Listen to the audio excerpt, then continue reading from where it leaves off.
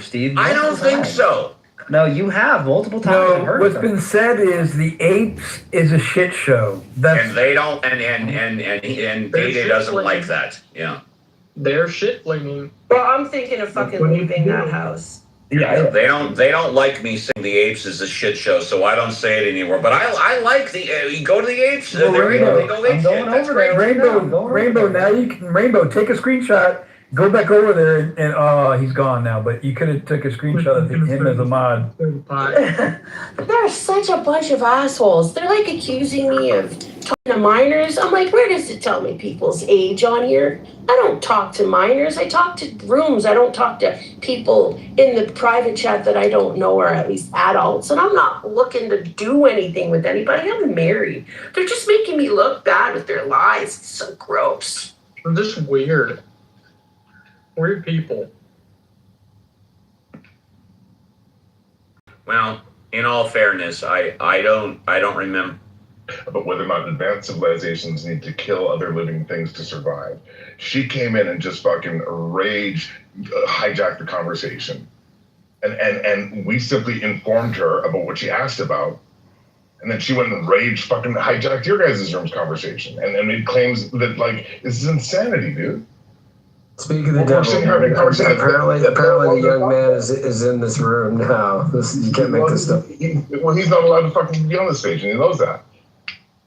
He's never allowed on the stage. We've been talking about Why not go a step further, Day? Yeah, why allow him in the room at all? Just block him. Just block him. Eliminate the threat. Block him. Right now, you know what I'm saying? Like, this, y'all be just fucking scared. This guy has become an adult while you talking about him. It's been like 4 years now. Y'all been saying he's 15. Well, how old is that? This little kid?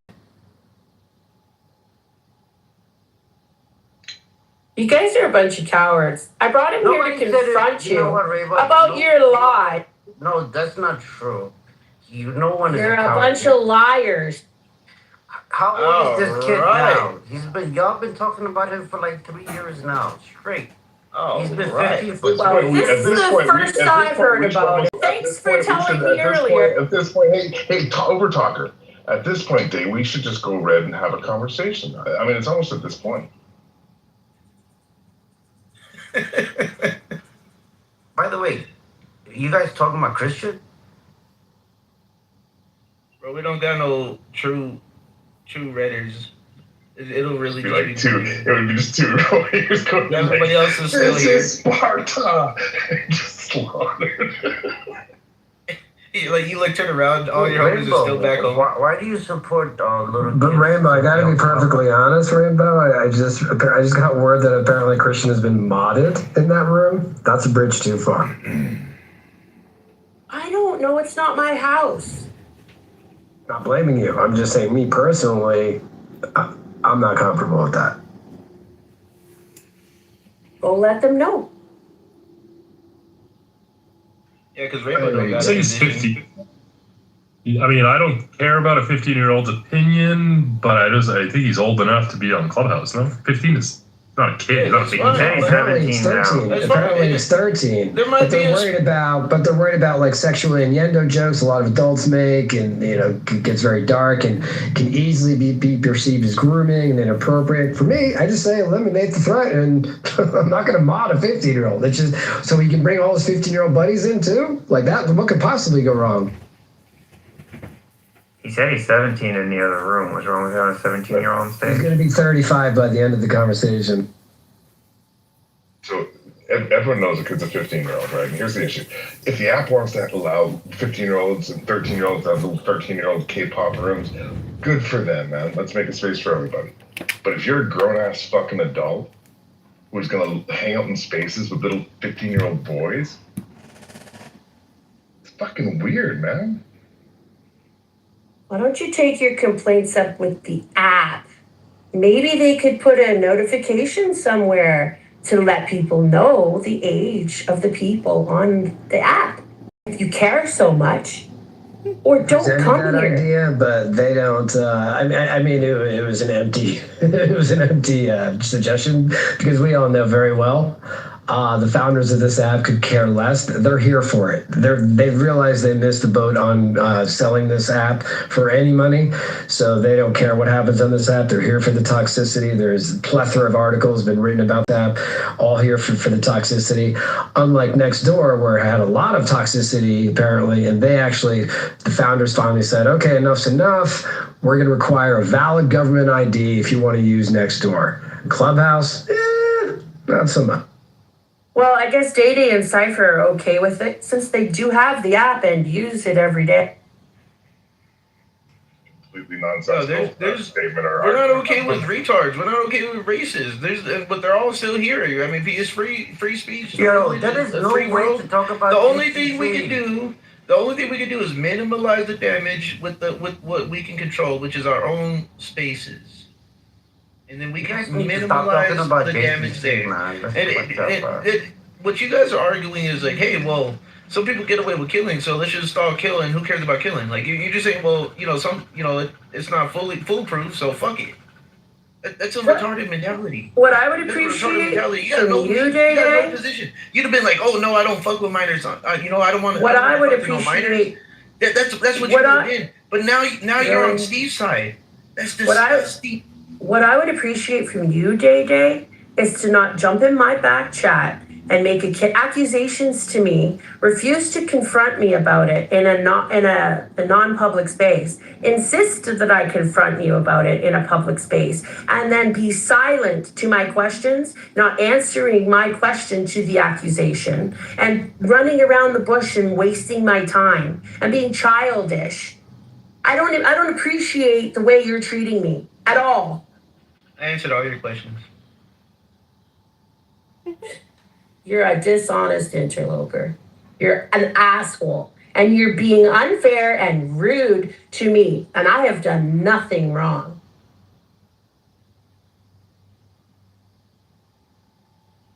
So we're going to put up some polls, Cypher? Some polls? We're going to put up some polls, some debates, right? I can put up some polls. Yeah. You want to post some polls? Lovely, dude. Yeah, put up a poll, put up a poll. So let me ask you something, Dave. And, we're on a roundabout, about a couple exits. One of them, I actually think that one of the algorithms that they've implemented is around deprioritizing rooms where volume gets to that or emotions get to that. Like literally using algorithms so that they prioritize rooms where the volume and the tone is very regulated. Impossible. Over talking. You're over. Dude, I'm trying, bro. I'm looking at the data. We've had 3.6 effects. There are correlations, there are similarities. We need to unlock it. No, they're not. No, that's way too specific. The next exit, which correlates. They accidentally, in a particle accelerator, they accidentally turned lead into gold. Accidentally. after all these years. It does sound like a monkey. You're like, my bad. Last X on the roundabout. I truly believe that when we unlock hyper-efficient energy conversion, it will be absurd to kill any living thing for our survival, be it plant, animal, anything. Why? Because it's barbaric. No, but what would that new tech allow us to do? Oh, like lab-grown meat, fucking lab-grown steaks, fucking lab-grown asparagus that's more delicious and plump and asparagus-y than any asparagus we have today. Wow. The most delicious lab-grown. Now listen, they're not alive. We just. Then how are they growing? We just think about okay, you know the Soylent Green? What? Like we create it. It's not alive. It's just going to be in the shape and texture of asparagus or steak, but it's never going to be alive. It just starts in its. Does it start off in its infancy stage? No, it just starts off as the chemicals and atoms that are going to be injected and create the steak exactly how we want it, or the asparagus. So like when they open up the device in their little creation thing, their jukebox, and they open it up, and all of a sudden they got like a full grown asparagus. Yeah, ready to eat. Yeah. Super on the verge of So it. it was never in its infancy stage. No, it was never alive. I'm not saying if it was alive. I'm saying was it like in the birth stage, like the early stage, like small, and then it grew, or did they create it? It was printed. At once. It was printed. Yeah. So that's more than just cloning. It's dude, bioprinting. They've done it. They did it this week, dude. They took a mosquito's stinger, and this is like, I'm doing it again, Dave. Well, I'm gonna hand it over to you after this. I'm doing it again. They took a mosquito's stinger. Okay, they stripped away the flesh around it. They took the tube. They sprayed it with like an ultraviolet kind of epoxy, so it became hard, and they used it as the world's smallest little 3D printer. And they were able to print like little biological materials with it at a smaller rate than any other kind of technology available on Earth today. So like you can use that to literally just, you don't think in 10 years we're gonna be able to make a little asparagus just perfect and crunchy and delicious with all the nutrients without having to kill a plant to do it? Wait, so you're saying they 3D printed their own created mosquito? No, they used a mosquito's stinger to create the world's smallest little needle injector for the world's smallest 3D printer. Oh, you know how 3D printers work? Yeah, but they used a mosquito's stinger as the tube to make the world's smallest one. So where have they created any asparagus or anything that could relate to something that would make that argument valid without going through a birth state? You know, like growing. Okay, so when we look at lab-grown meat, right? You know about lab-grown meat? Mm-hmm. Yeah, so lab-grown meat is effectively what I'm talking about. I'm just saying at a large scale where nothing has to die. May I ask a question about that? So what materials do they use to grow lab-grown meat? Ooh, that's a great question. So like all the things that make us up, it's available. Like it's not a mystery, right? Like we're growing shit already, like embryos and stuff. Like it's really just making sure we inject all the shit that you need for a steak at the end of the day.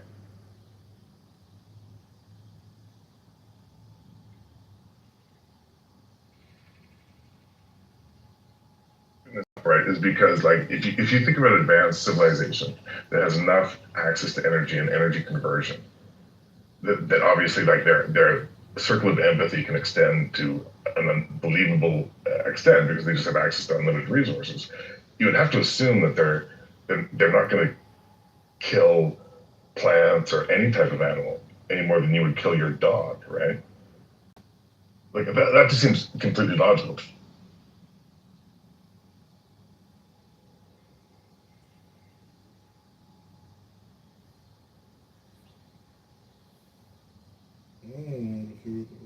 Here's the process. I checked out some lab-grown meat. Also called lab-grown meat. Oh, I totally do. They had lab-grown bacon that tasted like a good bacon. Fuck yeah. Lab-grown meat, also called cultivated meat, is made by taking a small sample of animal cells, growing them in tanks called bioreactors, and then scientists feed these cells nutrients like amino acids, glucose, so they multiply and ultimately turn into muscle and fat, creating real meat without needing to raise or slaughter animals. So you do that with vegetables and plants. Like, why wouldn't everybody? If that technology is good enough, why wouldn't everybody sustain themselves with that instead of eating babe?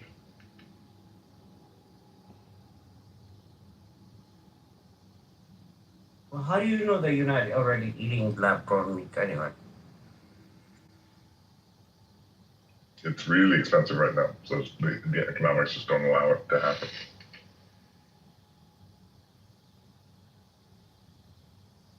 What's expensive? Can you define expensive? Yeah, I think like a lab-grown steak is, I don't know how much it's changed recently, but back when I was hearing about it, like a couple of years ago, it was like $2,000.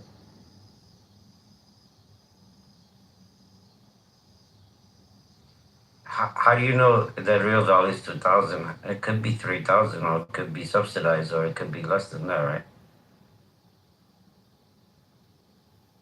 Oh, no, I was wrong. I was wrong. I just sat in that room. I was wrong.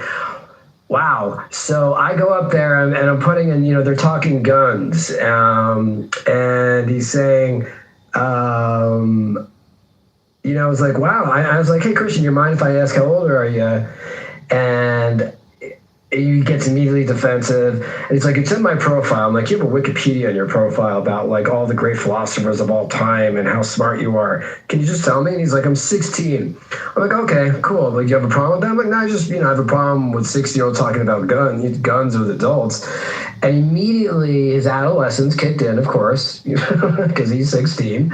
And he comes at me with, oh, you're getting your dick in a twist just because I have more experience than you and you're a grown man? I'm like, no, my problem is grown men talking about guns when we have a major problem with mass shootings in this country. That's my problem. You're right. You do have far more experience. I'm not a gun guy. Proud of it. And Steve doubled down. You're talking about, they kept, instead of just saying, if someone else came on stage to also push back against modding this kid, and Steven just said, instead of just saying, well, let's, I'm very comfortable giving him the green button or green mod badge. He actually doubled down and said it repeatedly. I love giving Christian the green butthole. And then they doubled down to say, you know what? It's actually legal to have sex with 16-year-olds in Europe.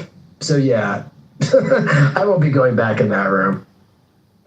That's everything, right? Because listen, the majority of people are decent fucking people, but when you know that there are lots who aren't, and are gonna say shit like that, and like, dude, the fuck are you saying in front of? It sounded like Stevie, and I don't think this is a secret. It's like, Marshall. Like, there's some drinkers in this app, but it sounds like Uncle Stevie's been, it's happy hour wherever Uncle Steve is in California.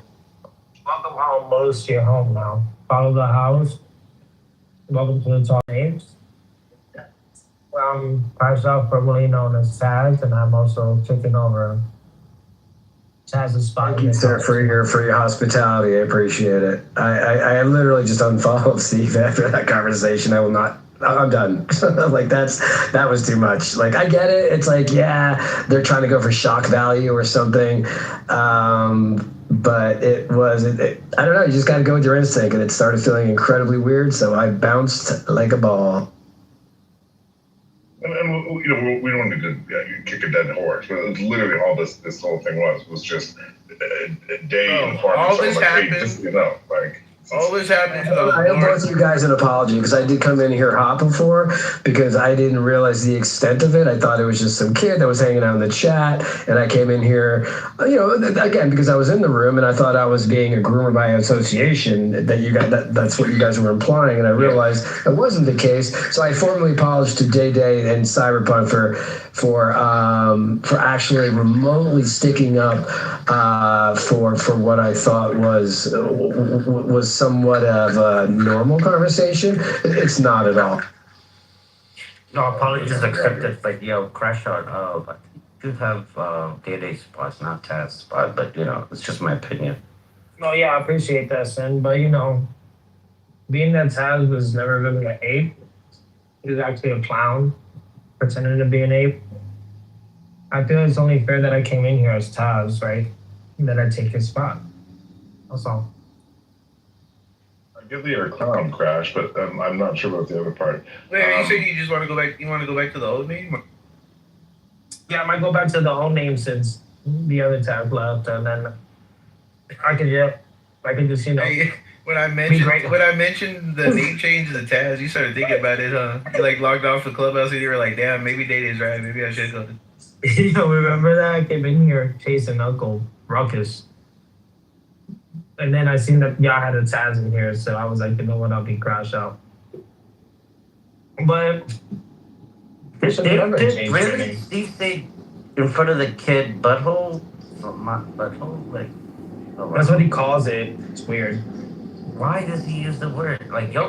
Steve be talking some highly sexual things sometimes, bro. It's a bit cringy. It's very cringy, but I like Steve. He's a good guy. I think Moose, you're a fucking degenerate. Where's Moose at? He's not even here for me to insult him. Fuck. So Jeremy, so how do you feel, man, about me coming back and running the show again? I'm just gonna be honest, Crash Out. You're irrelevant. But not just you, I mean everybody, but also you. Particularly you. He means that, everyone is, but you are more so irrelevant than most others. I think that's what she's trying to say. It's not that I'm trying to talk for the Canadians. It's not like they can't talk for themselves, but they're a bit slow. I think that as a compliment, actually. The NASA. What's the nuance? What's the nuance, though? The NASA announcement about. Yeah. That's fascinating. Yeah. Now. It's actually interesting. Can you possibly teach me sometime, Professor? No. So be aka what's on the calendar, what are we doing from a goals and objective standpoint, what's in scope and what's out of scope, we run into issues. So that's one of the things that we work is done. The work is done. And the true state is impossible. I think well, you want one state or two states? You change your mind on me.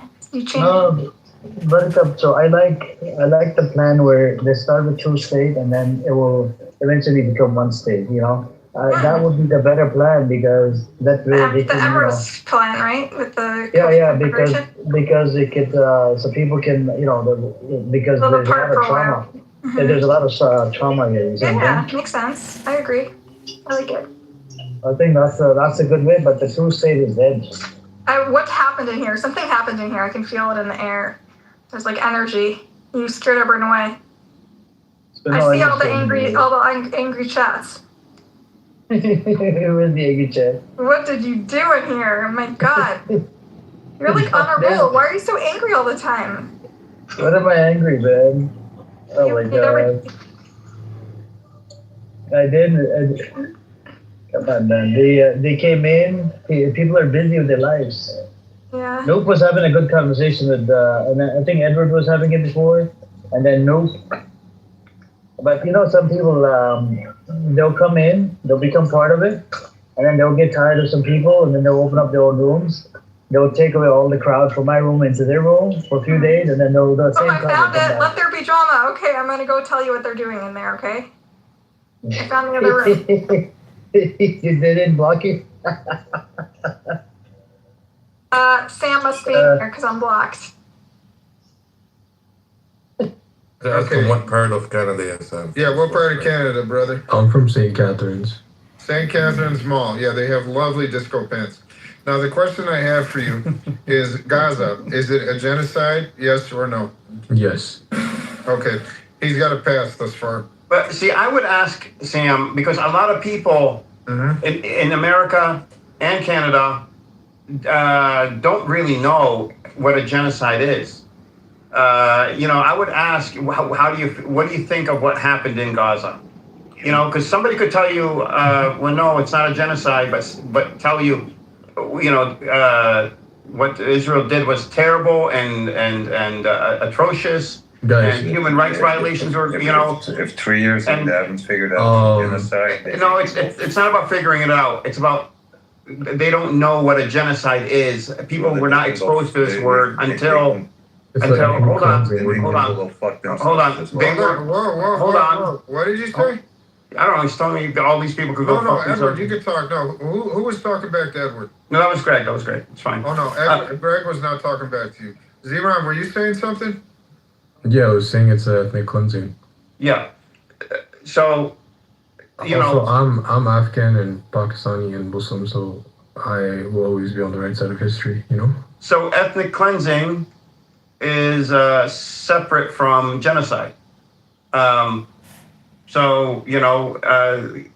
Which is fine to say ethnic cleansing. It was also ethnic cleansing. My point was to Sam, more than anyone else, that Sam, understand that most people do not know what genocide is, but most people know what happened in Gaza was terrible and unexcusable and atrocious. And so you have to lead in with with those kinds of questions instead of the genocide, you know? No worries. And then I'll go about the genocide. No problem, no problem. And don't you know I hate you, Buttercup? And keep recording me, bitch. See what's gonna happen. Okay, she's in Amir's room, remember? That's her burner account. Fucking whore. Alright, anyway. I don't consent to my voice being recorded or redistributed whatsoever. Oh, look, the fucking Jew bag Anna is back. Hey, fuck you, Buttercup. Buttercup 2.0, Buttercup 3.0. Fuck the both. Oh, Hannah? Yeah, Hannah. Bitches. Yeah, Hannah switched up. She was, you know. Bro, you guys realize that you'll spend the next 24 hours doing the exact same thing. I know. That's fine. I don't care. Anna, you don't have the right to record me. Better not record me. You think this is all a game and you think it's fun. You know what? Just watch and see, you stupid fucking bitches. Watch and see. Holy shit, here we go. For anyone that's recording, I don't know who you are or what you want. If you're demanding money, I don't have any to offer. But I do have a very specific set of abilities. Abilities I've developed over many years. Those abilities make me extremely dangerous to people like you. If you stop recording now, this will be over, and you'll never hear from me again. If you don't, I will find you. I will track you down. And when I do, I will make sure you regret what you've done. What is going on in here, you guys? Don is very talented, multi-talented, and Clubhouse resident actor. He's more on the artistic stuff. Yeah. Don is amazing, and I'm glad he's my friend. I will always artistically. So you guys are here bad mouthing the only democracy in the Middle East, and you don't expect anyone to record everything you say here? You know, you're absolutely right, Jindid. I hope all you Mossad, IDF, Zionist pieces of fucking shit, I hope you all eat shit and die, and I'm gonna pile up your motherfucking bodies, I'm gonna set it on fire. What's left over, I'm gonna feed to the pigs. And when they shit it out, I'm gonna take a piss on it. Fuck all three of you animals. Oh, shit. okay, I definitely am sensing some anger issues. I would say, do you want to talk about it, Sam? But I'm afraid the answer might be yes, and I don't think I want to talk about it. Well, you get farther with the kind word in the chainsaw than you do just the kind word. Let's tackle each issue one step at a time. Now we got 3 motherfucking anons in here. And how are you assholes friends with me, you two? Why? Why are you covering up? Why? Oh, friends with the speakers, bro. It could be anybody, not only you. Okay, go ahead, record me, motherfuckers. Don't worry, I'm already gonna find out who you are. I already found out who the one that bounced that fucking audio to Amir to make me a clown. Okay. It won't take me long to find you motherfuckers, trust me. Fucking goddamn pieces of shit. You're no friends of mine, go fuck yourselves. Is there a way to set up the room in such a way where Anons can't? No. You pay $5 a month. Only a private. Yeah, only a private room, and you invite the people that you want. But it's they pay $5 a month to be able to come in anonymously. I gotta get me one of those suckers, Anon. Yeah, do it. So is Amir's like $59 a year. So Amir's still in his room having coffee and crumpets with the fucking Zios. Anybody know? Ghost. Dawn. No, Yeah. Well, who's in Amir's room? How the fuck am I supposed to know? I'm here. Let me go see. No, you don't go see. Just go in. Just what are you talking about? Ghost. Who's in Amir's room? I can't see it. What do you mean? It's not showing them the Oh. in the hallway.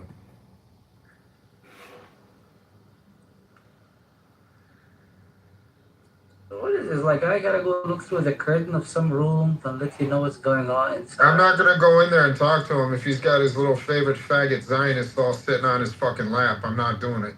I will go check if you want, and you don't have to. Don already did that. You wanna go talk to him about what? What do you think I'm gonna tell him? He's this whole thing about playing that clip without my permission. Number one, and second, that bitch was saying personal things about me, and he has a no doxing policy. So what did he do to the bitch? That's what I'm. I would say number 2 should be number 1. All right, that's fine. What do you got, Don?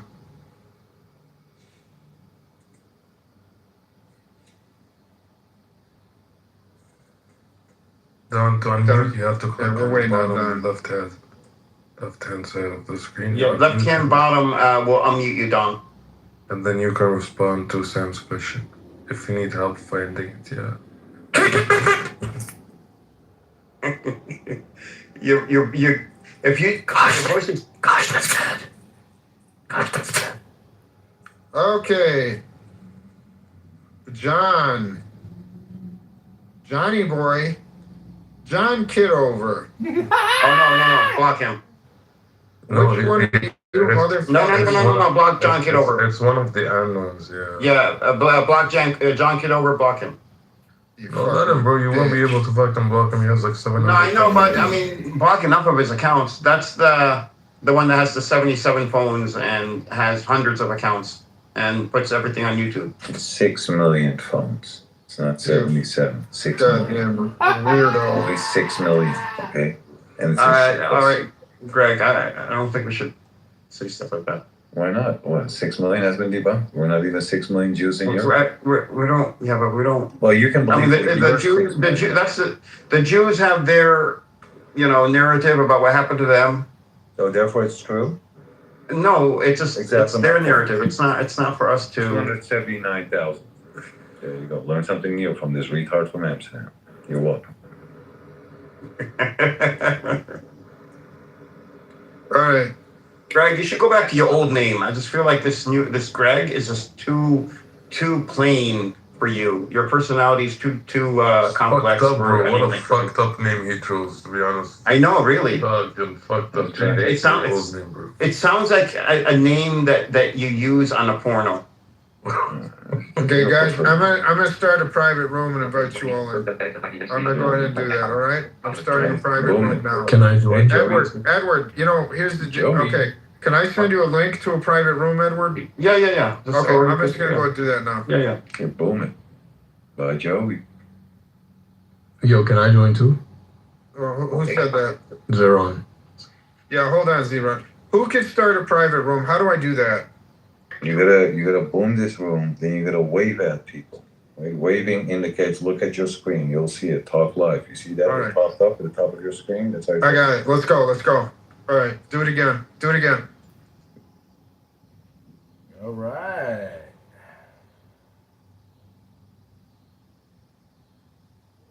Bing. That she is. I agree. I appreciate that. I agree, Heidi. Thank you for that. Yeah, I think you two guys are from that. You know what I've been thinking about for several months? What I really want to get into doing is mentoring young Black girls, especially young Black girls who want to get into arts and creative. I know about the Big Brother, Big Sister programs. I'm gonna be honest. I just don't know where to start. To be honest, maybe I should sign up to one of those programs. It might be easy. Perhaps I'm in my head too much. I'm making it more difficult, the starting process, than it needs to be. I'm sure it's quite easy. But that's something I would really like to get into before the end of the year. And then secondly, and what I'm about to say, I respectfully, and I'm not trying to be funny, I wish that it was mandated that every Black person, well, every person in the country really, regardless of race, but since we're speaking about Black folk, I want every Black person to get, I wish it was mandated for every Black person to get mental health treatment. And I don't mean that disrespectfully or try to be funny, but I think mental health, healing our mental health individually and collectively could be have a positive impact on our culture and our community, how we deal with each other, how we socialize, right? And how we build, relationships in the home and outside of the home, professionally, personally. So that's how I want to help. Mentoring and advocating for mental health therapy, right? There's no shame in that. Wait, so how do you Right? suggest the Black community heals their relationship with the medical community? Because I feel like that's a really big Yeah, one. that's it. That's it right there. I agree, right? And how do we start there? Listen, as somebody who works in the media, the past few months I've covered stories about Black doctors creating databases and hubs for our community to find doctors and medical professionals who look like us, because according to reports and research, we tend to trust doctors if they're from our community and they look like us. Right? The distrust comes dealing with non-Black medical professionals.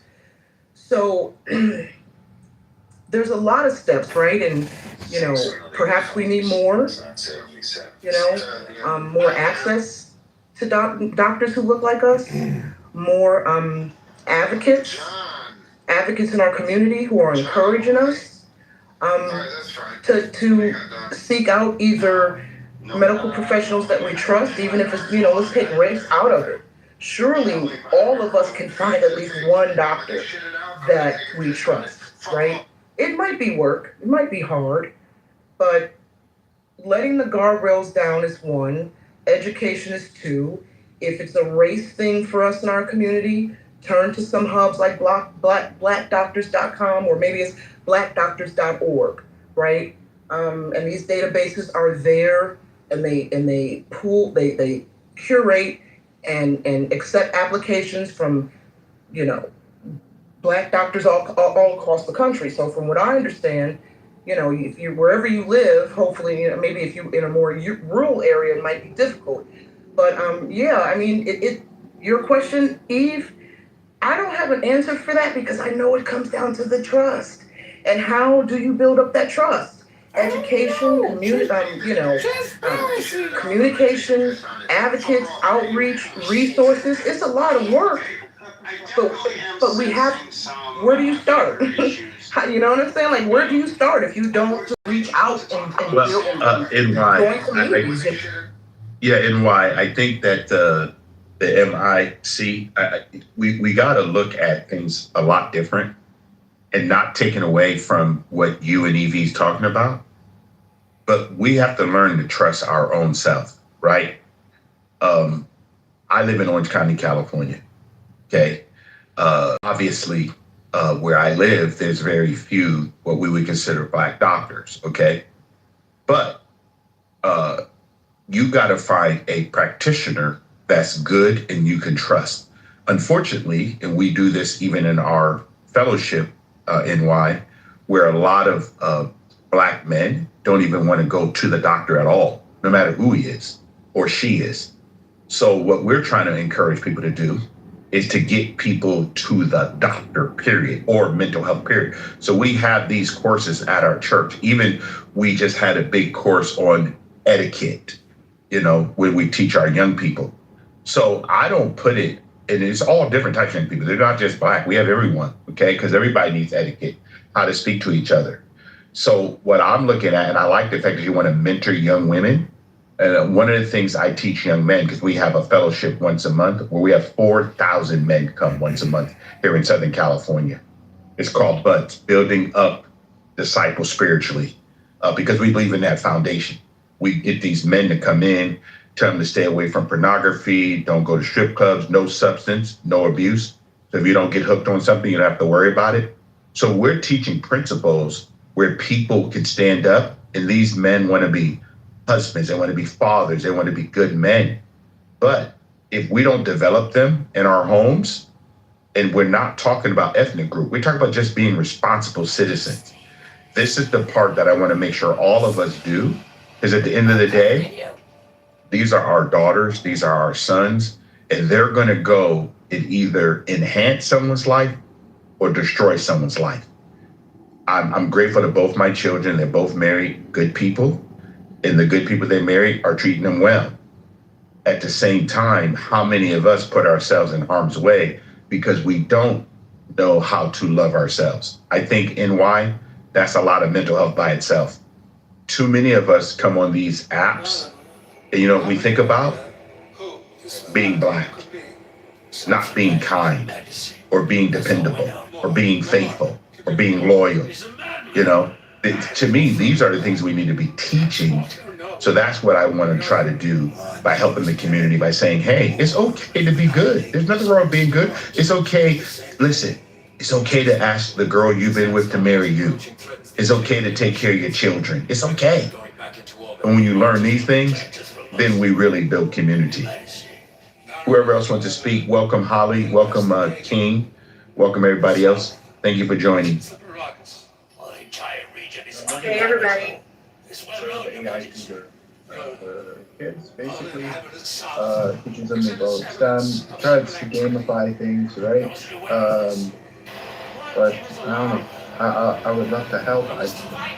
Literally, this would look amazing. So, from a selfish perspective, I would love to help.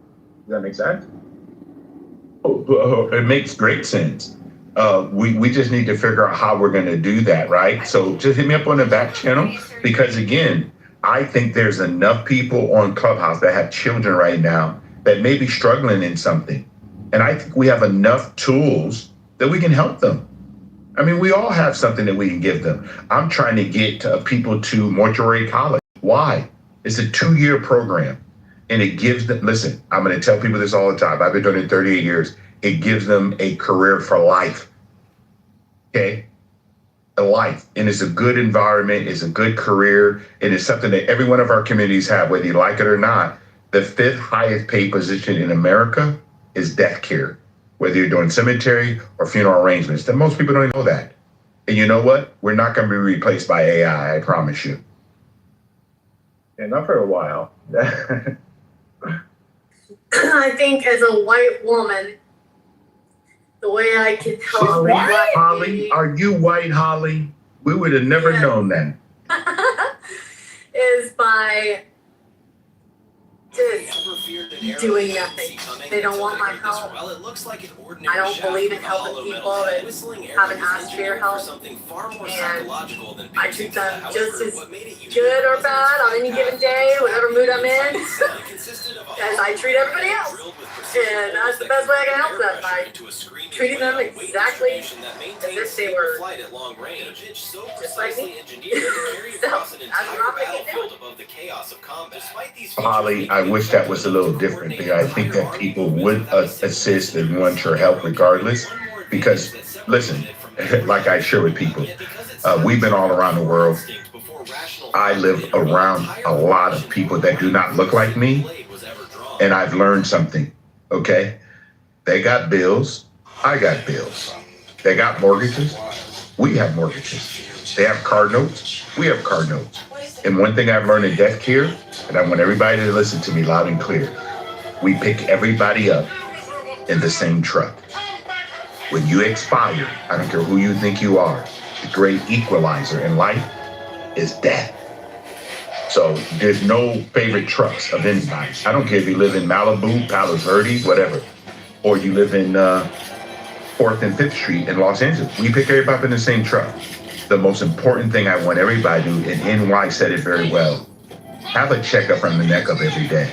Remember, there's only one of you on planet Earth, only one of you. That's why I created this space, so that we don't have to come and yell at each other, argue with each other, call each other our name. We don't have to do that, guys. We can come and actually have a meaningful conversation to where we can all grow. Hold on. King. You want me to? Okay. King. I just want to say something simply. You cannot say anything right now. You know why? Why? Because I'm not black? No, I'm not black? All Don't be right. racist, I think. man. Don't be racist, man. Do you see what I'm saying? Mental health. Everyone needs a mental health mandatory.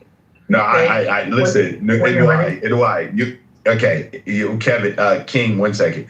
So NY, you understand, is very unfortunate because people behind avatars don't understand life. Okay, it's really sad because people do not walk into a crowd of people in any location and start just talking. Okay, we all know that. But on the internet, people can do that. Go ahead, King.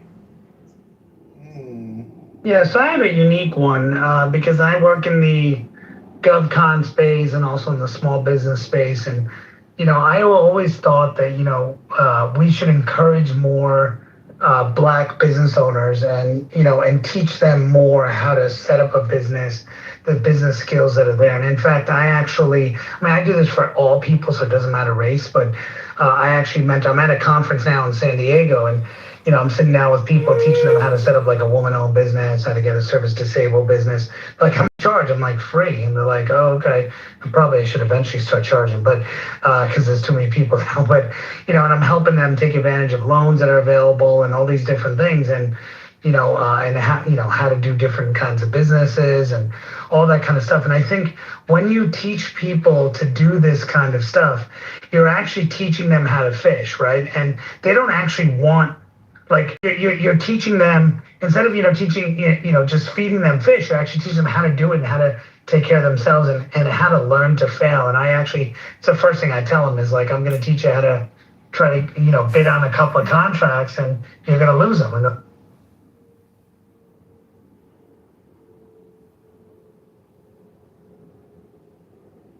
complete my interviews, Yep. Good at that right now, but I will be. People can find clips on YouTube, and at the same time he makes a little bit of money or whatever he makes to fucking get some views on YouTube, like 5 views or 10 views. That's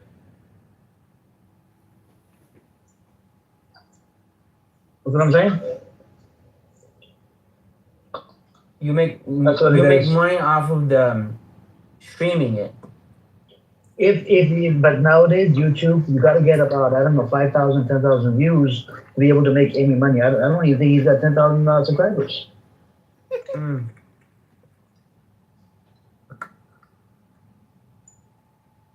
So I'm saying, but okay, it is what it is, man.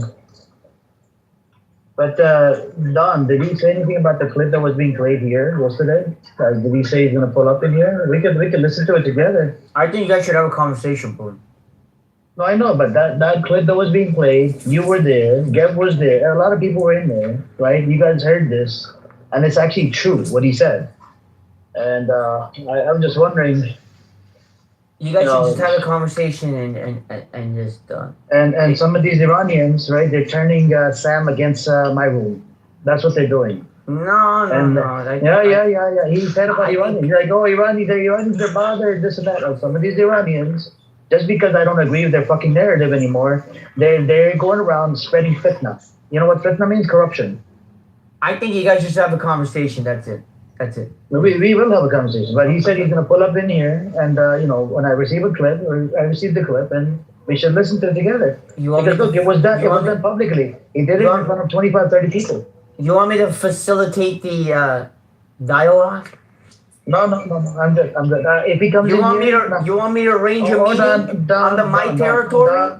Don, it's going to be in a public setting in this space, okay? Because he asked me yesterday. You see what I'm saying? He did ask me if you get a clip, just ping me, and we can listen to it together. Because look, I want him to address it publicly. He said it publicly. He didn't say it in the closed room. Yes. In a closed room, he would be talking to 1 or 2 people. I'm talking about he said it publicly. So I want him to address it publicly, and then I can have conversation with him in a civilized manner. I'm sorry, address what? He said that I turned on Palestinians. I used Palestinians and Lebanese to push my narrative and blah, blah, blah. I don't really care about them. I put them on the side and this and that. I've been fucking debating the Zionist scumbags for 2 years. I've been killing my brain cells for day in, day out.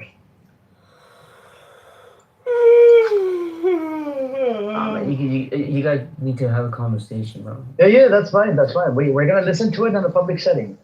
Yeah, John, your people, right, are spreading fitna on the. You claim to be a Muslim, yet your people are going into that Sam's space and spreading fitna, adding fuel to the fucking fire. Just because I don't agree with your fucking narrative. This is very problematic. Some of the Iranians, you can have a conversation, they agree, whatever, but some of them, they get butthurt and triggered. They're like, yeah, we're gonna spread fitna. We're gonna go into their room, this and that. It's not in my head, John. I'm just calling you out. I'm calling you and Chaos and Florence, all of you guys out. They're good ones as well. You know who? Mazi is good. Mazi, I can laugh it off. I know Mazi way longer than I have known you for. You're a young person, 20, 21-year-old, yet you're spreading fitna on this app. And not only that, you bully a woman just because she disagrees with your freaking narrative. That's a good one. Bullying, and then want to put a 6,000 thing on there, promote Nazi agenda, which goes against Islam. Bullying women goes against Islam. That's disturbing and disgusting. I called you out on this shit. But you'll never learn. You're still a fucking young boy, young kid.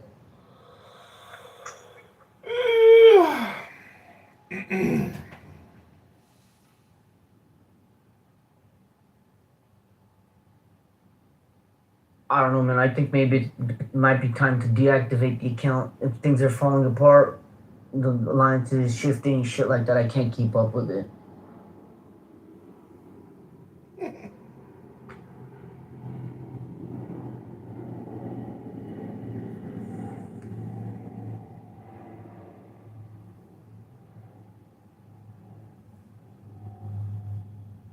I still think, if you guys have a conversation and take it from there. Make amends, right, Don? I don't know if it would be make amends, but definitely have dialogue and conversation. You think Sammy would be up for making amends, okay, or having a dialogue with? I think he's ashamed of what he said about Amir and Amir finding out. I think he'll speak for himself. Well, I think he's ashamed. I mean, I don't understand what you're doing. Well, he's not gonna be willing to. What I'm trying to say, he's not gonna be willing. What is it? What is it to you though? I don't get it. That's the part I'm not understanding. I'm just saying. What is all of this to you? It's nothing to me.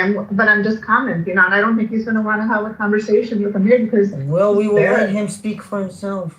We will. We will see. Okay. Good. Let the man speak for himself. No need to add anything to it.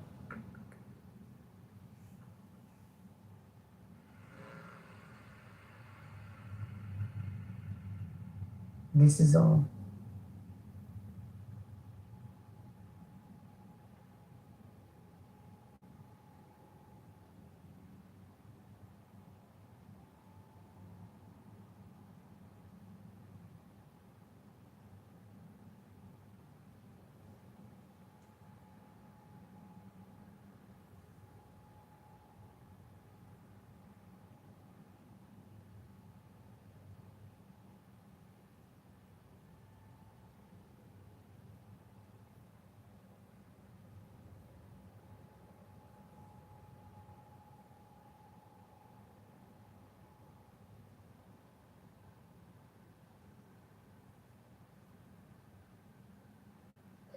I mean, that's what it is. Hey, what's up, everybody in the audience?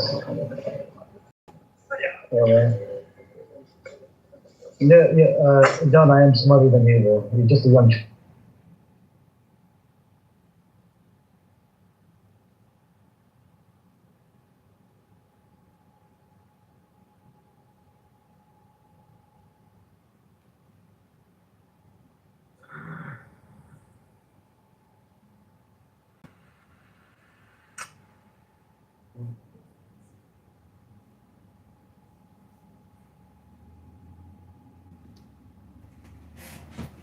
Buttercup.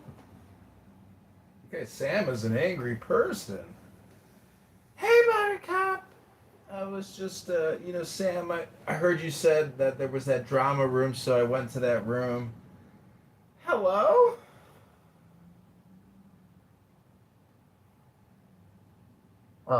Yeah. So, things like that. What's going on again? Against terms and conditions. Yeah, you know the story. Well, I can't message Sawyer. Sawyer, are you blocking me? I'm not blocking you. Yeah, so I can't message you. Is it mine or? Everybody remember, if you can't remember this, sometimes the glitch doesn't happen when you follow and add them. And that usually helps it. If you follow and add the person you're trying to message, then it usually makes it a lot easier. Sometimes you can't message somebody Sometimes you can't message through if the Cash App requests and the Venmo requests. that's ridiculous. Sometimes you cannot message somebody you're not following back and forth too, as well. Yeah. Yes, that's correct. Right. So that could be why Rainbow can't message you because you guys aren't. Or because you can't message Sawyer. I actually Because I'm not following Sawyer, and Sawyer's not following me. When I was trying to message him earlier and I wasn't able to, I followed, still wasn't able to message. So that's why I brought it up. Want to make sure I can get in this week. Then he has to friend you back. Then I just did. Yeah, it's all good now. Thanks, man. Yeah, absolutely. So- And yeah, go ahead, Sawyer. So Myrna, Christian Myrna thinks you're actually 14. Oh God! Oh Lord, That's not possible. I'm And sorry. she was talking shit Hold about, on. and she was talking shit about level 1 autism. as Yeah, well. here's what I'll do. Here's what I'll do. Sound a little do. more, If sound it more makes you articulate for a comfortable, 14-year-old. if it makes you comfortable, I will do my deeper voice for you to make me sound more masculine, and then maybe that might help you in whether or not I'm actually 14 years old. Now I don't know if you want me to do it now or later. Either or works for me because I love making people feel insecure about themselves. But please. Yeah, you learned that You as did a teenagers. thin voice. Yeah, very lovely. And A has some big concerns with Uncle Steve, who's allegedly 60 years old, talking about green buttholes with people under the age of 18. Well, let me clarify that right now. Firstly, no, let me clarify. Firstly, no way, fuck, am I 60 years old? I'm 66. I'm 66. That does not help your case. And as far as talking about green buttholes, I do not practice age discrimination. I don't care what age you are. You can be 15, 16, you can be 85. If I want to give you a green butthole, goddammit, I'm gonna. This high school drama has turned this house into lame, if not shame. It's the ball. If I wanted to hear from an asshole, I would have just farted. And let me please respond to Myrna, and I'll try to make it quick because Nargis is on stage and she loves talking about how my Unitarianism is horrible and terrible. So just give me 1 moment to respond to this and then I'll get to you, Nargis. Don't worry, I love you. Myrna, to try to put it short, and I know you're not in the room, but I'll still respond anyway. The fact You're not that, going to hear this. It's not recorded. So. Oh, no, I know. But she's probably listening from the hallway. Yes, that could be. I turned off recordings when the name of the room was changed to 2 people's names, but go. Yeah, she loves to listen from the hallway, so I'll say it anyway. Yes, I'm a minor. No, I'm not 14. And yes, I have autism, and I have expressed it multiple times that I am autistic. It's basically the center of my personality on this app. Oh, really? And everybody knows about it. Scott knows about it. JCC knows about it. Steve knows about it. Shit, Rainbow probably knows about it. The town whore next door probably knows about it. Everybody knows about it. The town whore next door? What? In addition, Christian, what Regan was saying, Bubble was saying about your autism and Myrna, is that you're being influenced, and this is what causes school shootings because talking to a minor who's level 1 autistic, they get off influence and they look at these people as role models. Where's the evidence for that? I don't know, but that's what they were saying. Well, you know what, JCC? You're right. You're totally This is right.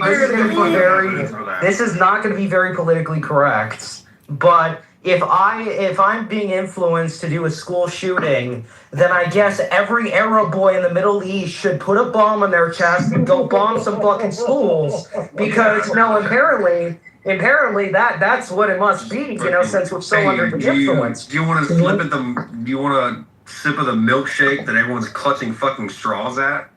Oh man, I have ADHD. I'm not autistic, but does that make me stupid?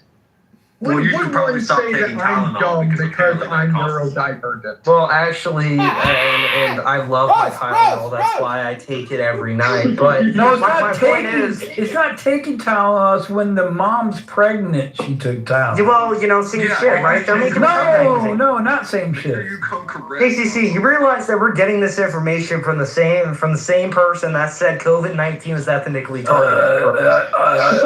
I'm very knowledgeable. I just want to emphasize size. Yeah, speaking of school shootings, Say that back in the that I'm just trying to tell the truth. More sperm than what teenage boys are producing now. That's an I'm just trying to spread the truth. That's an actual fucking quote. I'm just curious, Christian, how many debates did you actually participate in where you were a debater in the apes? Was it at least 6? Give or take 20 or more. 20 or more. And how many debates did you participate in the atheism house?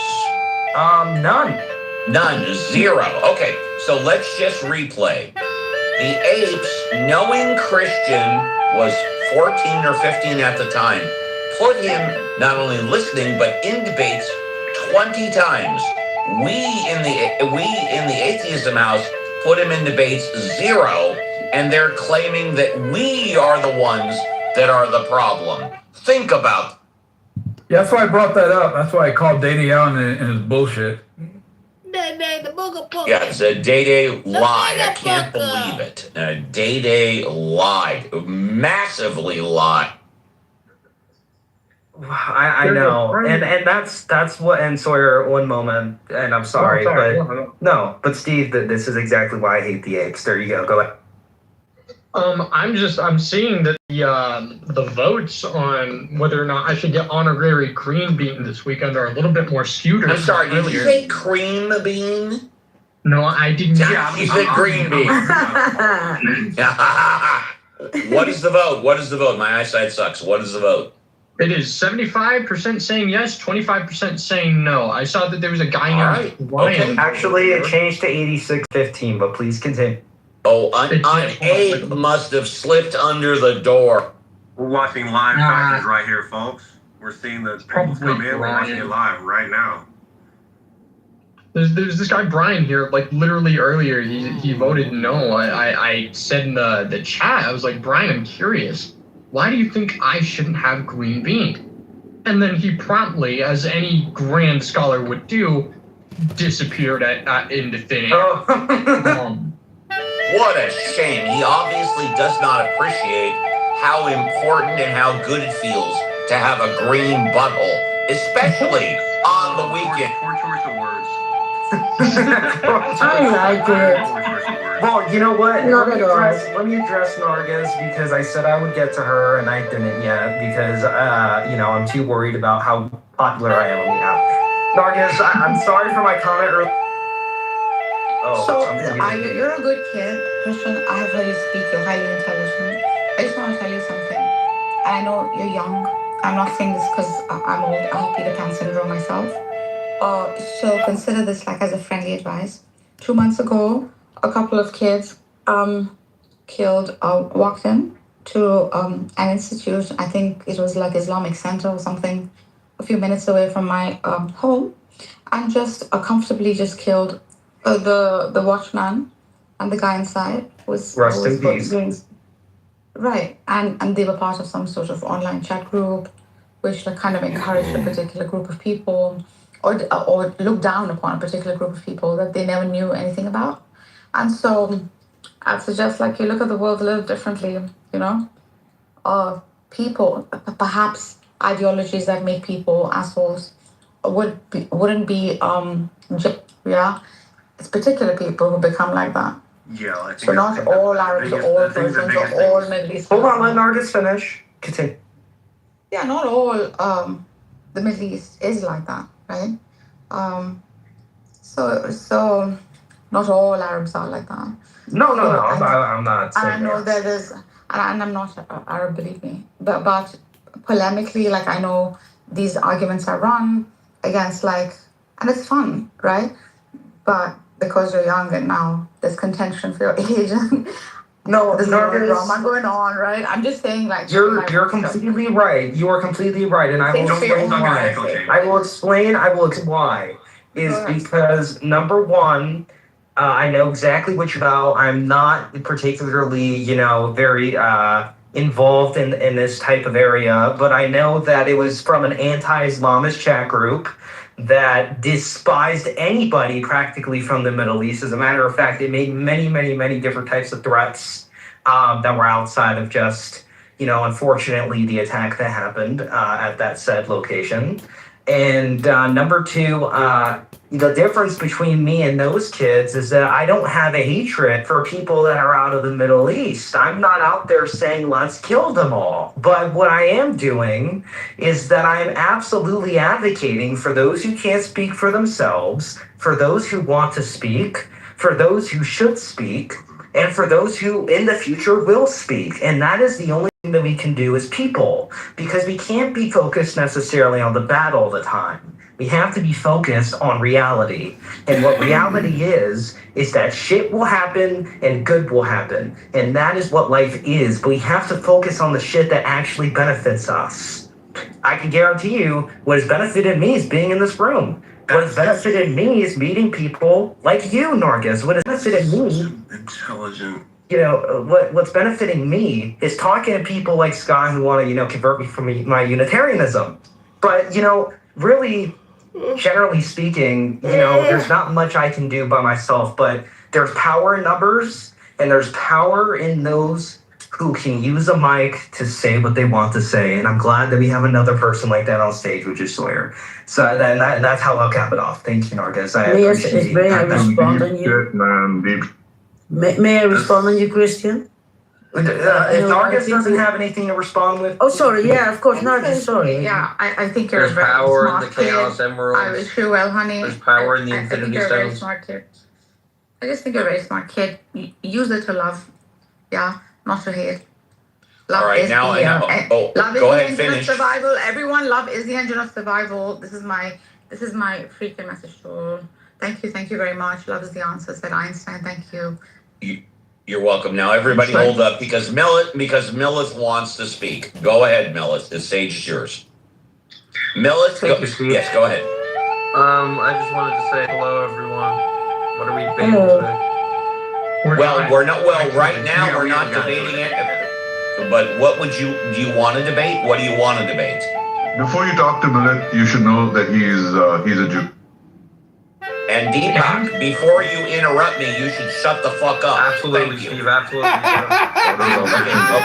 Okay, hold on. I want to give Millith the chance to speak. Is there anything else you want to say before we move on? Millith, going once. Yes, there's one more thing I want to say. Yes. For all of the, new atheists / atheists that think that the only way to verify things or to believe in things, or the only way to be justified in your beliefs about things is to have empirical evidence about them, I say you're wrong. All right, anything else, or are you good? Hold on, anything else, or are you good? No, I'm good. Thank you, Steve. Thank you. Shut the fuck up until you're called on again. Okay, Deepak, one last thing. Sorry, Steve. One last thing. Fuck you, Deepak. Go. Thank you. Hey, good point. Okay, hold on. I just want to say good point to Mills. Good. I'm glad he brought that up. That's a good thing to. Deepak, you're next. What do you want to talk about? Deepak, going once. I want to talk about the Kabbalah. Go. Yeah, the Kabbalah fucking rocks, right? Because the Jews have access to Kabbalah, right, and we don't. Right? They rule the roost right now, right? They're they lead the finance industry, the entertainment industry, everything. And I think we owe it to ourselves and our future generations to study the Kabbalah more carefully, right, and take the power back from the Jews. I agree with you. Why don't you start studying it right now? Okay. Is there a college course I can take? Yeah, you can go online. Okay. Read a book, yeah, there's this concept of yeah, so you can go online, right, Deepak? Okay, so Deepak, Deepak, put 15 minutes into the Kabbalah. Shut the fuck up for 15 minutes. We'll call on you later. Thank you. Drogo, you're next. Drogo. What do you want me to say? I'm just here right now. You got here. I don't have a debate topic. You just want to listen? All right, sounds good. Ramona, you're next. Ramona. Uncle Steve, you have a beautiful voice. Have it. Ramona, you are a total sweetheart. I love you in more than a clubhouse way. Shutting her down so, why are people interrupting my conversation? You guys are horrible. Why are people interrupting my conversation with Ramona? I don't understand. You guys, I just like Steve's voice. I always have for years. There you go. So, anyway, it's been a lovely Tuesday. It's Taco Tuesday, you guys. Two Be happy. for Tuesday. Smile. 2 for Tuesday. That's right. Taco You know Tuesday, it. 2 Licking, for Tuesday. sticking. Okay, if you taste like chicken, you got a meal. Keep on licking. Anyway, Yeah. I hope you guys are having a great day. I'm getting shit done. I feel like, I've moved forward in the world just a little bit today. So I'm happy with that. I'm kind of confused by a lot of the shit that's going on, out in the world. My godson is a warrant officer on the Abraham Lincoln. And so my hearts are with him. My heart and thoughts are with him too. Yeah, and so it's really kind of a effed up situation right now where we might get forced into something we really don't want to do. And Yeah. so that's how I feel about that. And that ain't got a damn thing to do with God. So yeah, I'm in the right room. And I hope you guys are having a great day. Ramona, you are a total sweetheart. Thank you so much. Love you. Whoop whoop. Whoop whoop.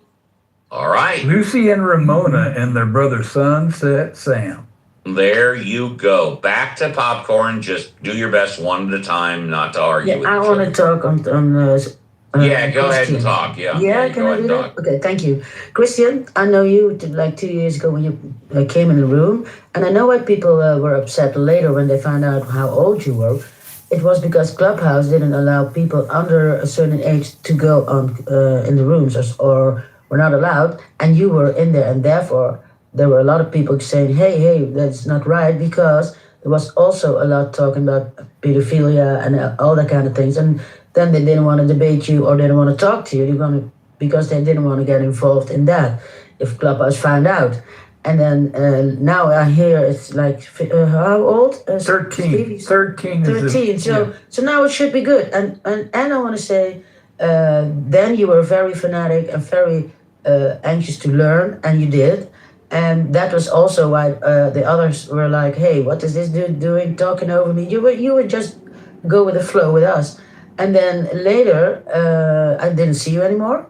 But when I hear other people, like older people, they really talk childish, less than you. You are like like an adult, and I don't mind the age. I'm not looking at the age. I look at what you say, how you intelligent you answer or not answer, whatever. But yeah, you're good, and I'm very proud that you grew this way. And I think Uncle Steve gave you that chance, right in the beginning. And everybody was against it. But And Reverend Scott. Don't forget about Reverend Scott. Yeah, I didn't know Reverend Scott then, but Reverend Scott, you too. So I want to say that. So Christian, welcome back. Thank you, and let me respond, and then I will go on mute. And Sawyer, I know you're anxious to get off the mic. I always am too. Don't worry, you're in the same position.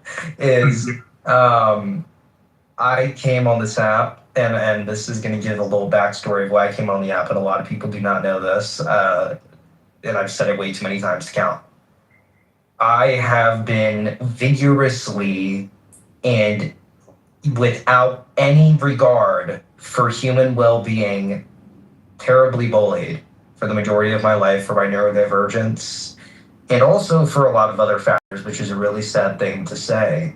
And it has happened my entire life. And when I got on this app, it almost felt like a place where I could speak without, being bashed on. And despite, what people, say, every time I get on this app and talk to people, it's like the best part of my day. It makes me feel so great to be able to talk to people without them, having the prejudices and criticisms that people have had towards me for the majority of my life. And I all the credit goes, to a lot of the people in this room, Scott, Steve, JCC, the list, even though we have our ups and downs, JCC. And, a lot of people here have helped me, not only gain wisdom, but also learn how to speak honestly and intellectually. And that is something that a lot of people my age do not know how to do. The average amount of kids or minors who know how to speak at an intellectual level higher than their age is about 5% or lower, which is terrible. So to be able to be part of that 5%, not only that 5%, but to be me, and to be able to speak to wonderful people like you guys on this app every day is absolutely amazing. And that is one of the reasons why I came on the app. Second, a lot of people have a lot of problems with my age. And I have it on my profile here. Let me recite it. And it's very, very short. Yes, I am 16. If you don't rock with it, keep moving. There's a reason why I have it on my profile. And if you want to hear me for the words that I speak and for the things that I say and for the things that I believe in, follow me and listen. If you don't want to, you can take your sorry ass out of the room. I love everybody here. I will continue to love everybody here. And, I'm going to be around a lot more. And I'm glad to be, because this is an amazing firm. And I'll leave it. And let me just say very quickly, this is one reason why Christian is better than me, because I don't love everybody here. I think there's at least one person here that is a motherfucking piece of shit, dickhead, asshole. I do give everybody the benefit of the doubt. When I first meet people, they get 100 chips. And it's up to them whether or not they keep their 100 chips or they lower them in between or down to 0. Well, see, you got to remember being young, right? When you were young, you loved everybody, right? And as you got older, you get a little more wise. So in due time, Christian too will get a little. There you go, JC. No, and JCC is right. In terms of wisdom, I'm, at the bottom of the rankings. But, what's beautiful about wisdom is that it is subjective. And what's even more beautiful about wisdom is that wisdom is not something that is objectively measured.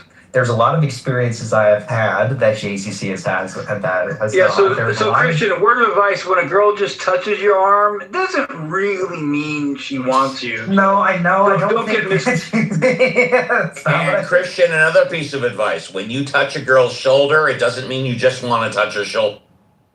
And that I know from personal experience. But my main point, and then I'll close because I know Sawyer needs to get off the mic, and I said I would like 3 minutes ago, and I didn't give that to him. You liar!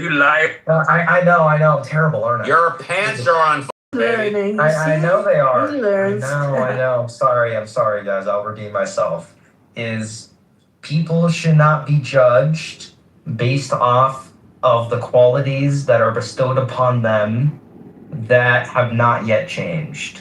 People should not be judged by their age when they probably have more intellect than adults that claim they have more knowledge.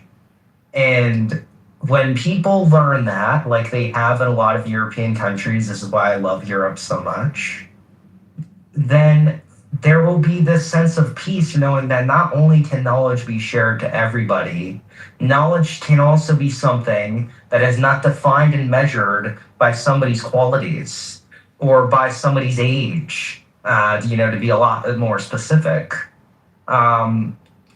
We see this in Europe all the time. We see that, they literally have government positions for minors to go abroad and be able to help their government on significant levels, based off of their knowledge and intellect and based off of their experience and based off of their ideologies. And not a lot of people, not a lot of countries do that, including America. So I'll keep it at that. I know, JC, I'm sorry, but Sawyer, please get me off the mic. Thank you for... It's okay, Christian. I'll buy you some new pants, you lions. Yeah, thank you. I mean, I kind of just I'll kind of just piggyback off of everything everyone else has been saying. Everyone deserves a chance to be heard. And that is something that I have absolutely had a lot of experience not doing throughout a good portion of my life, is being heard. For 2 years, I was on the speech and debate team. I don't know if you guys know anybody who's been on the speech and debate team, but it's a huge thing. Everyone comes together, goes around the country, talking about important topics that need to be talked about. But in that sense, a lot of people get offended over other people having certain ideals or being different, like Deepak earlier, who was like, well, just so you know, such and such is a Jew. And I was genuinely so dumbfounded at how easily he was able to just be like, well, you know, this guy is this and that means he's less, or he knows less, or his opinion is worth less. But that's not true. Everyone's opinion is worth the same amount, and that's fucking nothing. But the reason that we say it to each other is because we want to relate to each other. Humans are a very social species, okay? And it's important that we maintain that. Otherwise, we're all gonna die, okay? And anybody who's been paying attention a lot to politics lately knows that simply not agreeing on something means that you're going to get blown to smithereens. Okay, I think everyone should be able to be heard without being offended that someone else has a different opinion than them. I know a lot of people on this app are religious. I'm not religious. I'm an atheist, okay? And I'm not embarrassed of it. Why should I be? But it's the same thing for people who are religious. They shouldn't have to have a reason to be embarrassed of that. Nobody should be embarrassed of any of that. I was in a lot of chats. I know some of you probably know, like Andrew. I've been in a lot of his chats lately, and any discussion I participated in, at least once per person, I was called a total fucking moron, and I had no idea what I was talking about. Which, you know what? Maybe I didn't. I'm not the smartest guy in the universe. I'm willing to admit that. But that doesn't make me an idiot. It just means that I'm a little less informed than everyone else. But I don't think that means my thoughts and my opinions should not be heard just because I might know a little less on the topic than someone else. I think everyone should be able to have a chance to be heard, regardless of the topic, their age, as long as it is something that is like genuine to them. And that's why I appreciate a lot that I was just like brought up here and taken in.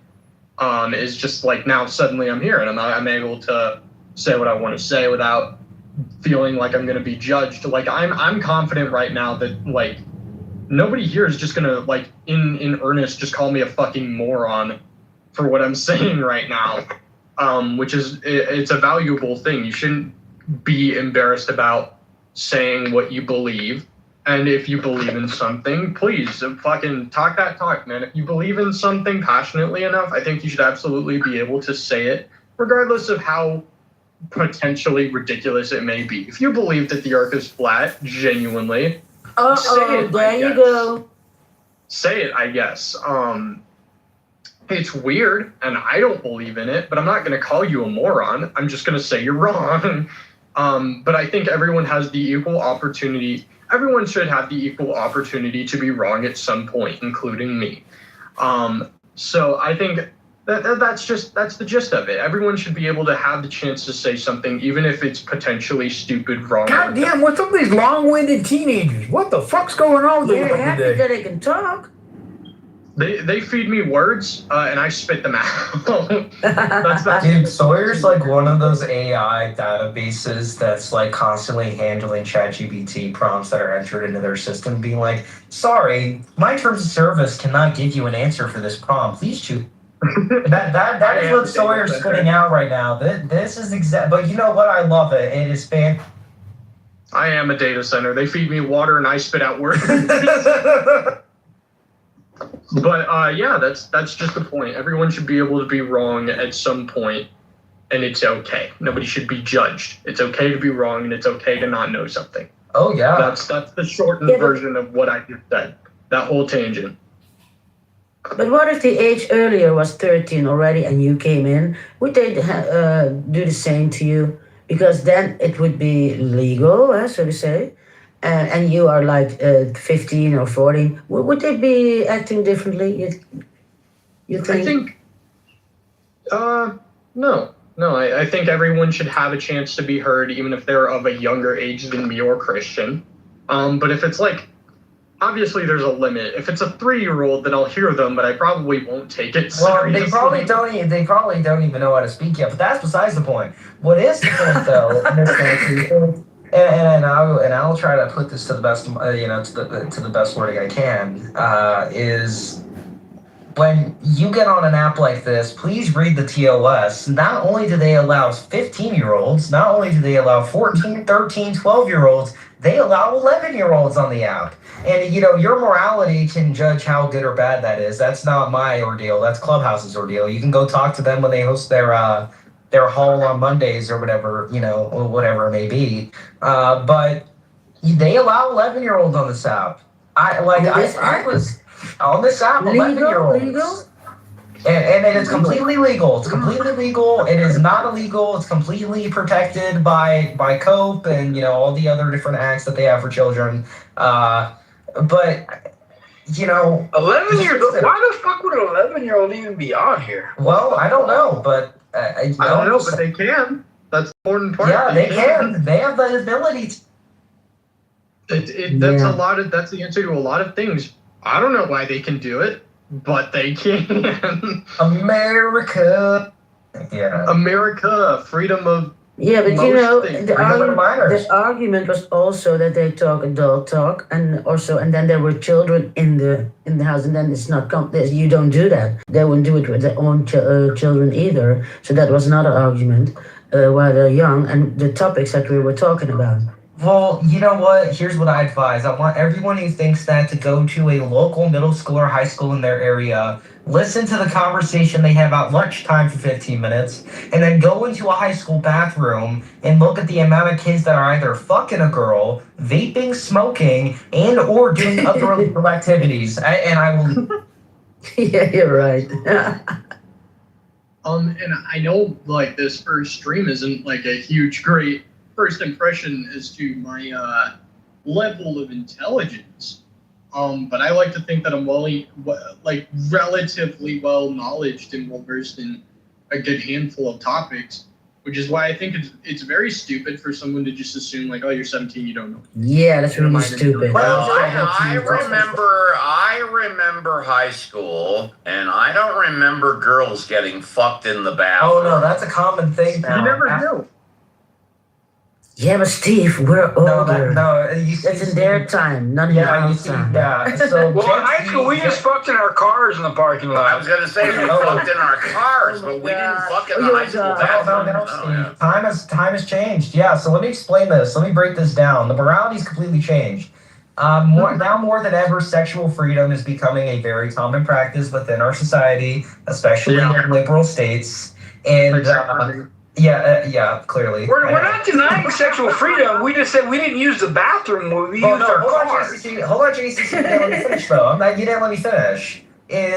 Not only is that also a primary reason for why they're doing this, but they also are so desperate they apparently need to, get their boner down in a school bathroom, and listen, that's not for me to judge because I haven't done that and I probably never will because I find it disgusting. But if you really need to go fuck a girl in a bathroom, then that is all your choice. Do it at home, man. Hey, in a bed. But yeah, were you 14 now, we wouldn't have this talk with you, Christian. I did have sex in a nice bathroom at a nice restaurant, though. That's That's nice, JCC. Anyways, nice. I think it's important to have the birds and the bees talk with your kids. Sawyer, hold on. Have you seen students having sex in the high school bathroom? I've seen students do worse. You'd be surprised. So does that mean, yes, you've seen them having sex in the high school bathroom? I've had some encounters. It's not even just in the bathrooms. You've had sex in the high school bathroom? No, I'm a virgin. Okay, all right. I'm a chud. No virgin? 10-foot pole. So here's what I can attend to this, and maybe Sawyer can because I don't know how it is wherever Sawyer lives. I have most definitely encountered people getting down in the bathrooms, or to be less politically correct, fuck in the bathrooms. Now I'm not saying it's good or bad. I'm just saying. Yes. Sawyer, that's a good question. Do you feel comfortable saying what state you're in, Sawyer? Oh yeah. Yeah, I live in Idaho. It's Sawyer, do you feel comfortable what city in Idaho. I will not go any further than that. If not, it's okay. Sawyer, do you feel comfortable sharing your address with Steve? Sawyer. Yeah, I don't want your address. I want to know if you're comfortable with the city. If not, it's Sawyer, okay. can I have your email? Do you feel comfortable sharing your email, Sawyer? You know what? Let's just leave it in Idaho. I don't want to know the city you're in. Never. Sawyer, do you mind sharing your eyes and wait, Sawyer? Oh my gosh. For some context to say the region I'm in, I live in southern Idaho. All right, that works. I don't want to know anything more. JCC will go crazy. I'm just fucking having fun. That's hilarious. Ramona, you and your sister Lisa and your brother Sam, don't get all upset. No. I just want to make a really quick PSA announcement for the young people in the room. Pull-up method doesn't work, and double up when you rap. So I pulled out for the 45 years. I don't care. I want the young people, the people who matter, who will know that it doesn't work, and don't do it, and double rap. That's all I'm going to say. That's all I'm gonna say. And you can all forget the American pie because the Idaho Spud is amazing. That's where are you talking about the Spuds candy bars? I was just making a bad joke. They really do have candy bars called Spuds, but anyway. Ramona, let me give you a quick response are really good. On behalf of the entire Gen Z generation that me and Sawyer represent. Please let me say this with open arms. Half of the population of Gen Z will not listen to you. The other half might. And me and Sawyer probably. I presume that Sawyer would want to. I'm most I'm a living example of why that doesn't And work. what's the vote? What's the Sawyer vote right now? How many people have voted, and what's the vote? So the current votes, it hasn't changed. It did change. So the current votes. It was previously 86 to 15%. Now it's at 75 to 25, and the vote is yes for Sawyer. How many people have voted? 8 people so far. What's the vote? Help the blind bitch in I see there. 100%. Look to the top of the. Look at the top I'm blind. of your screen. Just help me. Don't play with me. I'm blind. 100% green is yes. Ramona, there's a poll at the. I don't know how you can use your app to find it. Okay, well, I'm just asking what it is, honey. Okay. What it is? It's a poll to vote for allowing Sawyer to How be much? a guest room mod in the weekend room. And the reason is because he is a minor. He's 17. I'm assuming this to be, and Christian's also a young gentleman as well. I'm a year younger than Sawyer is. Well, Christian's a mod. He's a mod now. So. Well, if you feel comfortable making him one, why does it matter? Sorry. I don't know. I thought it'd be funny to see other people. The reason why it matters is because the reason why it matters is because the apes have gone ape shit. We'll feed him a banana. It's also being an That's honorary. right. Give him a banana. That's right. Good. I like that, Roma. It's not just being a mod in the room; it's being a guest mod as a mod squatter in the weekend room. That's what it is. The Ask the Atheist room on Sunday. Yes, that's correct. Jason And let is me correct. make a primary distinction. Let me make a very important distinction. I am not part of the mod squad on the weekend rooms. Steve has never made, actually one time, but that was an honorary guest mod. That is right. He was an honorary guest mod one time, and he's never been a mod after that. That is correct. And I'm going to emphasize yet again, I've never been a mod in those rooms. I'm only a mod in the pop-up rooms that Steve hosts. And how did you comport yourself when you were moderated in those rooms? Pardon? How did you comport? The same way he's comporting himself now. Then I don't have a problem with it. Well, yeah. So yeah, it's not a big deal. Yeah, and I'm going to emphasize this. If Sawyer becomes a mod this weekend, if the vote stays the same, which I really, really hope it does, then he will be the second ever minor to hold the green bean or the green butthole on the weekend room. Second place is first loser. Second place is first loser. That's all I gotta say. Yeah. Okay. The second place is the first loser. It's beautiful. But but I will say green butthole. I will say though that regardless of whether or not Sawyer's a guest mod, I will still forever hold the first spot, and that is objectively true. And yeah, I was the first to do it, and I, will not be the last. And Ramona, just for the record, very quickly, you are witnessing history live as right now because we in the Atheism House have 2 minors with green buttholes that are on stage. Ramen. Okay. What the hell? I am in history. Well, DEI, diversity, what is it, equality, inclusion, or whatever? So You guys have had green buttholes more than me, and I've been on here since it was a beta. So go you. Well, Ramona, if you want some special treatment with a green butthole, you let me know when you're coming out to LA. Thank you, Uncle. Oh, baby. Oh, shit. Hey, you know what? I'm gonna go on mute. Hey, listen, people don't know this, but I'm going to pull a little Gen Z term out real quick. Steve has that Riz. He has the... Oh, yeah. Christy. Oh, I've always told him he had a sexy voice ever since I met him. Like, no big deal. The charisma. You got that Riz, no cap. Oh, God. Okay. No, that's where we take away his green bean. Listen, JCC, it's not even okay for Christian to say it. Yeah, no. Send it to the deer. Say it. Oh, God. Okay, I'm one of the Gen Zers that believes that the New Age slang is so strange. It's so bad. And cringy. You know what I can't stand is the fucking maxing shit. Everything is maxing. That maxing shit's bullshit. Hey Jay, did you have a sex in the high school bathroom when you were in high school?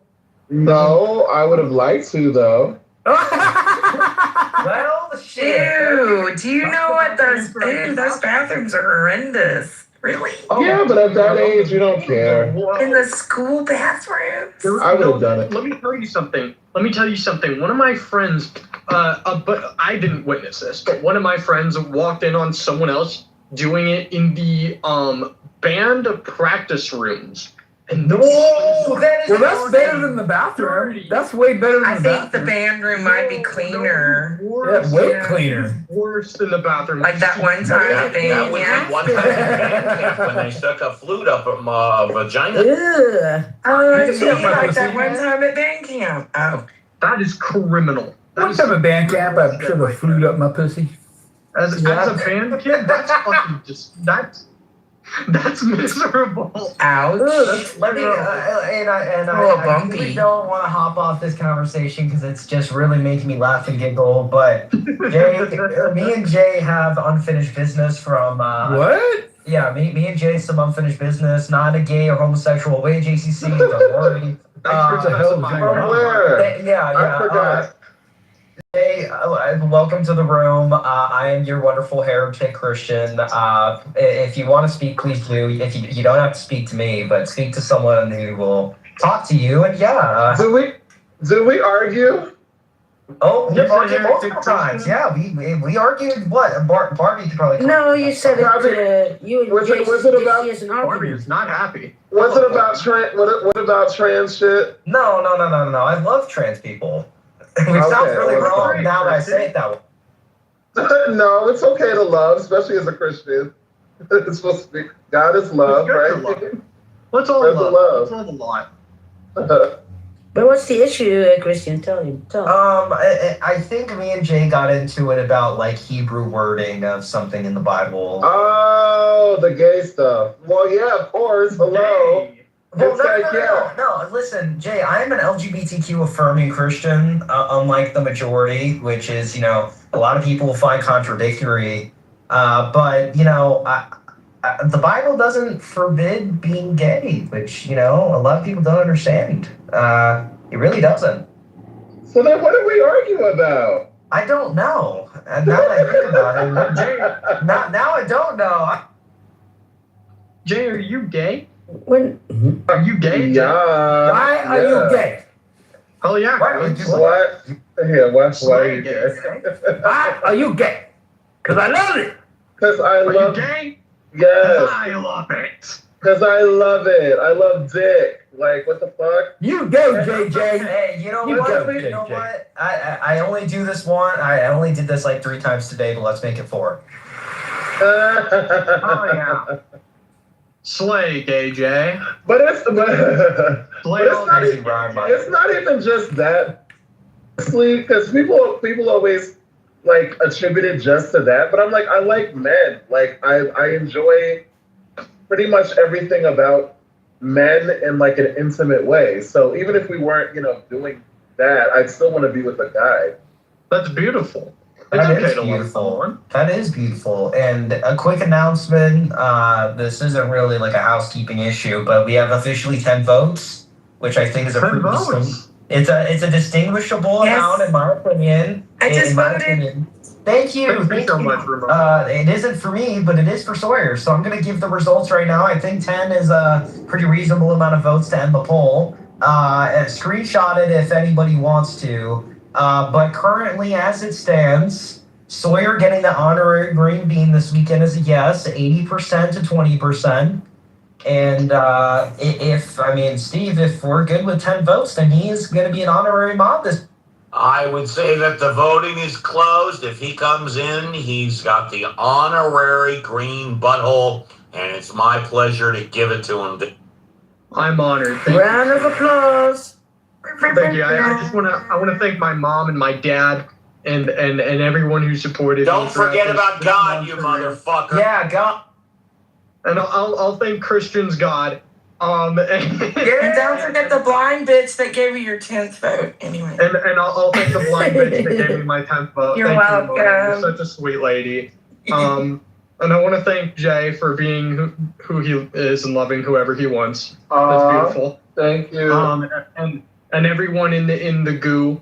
Thank you all for listening. Aside from Barbie. And you skipped out, Sawyer. Well, let me withdraw my vote. Oh, and don't forget about the apes that went ape shit over it. Oh yeah. Say thank you to the apes too. I especially will give them a thank you. I love. Wait, I the apes had nothing to go on the ape shit over Sawyer at all. What the hell? No, they did. They did a little bit. You missed it. I went in there. They did.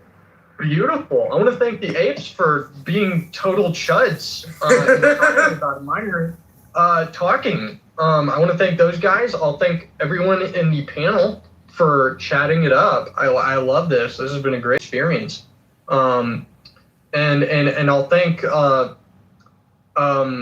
my dad's condom for breaking so I could live. Hey, you know what? That's a perfect spot to pause because I was gonna say thank your mom for not swallowing. Anyway.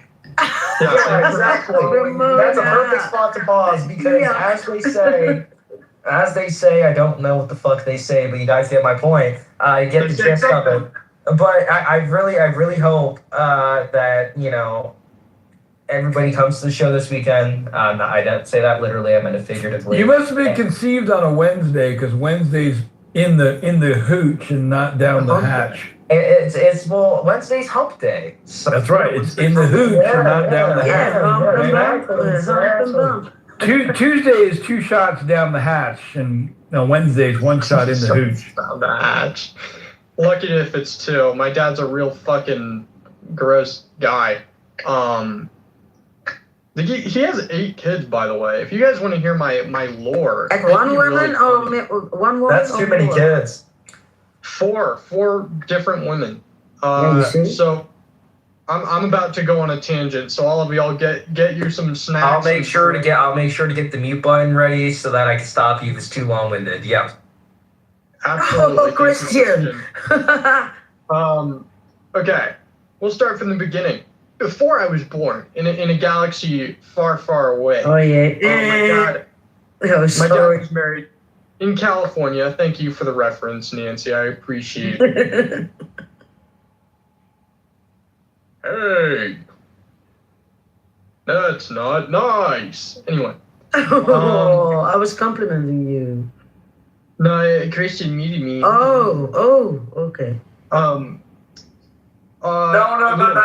Let me confirm. I did not do that. That was not me. It was another mod. I think it was JCC because he does shit like that. Okay. So, my dad was married to this woman in California. He had 3 kids with her. Okay. My mom was 19, not 19. She was 18. Mind you, my dad was 29. And he had an affair with my mom on his wife.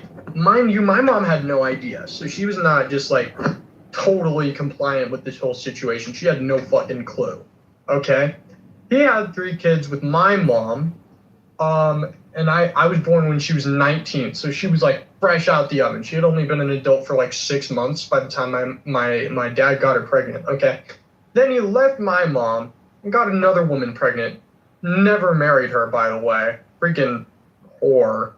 And then he left her and had another child with another woman. Wild shit, by the way. Now he has 8 kids, and he is 49, I think. He's almost 50. He's turning 50 in October, I think. So that's a lot of kids, if you guys didn't know. 8 is a lot. And I have a lot of siblings, and it's not great.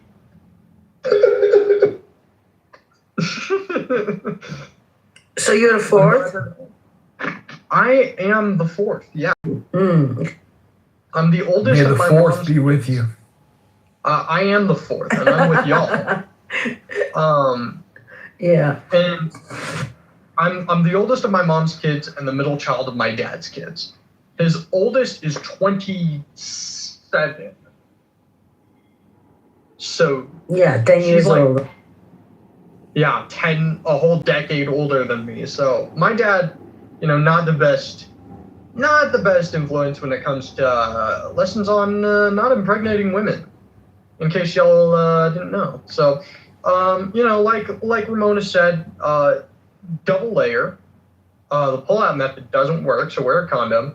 And if she's not taking birth control, probably not a good idea to do it anyway. Also, don't have sex as a minor. Also, two more. If she says she's taking birth control, treat it as if she isn't. And then number 2, wrap it before you tap it, as I will famously. Thank you, Christian. Those 2 things that I forgot. You can tell why I'm a virgin still. So, do all those things. Don't end up like my dad. Otherwise, I'm going to treat you the same. And I don't like that guy. Don't have 8 kids. You really don't want to do that. He doesn't talk to any of them. Not in this economy. Not in this economy. You cannot afford to have 8 kids, let alone 1. Okay, so don't have any kids for the one of us that isn't me. Forever. That's a minor. For the minors, aka legit just me and Christian. So. But you see, that's the thing I wanted to ask, because I'm just thinking about this, right? Like here, and hopefully it's not like a weird thing, but the age of consent, I live in New York. The age of consent, what you said, you too? So what did you say? I said, oh, that's beautiful. Sorry for Oh, yeah. No, it's okay. But I was just thinking, I'm like, age of consent for like sex and things like that is 17 here. Like, and it's totally okay. Like, I was like, why is it that 18 is considered an adult, but 17 is considered a minor? Mind you, I was advanced when I was younger. I like skipped a grade, and I went to college at 17. And I'm like, and then depending on like your, so I was like a year early. But even when I went to college as a freshman, like, depending on where your birthday falls, you oftentimes can go, like if you have a later birthday, you can be in college at 17 as well. So I'm just like, my point being is, should 18 really be considered an adult when literally you can pretty much do everything as an adult legally at 17? I don't know. It's very weird. You can drive at least starting at 14 and a half. And that's at least where I live. I got my permit when I was 15. But you can drive at least at 14 and a half, vote at 18, and then drink at 21.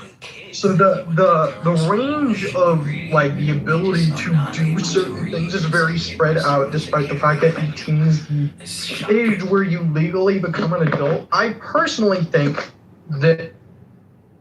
Because I need to know where you're from, because you're making statements that beg that question. That's why you have a lot of people using all kinds of language based on their level of vocabulary. Okay, so we're looking at. I said earlier, Baltimore, Chicago, Atlanta, or Georgia, and California, our children, 8th, 9th grade, cannot read at 8th grade level, and we're passing them on. This is scary, guys. And now we got people now on social media, just all doing all. I don't know what they're doing. Sometimes you ask a question, and it seems like they're answering something that's completely different. And that's why that's why I like when Viking comes up and say, "Hey, that's not what we're talking about." Right? He tried to get them on the right page. And some people, I don't know if they even guys read to your children. Don't just use all. You don't have children read to other people's children. Yes, you can do that. Well, we're gonna start. Don't do that because I'll shoot you. Don't do that because I'll shoot you. Edward, I live in Chicago where we have sky-high property taxes up 600% in 20 years, and it all goes to the teachers' unions, to the teachers' pensions, to ineffective teachers where 100% of the kids can't read. They deserve nothing. They do not deserve our money. It's theft. It is theft. Reading is fundamental. Red, 1 second. Randy, we got it. Okay. So, Alistair, I agree. But my question is, why do Chicago keep electing the same bad aldermen and the bad officials? Why? Because it's corrupt. It's beyond corrupt. Well, they're not all the same. They got different ones. The system is corrupted. The Chicago election board, the Illinois State Board of Elections, it's all fugazi. It's all controlled by what you could just call an industrial complex. Fugazi, it's not Fugazi. The point is, we need to opt out. We have to have an option to opt out. Young people today, who, if you're a conservative, and it's a very small percentage, we want to opt out and let the liberal faggot retards pay their taxes and educate their children. Cool. No, it's not cool. Hello? So the point is, we're living in a clown world society. You all know it. I know it. And if you can't say faggot retard to point out the fact that we're living in a deception of clowns, that we're all being abused by these loser faggot retards in our governments, we have to start taking action and organizing. Some of you know me. You know I've run for politics. Go ahead, Edward. Hold on. MJ put something in, and I'm going to share this with you. Okay?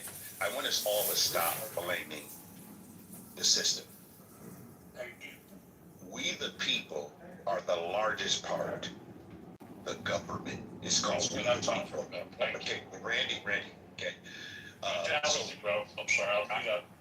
No problem. Thanks. All I'm saying is that our children are not reading because we, the parents, are not spending time with them. And I would like for each one of you guys to one day sit down and take a calculator out. Okay, because some of you have to use a calculator, right? And just ask yourself, how many waking hours are you with your child, no matter what age they are, before their 18th birthday? When they go off to school at 5 and everything else, how many waking hours? And how many of those waking hours are in the area of reading, getting them away from the television, and making sure you actually spend time? Like people say, well, my kids, they go off to college and they change. No, if you teach them principles and you teach them how to be critical thinkers at a young age, and you give them words and you help them understand, your parents. But right now, I got it, James, they use devices. I'm saying we know what works. We just don't want to work it. Because you know why? It takes a lot more. This is what you have to do. Okay? And I always say it, and my wife and I said this a long time ago, we rather downside to make sure our kids could be more productive in life versus trying to have everything. I know some of you have heard of the Joneses. You never met them, but people want to be like the Joneses. Everybody heard of Uncle Sam, but at the end of the day, Uncle Sam don't show up. Guys, at the end of the day, the only person you can rely on is yourself.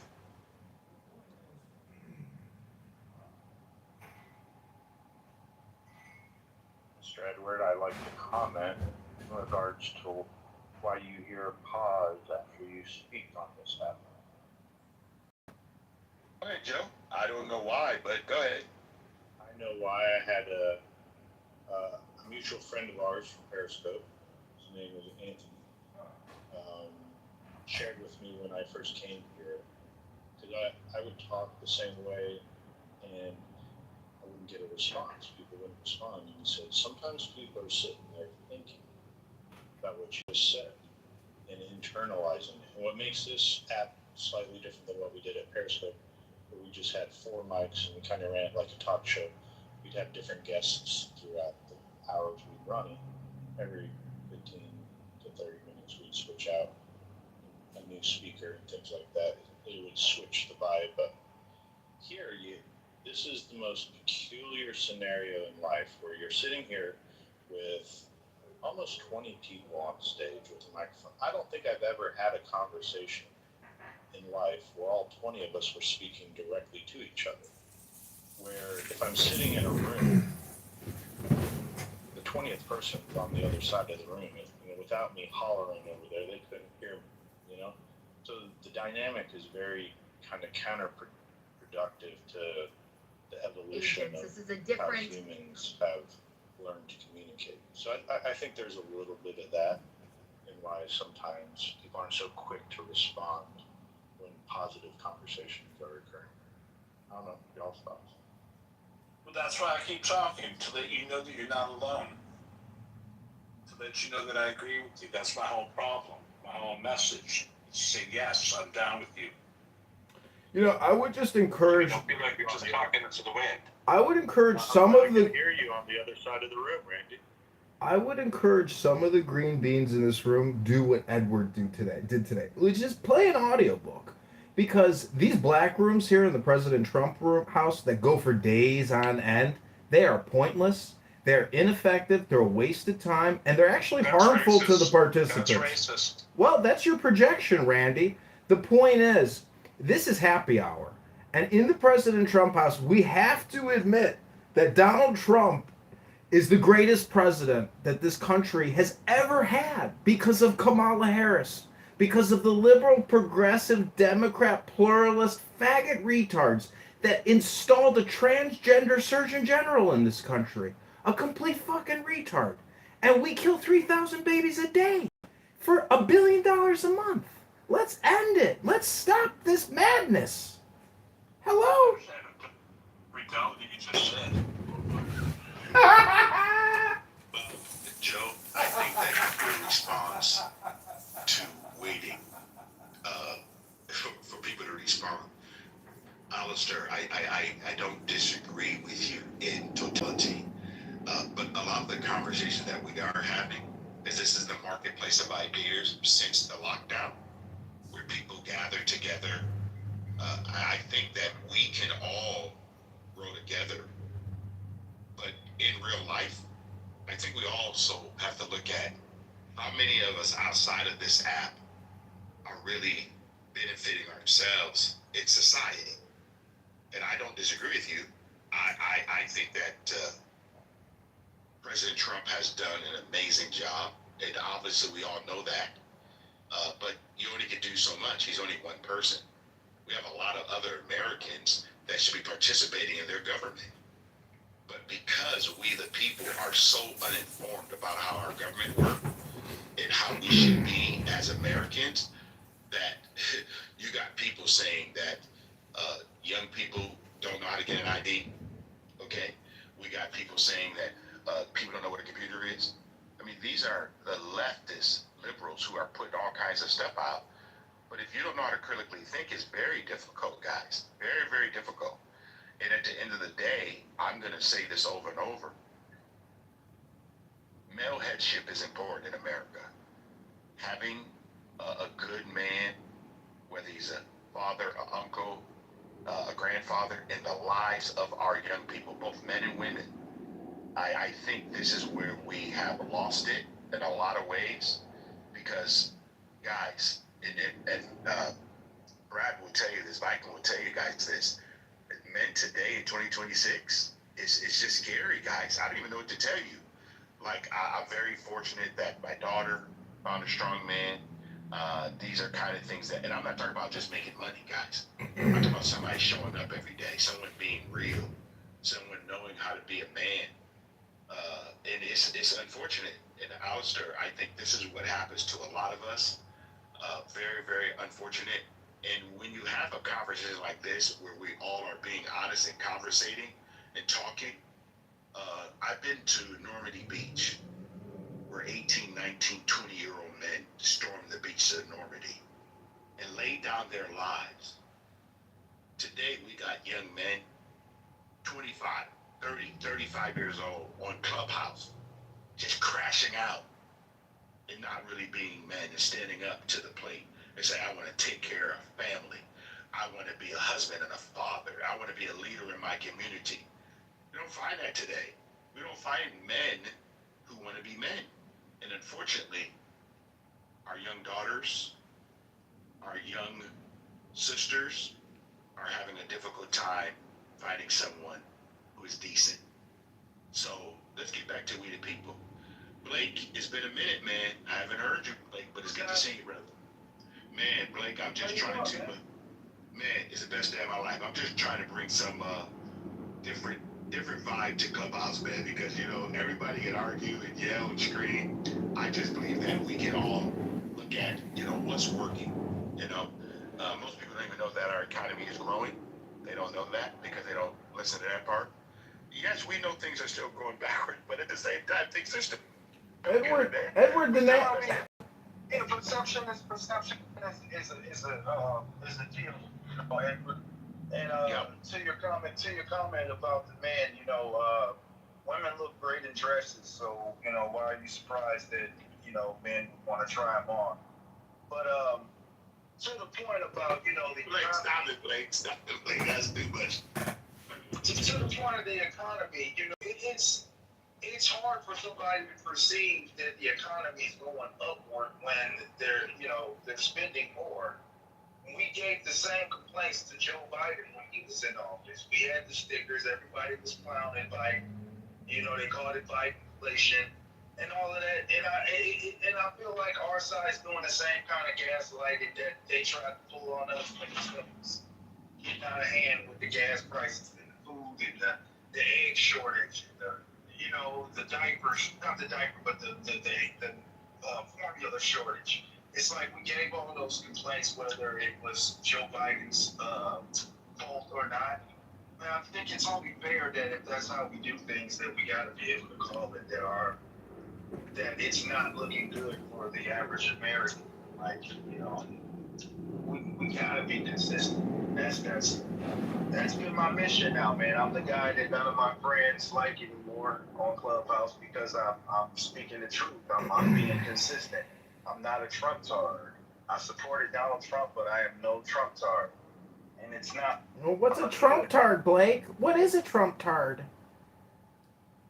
A Trump-tard is a person who can look themselves in the mirror and act like every complaint that they gave Biden, they're not able to be consistent and share that same energy. Now it is our turn. That's what a Trump-tard is. You mean like you mean like having Alzheimer's and running the country on an auto pen, poisoning the population, poisoning our population with COVID-19 vaccines? Oh, okay.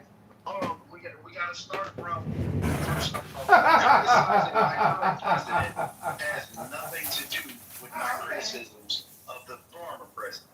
I'm talking about the current president, and my current issues with the current president is that a lot of people on my team can look themselves in the mirror and beforehand, hey, no more wars, no wars. All right, we're going to war. Hey, this war is great. So, you know, we're fighting a war to open the Strait of Hormuz, but the strait was open beforehand. We fucked it up. And we're not able to be consistent and be honest about what it is so that we can actually fix this. We need to get these rhinos out of here, and we need to get these Trump-tards back online. Like, it's not going to work. You're going to hand it right over to these leftists. That's what's going to happen. Pendulum is ready to swing back the other way. Blake, I hear you, and I am going to criticize Trump in a lot of different areas too, but at the same time, He has done some things that I don't think he gets enough credit for, which I think is really sad. And the reason why is because people want to look more at the federal government versus the local government, their own personal responsibility. If you look at our governors in our states, no one's criticizing those people. Okay, Trump's one person in America. Yeah, he happens to be the president of the United States. But at the same time, I think, and correct me if I'm wrong, Blake, I think that him closing down our borders and trying to do the best to protect the American people is something that we all should celebrate in some form or fashion, whether you like the way he did it or not. I just think that a lot of us miss out on the fact that he's done some things well. And this is the big part. And no one talks about this. I don't know why we don't talk about this. How many lawfare did they do to try to keep the man from running a second time? Do we ever look at this, guys, and talk about the reality of one American wanting to run for this job? I would never want to run for president of the United States. Horrible. At the same time, the man he still gets up every day and try to do his very best. I can't criticize that. For me, I can say that there's a lot of things I would not do based on it, but I don't have enough information, right? But at the same time, because I'm not in the situation room, I know we all like the quarterback from the back end. But at the end of the day, I'm still going to say he has decided to put America first the best way he can.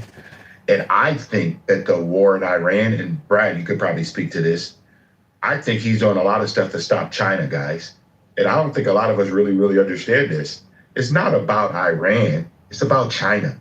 It's about Russia. And both of our presidents never saw this. They don't even know what it's looked like. What he's done in Venezuela. He has what he's done in the Panama Canal. Very few people speak to the issue of what this president actually has done to fortify America and change a lot of stuff that we didn't have a lot of strength. So go ahead, Blake. Yeah, and that's the problem. I hear you, man, and you always speak eloquent. You're fair for the most part, man. I just think that we're eating around the fact that going to Iran is not an America First agenda. It's not helping America. It's not going to help any America just as much as the Iraq War helped America. Now, I will grant you that we're definitely not in the situation room, and we don't know what the ins and outs are. Why do you think it won't help America? I'm curious. Why do you? Nobody has ever sold it to me. Why? To be fair, Brad, nobody's ever sold it to us. Why it is a good idea? We've been. Assalamu alaikum. Hey, everybody. Hello. Assalamu alaikum. Hammond Salami, welcome. I'm so happy to be here. What's kissing wood, praying to the plaster, veneration is a loophole? What does that mean? Talking about the Catholic Church. Oh, you just don't like the way that people play games? What? Oh, you a Catholic? Yes, I am a confirmed, devout, and holy brother of the Catholic Order. Well, maybe you're the right person to have a conversation with. Actually, I would just like to defer the conversation to the great Megatron, aka Barth, who is absolutely 100% far more educated in Catholic matters than me. Bring him in here. Bring him in here. Let me see if I can ping him. Who you talking about, Megatron? Yeah. Megatron's in a crash out like last time. Oh, Megatron is crazy, man. I bet I can get a concession in 5 minutes. You know, he's the one that said that he had to go because he had a helping wife, but never left the state. Yeah. The coward? You mean?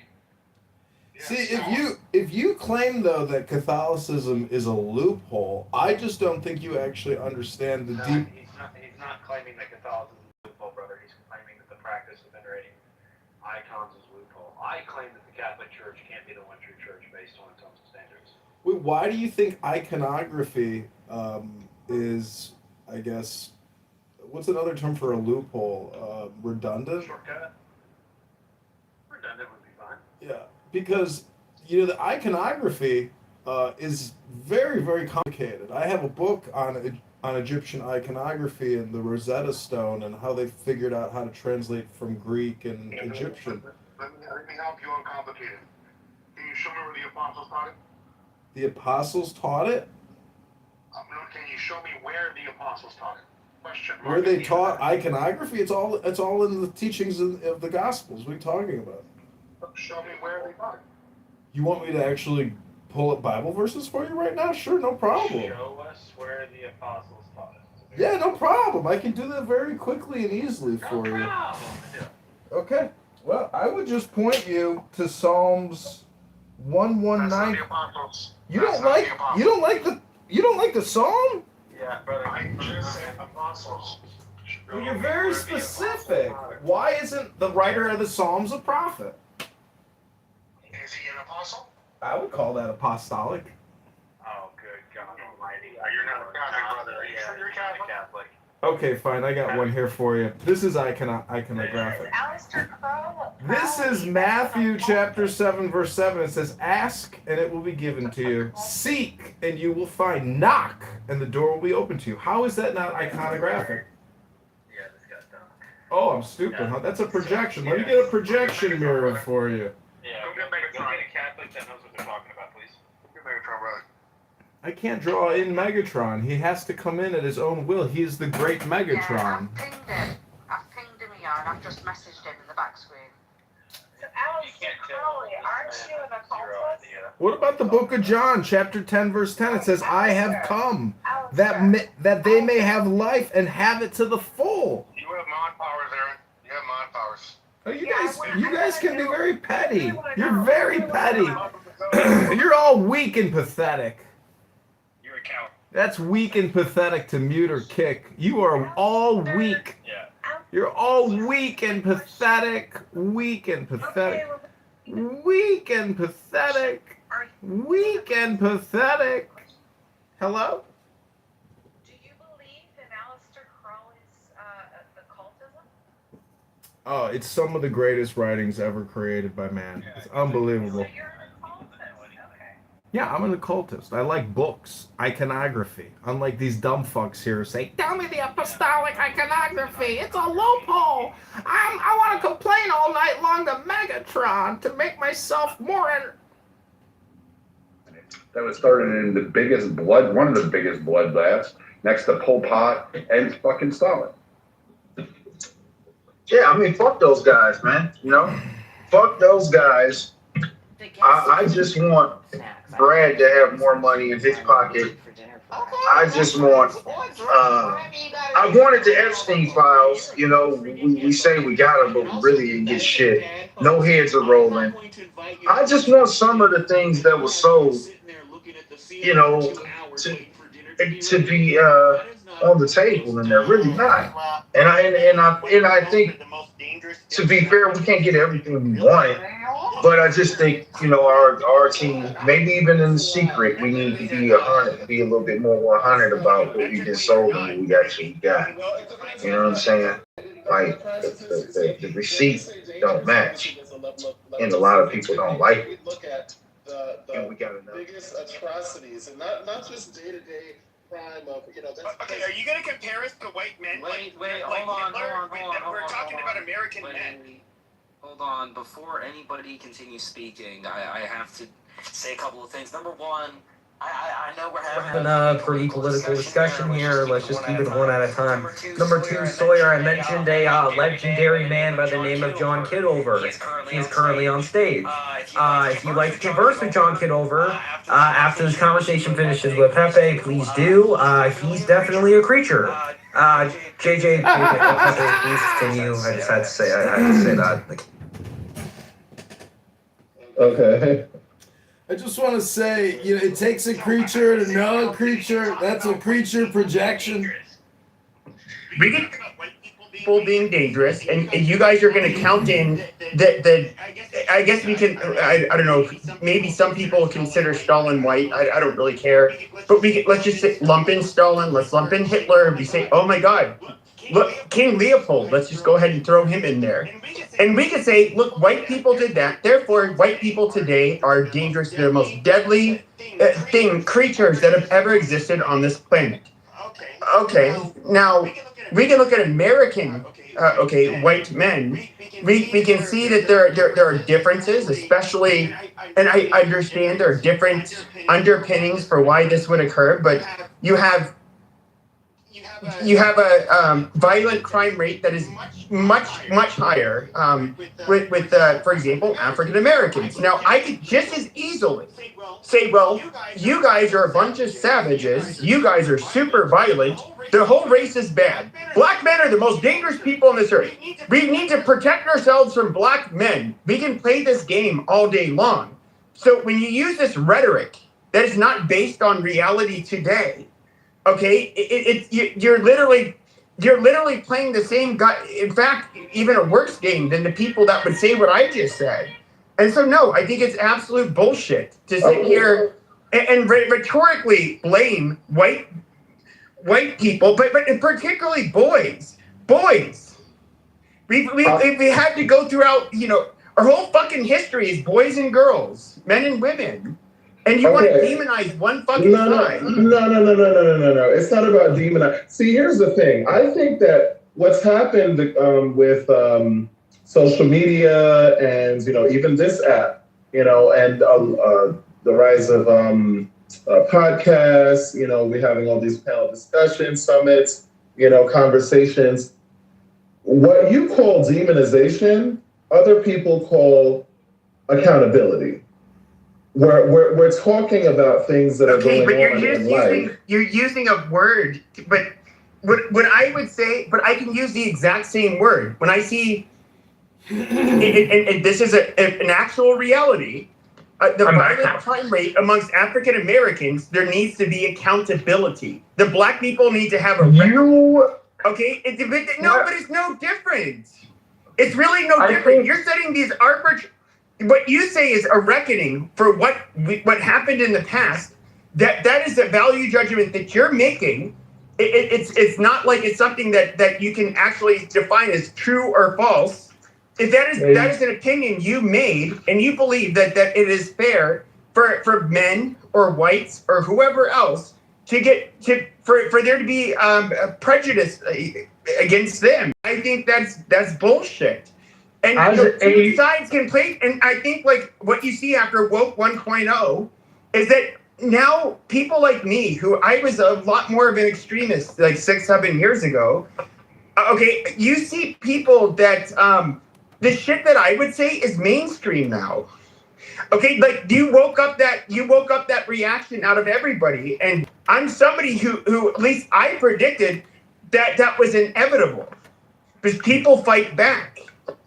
So how is this do you want a peaceful solution, or do you want your grievances to be addressed and to persecute and punish the people that you think are bad, which are the non-LGBTQ, the non-white, or the whites, and the boys? I mean, I don't think that's a rational thing to do.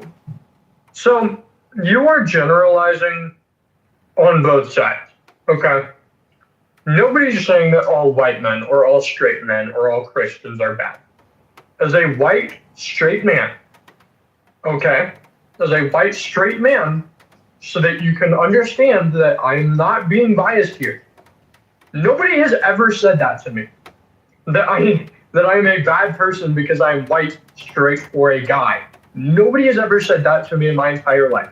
You're generalizing that people are saying that, and you're also generalizing that people just. You're generalizing a lot of things here. You're moving through a lot of I'm generalizing. I'm saying what the minority of people say, and the reality is the majority of people are not political activists. They're not. Most people do not say these things, but because of our history with African Americans and how gay people or LGBTQ, I'll just say that, how they were treated. We kind of, soften our armor, I guess you can say, because we understand there's a persecution against them that's been recent and long lasting, where it's like, okay, we don't want to punch down on them. But you have I think the problem is that you had this young generation of people, myself not included, that grew up with this rhetoric, and you know, it used to be that being punk rock was to be like, or to be a rebel was to be like punk rock, to be a fucking hippie, to be somebody that was counterculture. What is it today? You guys produced the punk rock now is going to be the people that, you know, I would say rather falsely claim to be like, you know, traditionally Catholic or Orthodox or some stupid shit. They're going to be, you know, strictly straight. They're going to be pro-white. They're going to be pro-male. Fuck the women. Make a sandwich, bitch. You know, they're going to take on that fucking rhetoric. Ultimately, that is rebelling. And you piss these young men off. Text me your heart. Yeah, but here's my thing. Nobody just pissed me off. Yeah, and thank you for saying that, Sawyer, because there's a couple of things. First and foremost, what Sawyer just said. There's a lot of people who disagree with that. But second of all, let's speak about the people who do identify as being pissed off. Cry me a fucking river. And here's why. You want me to name all the names of people that are pissed off? One at a time. Yeah, cry me a fucking river. Shout out to Justin Timberlake. It's important for those people to get a grip. Literally, before let's rewind the clock. You know, tick tick tick tick tick. Rewind before woke one. You have Black people that have continued not because I keep hearing this thing about was and used to and, you know, like history. No, let's talk about now. There has been modern day Mandated that every Black person, well, every person in the country, really, regardless of race, since we're speaking about Black folk, I want every Black person to get. I want it to be. I wish it was mandated for every Black person to get this treatment. And I don't mean that disrespectfully or trying to be funny. Of young Black men, young Black males, you know, as men, when they could literally be like 12 or 13, they could. I went to show you whether God, the way God, whether I thought you didn't believe in God. Or when you say then, when I thought you didn't believe in God, well, I showed you, bro, how math proves God exists, bro. I showed you that, bro. Math? Yes, math. Math. The Fibonacci code, the Fibonacci sequence, the coding in math, numbers. Well, you had left. Because math is designed for specific coding in it that is objective and absolute. This is the system of symbols associated with the divine. You know, using the police as their personal grievance, you know, advocates, and wasting tax dollars, and they don't get treated with the same outrage because of, you know, the majority of you know, ownership and culture being, you know, more catered to white people. So I think what you're actually witnessing now, and what you're saying as his people are, I think is people actually having real conversations and vocalizing their frustration with racism, with homophobia. Literally, we just had gay marriage pass. That was recent. You know what I mean? Mm-hmm. Before that, you have literally there have been couples who have been together since like the World War II and stuff, who've been together who couldn't even be married. And we forget that marriage, because people like to say it's like a religious thing. Marriage is a governmental contract, and it has actual tangible benefits. You have people who can't even go to the hospital. Pepe, hold your thought. Circle, so it's not a circle. Thanks, sorry. You know, so there's because that's an important point. There's tangible benefits to that. They're like, oh well, you know, we don't want gay people getting married. Between a man and oh well, you can kind of get married. This is still against marriage. So hey JJ.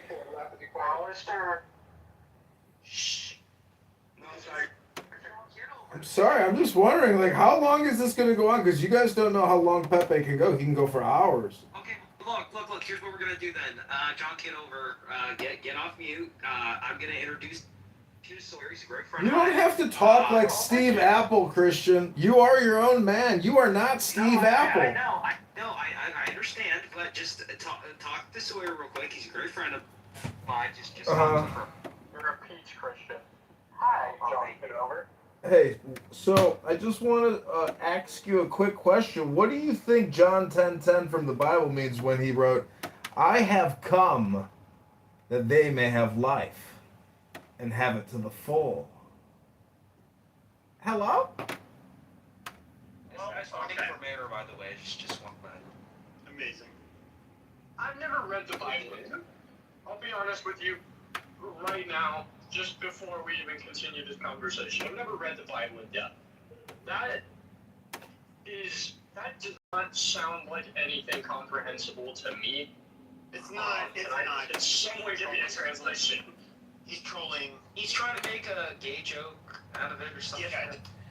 No, I'm not. This is John 6:4. He wrote, "My Father's will is that everyone who looks to the Son and believes in him shall have eternal life." Okay, I'm an atheist. I don't believe in that.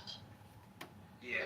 Well, that's why John wrote in 14:1, "Don't let your hearts be troubled. Trust in God and trust also in me." I don't believe. Why are you putting it off stage? I don't believe God exists. Trusting in God's kind of difficult when you don't believe He exists. Yeah, that's true. I would love and to also, have a conversation with you guys. I'm somebody who's not religious, but even, I'm somebody who, obviously there's a bias here because I was raised Roman Catholic, but, the whole God doesn't exist. Like, basically the religious people and the atheists, I see you guys debate something that cannot be proven back and forth. Hi, Grace. Maybe you guys think you can or beat each other out, in terms of points. But I still kind of like, well, you guys still can't prove anything. So I look at it as like mental masturbation. Like, you guys cannot win. Nobody can, and that includes the atheist and the theist. Like, they cannot prove, like, subjectively prove that God does or doesn't exist. It's not about winning. Nobody. I'm not going to say nobody because I can't read minds. But anybody who goes into a conversation about religion and expects to win an argument or change someone's mind is a fucking moron. That's not something you can just do. I would say that's a good chunk of you guys. You guys are trying to win the. Do you remember? I think he used to come in this app, and I used to troll him horribly years ago on Discord. His name was like Darth Dawkins. Never met him. Yeah. Oh, I know him. No, Sawyer's like barely been on the app, but please continue. I've been here for like a month. Yeah, so. Darth. I would change my name to Darth Cuckins and join his room, make fun of him, get him to wig the fuck out. Because, you could say that speaks to my character as I'm, a troublemaker. That's fine. I actually thought he was just very offensive, and he had very personally narcissistic reason for why he did what he did. I don't think he was a man of the book like he claimed to be, but it's a whole nother story. But yeah, because I don't want to get back to like what we were talking about before I was.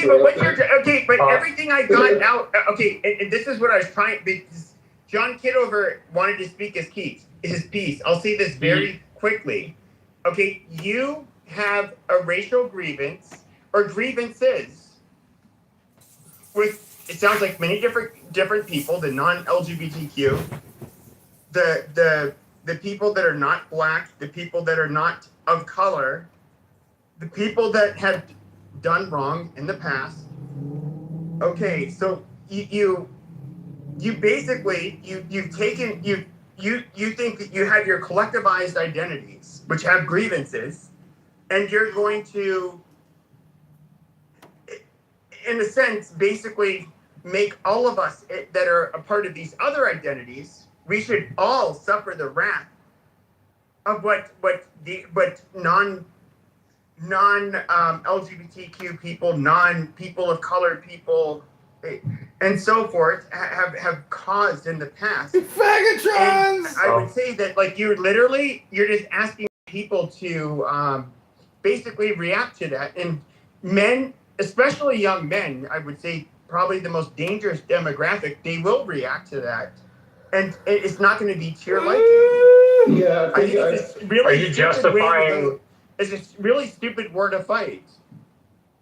What are you justifying here? I can tell you're trying to justify something. I think you're trying to explain away, like, men getting angry over being chastised for hating on people that aren't No. What I'm justifying is that when you mistreat a group or collectively blame a group of people for something, they're going to become angry and resentful. Whether that's boys, non-LGBTQ, people that are not of color, or people of color. They can be of any ethnic group, sexual identity, it doesn't matter.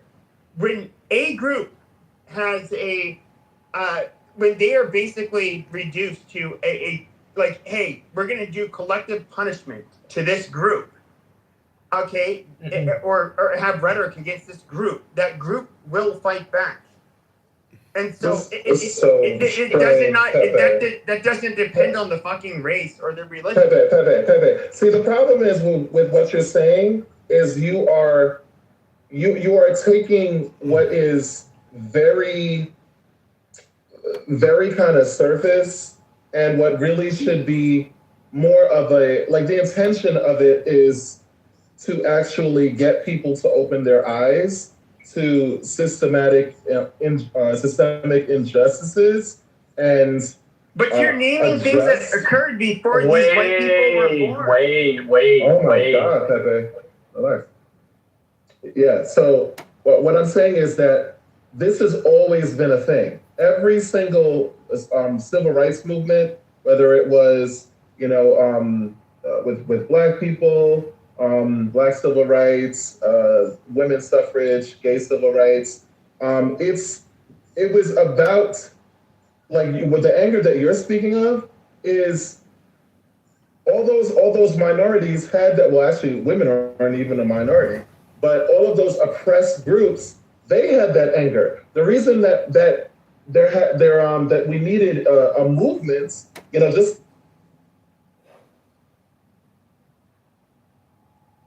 Hey, Brad. I think there's been more. What's Kim? Go ahead. I just want to say that what the Disney cruise thing, those were people with valid U.S. visas, not illegal immigrants. I'm glad they're locked up, but to tie that into illegal immigration is like those were international workers with U.S. visas, not no illegal immigrants that crossed the border. I didn't say they were illegal. I never said that. You went right there. Okay, can I finish real quick?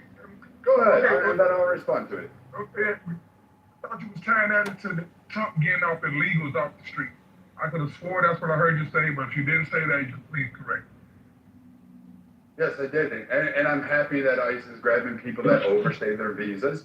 I'm happy the Canadian bastards who don't know how to play hockey and only offer fucking moose fucking shit and poutine as a fucking cultural dish. We can remove them from the table too. Those bastards have been hanging out here, buying up everything, telling you how bad you were, and they've been overstaying their visas. We're shipping them back. Same thing over there with Europe. Like, throw those fucking bastards off. I don't give a fuck. Like, I don't care if they are Irish. Get the fuck out of my nation. Go back to yours. Go fucking win your revolution over there. We're fucking done. We're filled up here. I don't need you here. You want to come visit, have a great time. You want to drink a shit ton of beer, watch the game. Absolutely. Drop your money. Make my Americans happy. Help improve the town. We'll sing along the fucking grand old time. But really, I'm fine with them going after these people that overstay visas. I'm fine with them going after colleges. I'm fine with the fact that it took this administration to actually arrest a politician who is a Chinese fucking spy who somehow got elected and endorsed by a Democrat party. I'm just really happy with this. So, Blake, when you say it's worth the squeeze, I'm pretty good with it. I'm absolutely, like, okay with it. And what the other politicians need to do is realize interfering with federal police officers' investigations, their searches, their seizures, and those activities, when you have nothing to do with the crime and you think you're going to be fucking Wonder Woman, I'm just going to tell you, you're going to stand a chance of going down, and you're retarded. And when common sense leaves your body because you think it's so great, virtuous, instead of actually art where it is or where it makes the difference or where it makes sense, instead do it there and think somehow you're a hero. I look at you as a fucking idiot, and I'm kind of grateful you're no longer walking the earth. I don't have empathy. I don't have sympathy. I don't give a fuck about kids. The same that she treats had. all I men and look at women it, as straw you dogs. Gave up your kid to go do a fucking protest to save against a fucking where they were after a sex. I think the guy actually was part of like some sex trafficking shit. To go and save that guy. Like, I'm sorry. I just have the empathy for people that do that. I know it sounds cruel. I'm okay with it. I'm not going to lose sleep over at night. Many other groups do. I mean, it's common sense. That's such a wild. Same thing with Disney groups. I would have fucking torpedoed the shit out of that, leaving all 30 of them on there and let them sink to the bottom of the ocean and let them fucking have to fight sharks. And then I would have gave popcorn and had betting odds, and we would have said, all right, which one's going to survive? Let's do the pool. I would have done all and watched it. And been perfect. Serious. I am a straight dude. Ema, you've been listening quite a bit. Do you have any response to the points being made rather than the people or their tone? No, I didn't come. I addressed the direct point that Brad made. But, I mean, you gave an opinion about the 212, and you think the Senate gonna hold. They're gonna hold the Senate. Those are opinions. So I give my opinion that I would disagree with your opinion, but that's not a factual statement. But it's just funny. I argue with Blake. With me and him, I always bump heads a lot.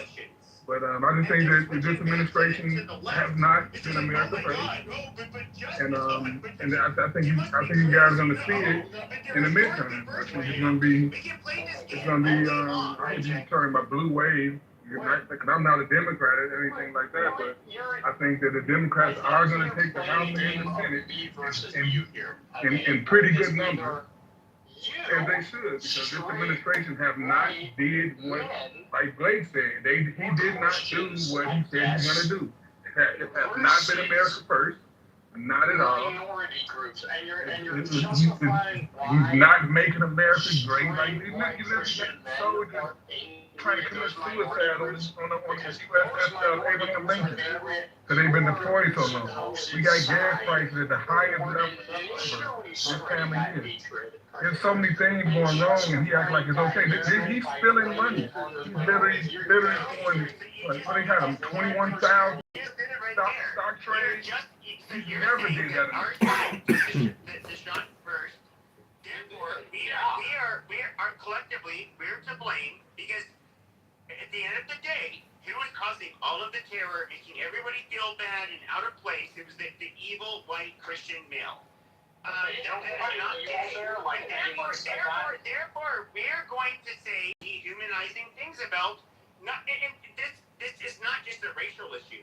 Okay, we can look at the manosphere. Okay, today these are not. Okay, wait. These are literally boys. These are boys with fucking grievances.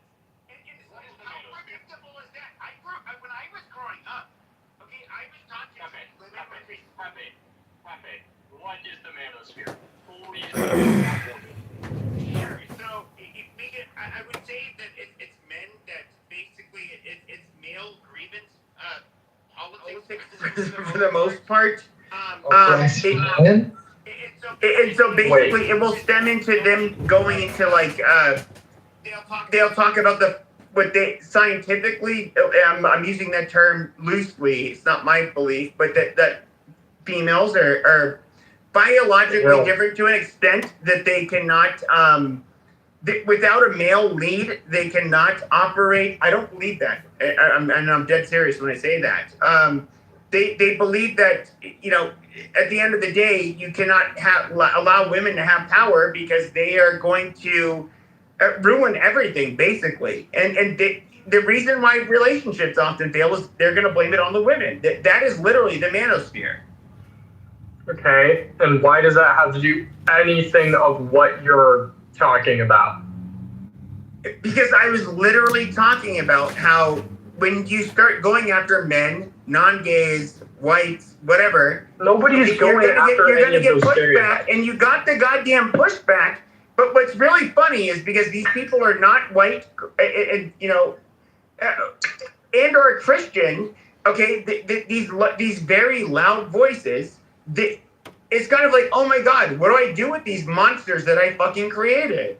And like, you can't really do much. Myron Davis is still making a bunch of money, hating on women and dehumanizing women, basically. Jay, or not Jay. Wait, were you saying something, Emmanuel? Yes.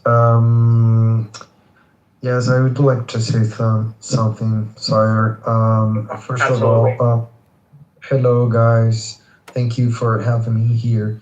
So first and foremost, I would like to ask Pepe, what do you really mean when you keep repeating by collective punishment?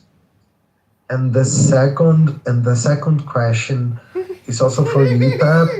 Like the amount of grace that you now is giving to this quote unquote oppressed man, you don't give to the actually historical oppressed minorities. The amount of grace that you give to the grievances of these men, of these kids of the manosphere, for example, is not the grace that you give to the people that you claim that are collectively punishing these other non-LGBTQ, non-white, non-black folks. So thank you. To answer the first part of your question, I would say kind of like what you see the left doing now, and even people on the right. It's if I'm being fair, it's like collectively holding, for example, what's happening in Israel and Gaza.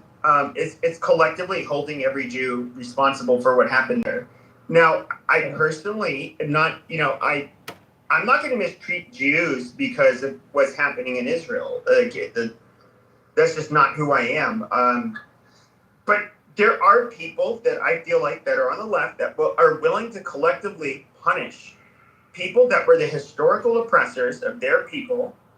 And once again, my whole point is that this will lead to nowhere, except for they are going to end up fighting back. And this will go back and forth, back and forth, back and forth. That's my whole fucking premise. Are you justifying it or diagnosing it? That is my question. I'm not justifying it. I'm diagnosing. I don't care whether or not you're gay or trans.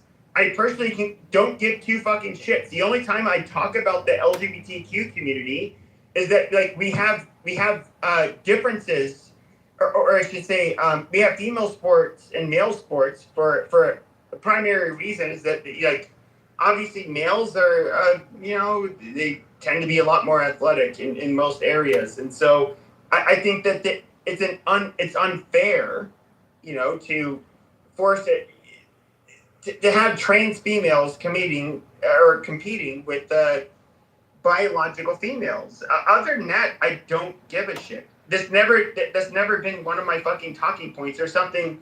I think it's one of the most worthless of the culture war debates. Can I say absolutely.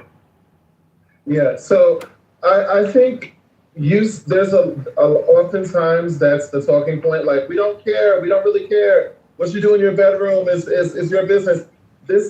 You do care, and there's the reason why you care is because what you're actually objecting to is people living their lives. Like there was an issue with probably I think I heard in one of these rooms where they were upset because there was a teacher who transitioned. She transitioned, right? And she wanted her students to call her by her current name, which legally, just even beyond transitioning, people have a right to change their name. There are literally several names that are unisex or names that could be considered for men or women. Like even Sasha, for example, Sasha, you know, is a in America that would be a girl's name, but like in Russia, that's a man's name. You know, But in a lot of I parts think of you're Europe. missing the point. I don't care.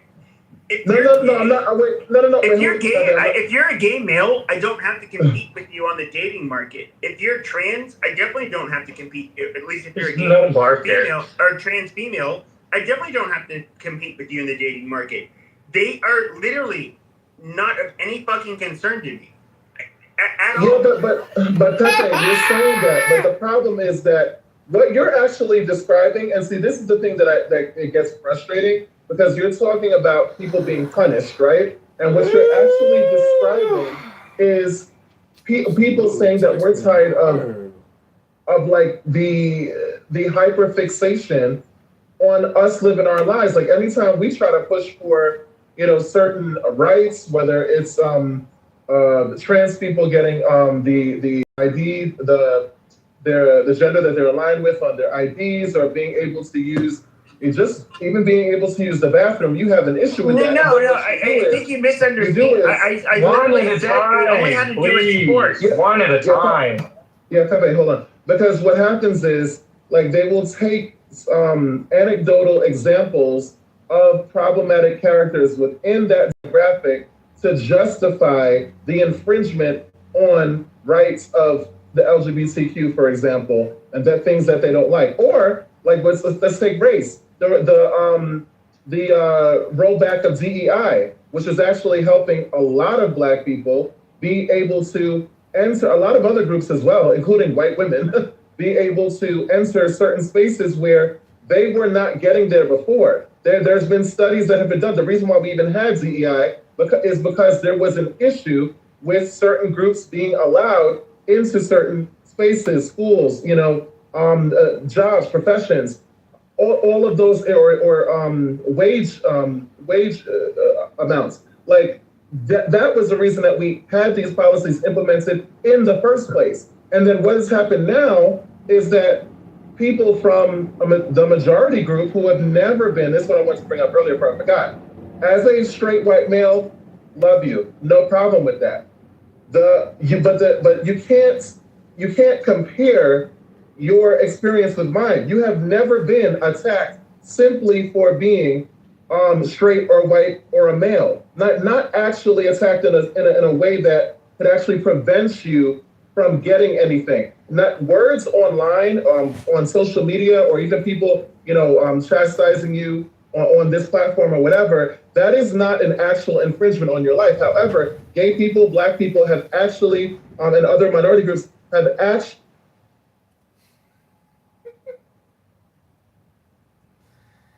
I'm special. I've been abused worse than you. It's my special privilege now. Biden, at one point in his presidency, lost his mind. He wasn't all there. And I'd rather vote for a Republican Party than a Democrat Party, a party that says it's okay for children to mutilate their bodies. It's okay for grown-ass adults to teach children about sexuality in elementary and middle school. So what kind of shit is that? What kind of political party sits there and says that's okay to do just to get votes on their party? I'd rather not vote for that. That is corruption. That is just them squeezing and pandering as many votes as they can for their party without even realizing the consequences to their actions until it's too late. And I'm not signing up for no political party that just doesn't give a rat's ass about the American people. What the American people say. We say we want to jump. They say, oh, I'm going to sit down. We give them a reason to jump, and they still sit down. Mr. E, you sound racist. You sound sexist. You sound bigoted, Mr. E. How do I sound racist? How do I sound bigoted? Well, that's what you will be accused. That's what you will be accused of if you oppose the 60% of the population. Thank God we have a republic and not a democracy. Hello?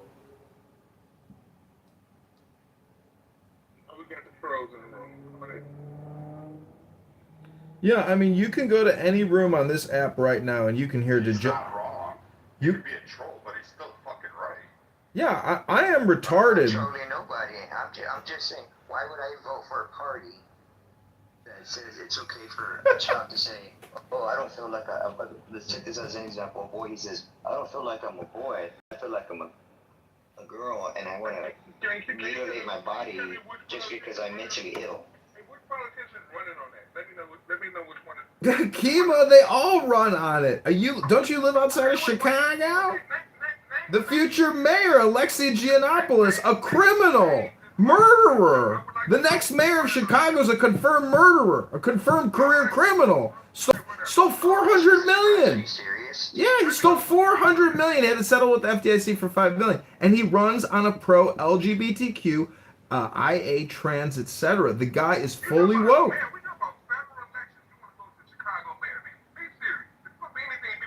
Well, lots of Congress people and senators run on pro LGBTQ content nonstop. Are you kidding me? June month, you get to see them all. They all do clown shows all June long. It's crazy. Hello? That's my point exactly. There's that shit all month, and it's not even just 1 month. It's like every single month they have to bring it up. It's like it's to the point where like, good God, I want to go a whole month without hearing or seeing anything about the LGBTQ. I haven't saw not one politician bring up LGBT, mutilate your body. I haven't seen one. But you let me know which ones are. Just please let me know who's running on mutilating children's bodies. Who's running on LGBT? Let me know who's running on that. Viking, you want to take this? Because I just cannot believe this guy has not heard that one. What do you mean, like the Kamala, what was that team's called, that trans people for Kamala and all that? Mm-hmm. I mean, I guess. People that support her, what did she say about it? And she happily took their votes and happily agreed with them. Period. And Trump took racist votes. Now what? Like, what you can't vote for you? Are you serious? What did Trump say or do that was racist? It's a long list. If you don't know, then you don't want to know. No, I want to know. I legit want to know. What has he said or done that was racist? Shithole country. Okay. Dog. We can start there. Shithole countries is not racist, dude. That's not a race. Yeah, that's not racist. But is there not countries that are shitholes? Let's be honest. Is there countries that are not so crappy and so Somalia is bad? a shithole. Sudan is a shithole. We live in one. No, we don't. Oh, yeah, no, we don't. Clearly not. That's why he said he want to make it great again. Like, because he's claiming it's a shithole. Hey, Kima. Trump sits on America more than anybody. Hey, Kima, don't you... Trump talks all day about how shitty America is and how he wants to fix it. What are you talking about? Well, that's because shit here does suck. We've opened up the borders. We mass vaccinated our population. We murder 3,000 babies a day. Well, that's because the Democrats are in charge. They run everything.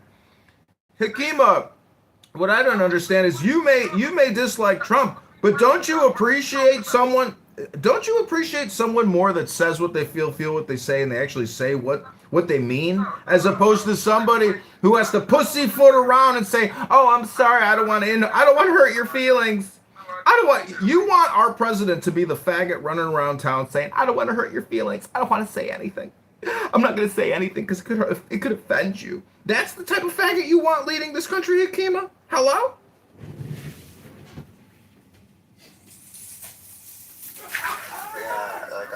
I don't want a president like that. I want a president with to stand behind his people, behind his country. Keep his country number one. Keep moving the country in a positive forward place, not going backwards or not moving at all. That's not because a country that doesn't move or doesn't progress, and one that progresses progresses backwards, is a country that's destined to fail. I don't want this country to fail. I never want to see this country fail. Lord forbid this country fail, because if it fails, the rest of the world goes to shit. Period. Hey, do y'all care about Trump spending money with all the stock trade he's doing, with the insider trading? Do y'all care about that? Do y'all care about You guys never cared before. Now you care. Nancy Pelosi and all of them have been done. Yeah, you've been doing this shit What politician, now tell me, what politician or one person in the stock market has done insider trading?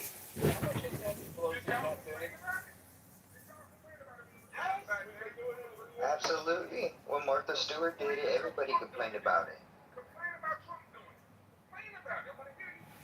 Is there proof that Trump did it? Is there concrete proof that Trump did it? There was concrete proof that Martha Stewart did it, and she was sentenced. 21,000. I mean, let me see the Clintons. The Clintons made it. Let me see Pelosi, Mitch McConnell. I mean, there's a host of them.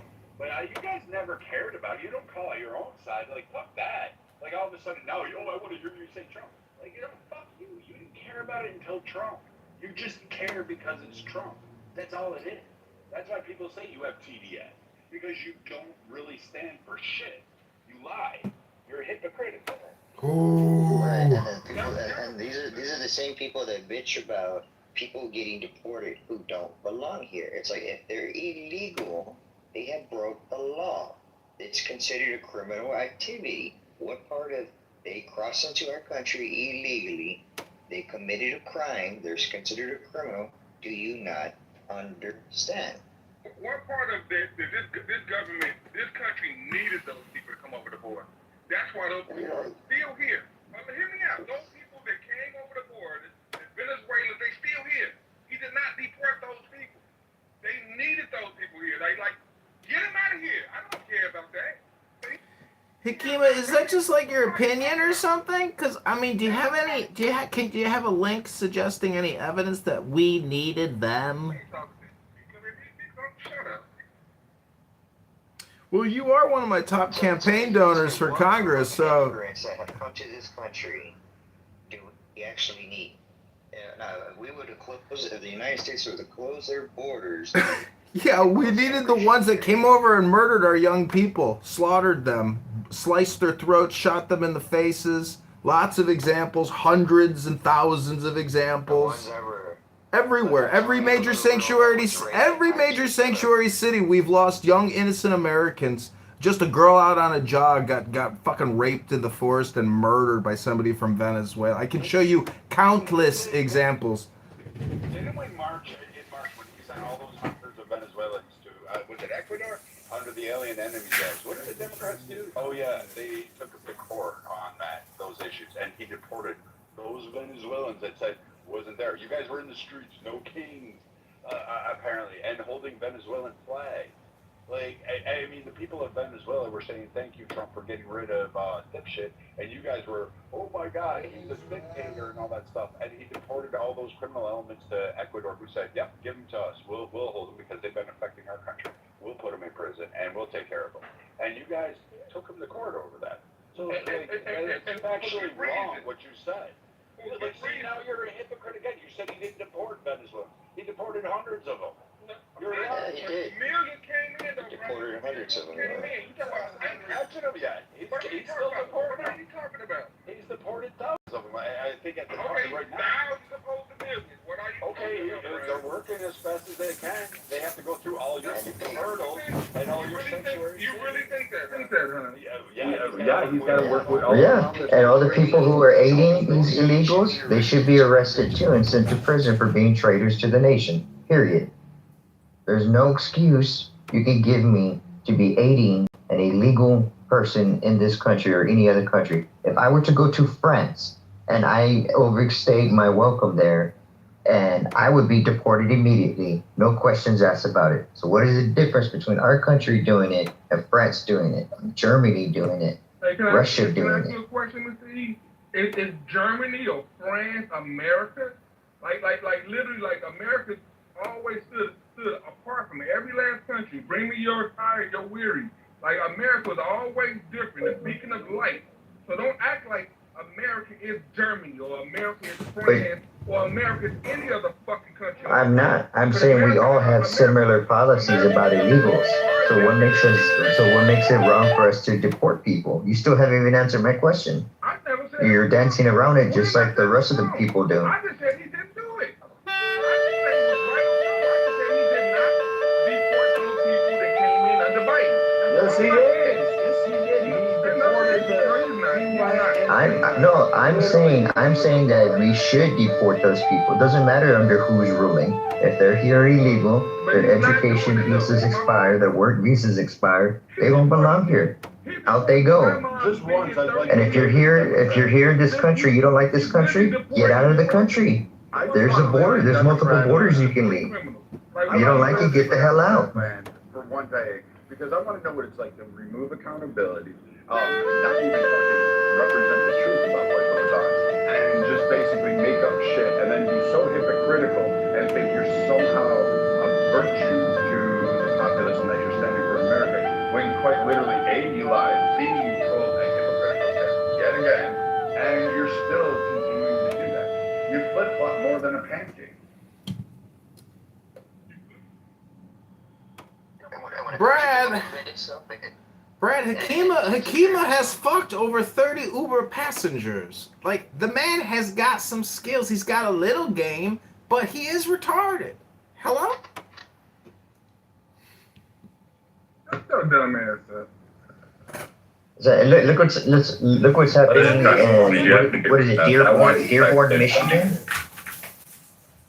In Dearborn, Michigan, have y'all seen what's going on over there? That shit don't even look like America anymore. That shit, it's scary to see what's going on over there. When a country or when a state fails its people and allows foreigners to come in and run for office and push their agendas instead of the American agenda, you start losing the country. That's building the Constitution. What are you talking about? They welcome all religions, all colors of people. That's what it's supposed to be, unless you don't believe in the Constitution. Y'all are the most wait. Again, another hit. No. We can welcome people. I believe in welcoming people. Hold on. This is rich because it was the Dearborn mayor, right? Or maybe whatever that town is up in Michigan. The mayor got on the fucking whole thing where there was a Christian man, a man of, Christian integrity, minister, one of these people out there.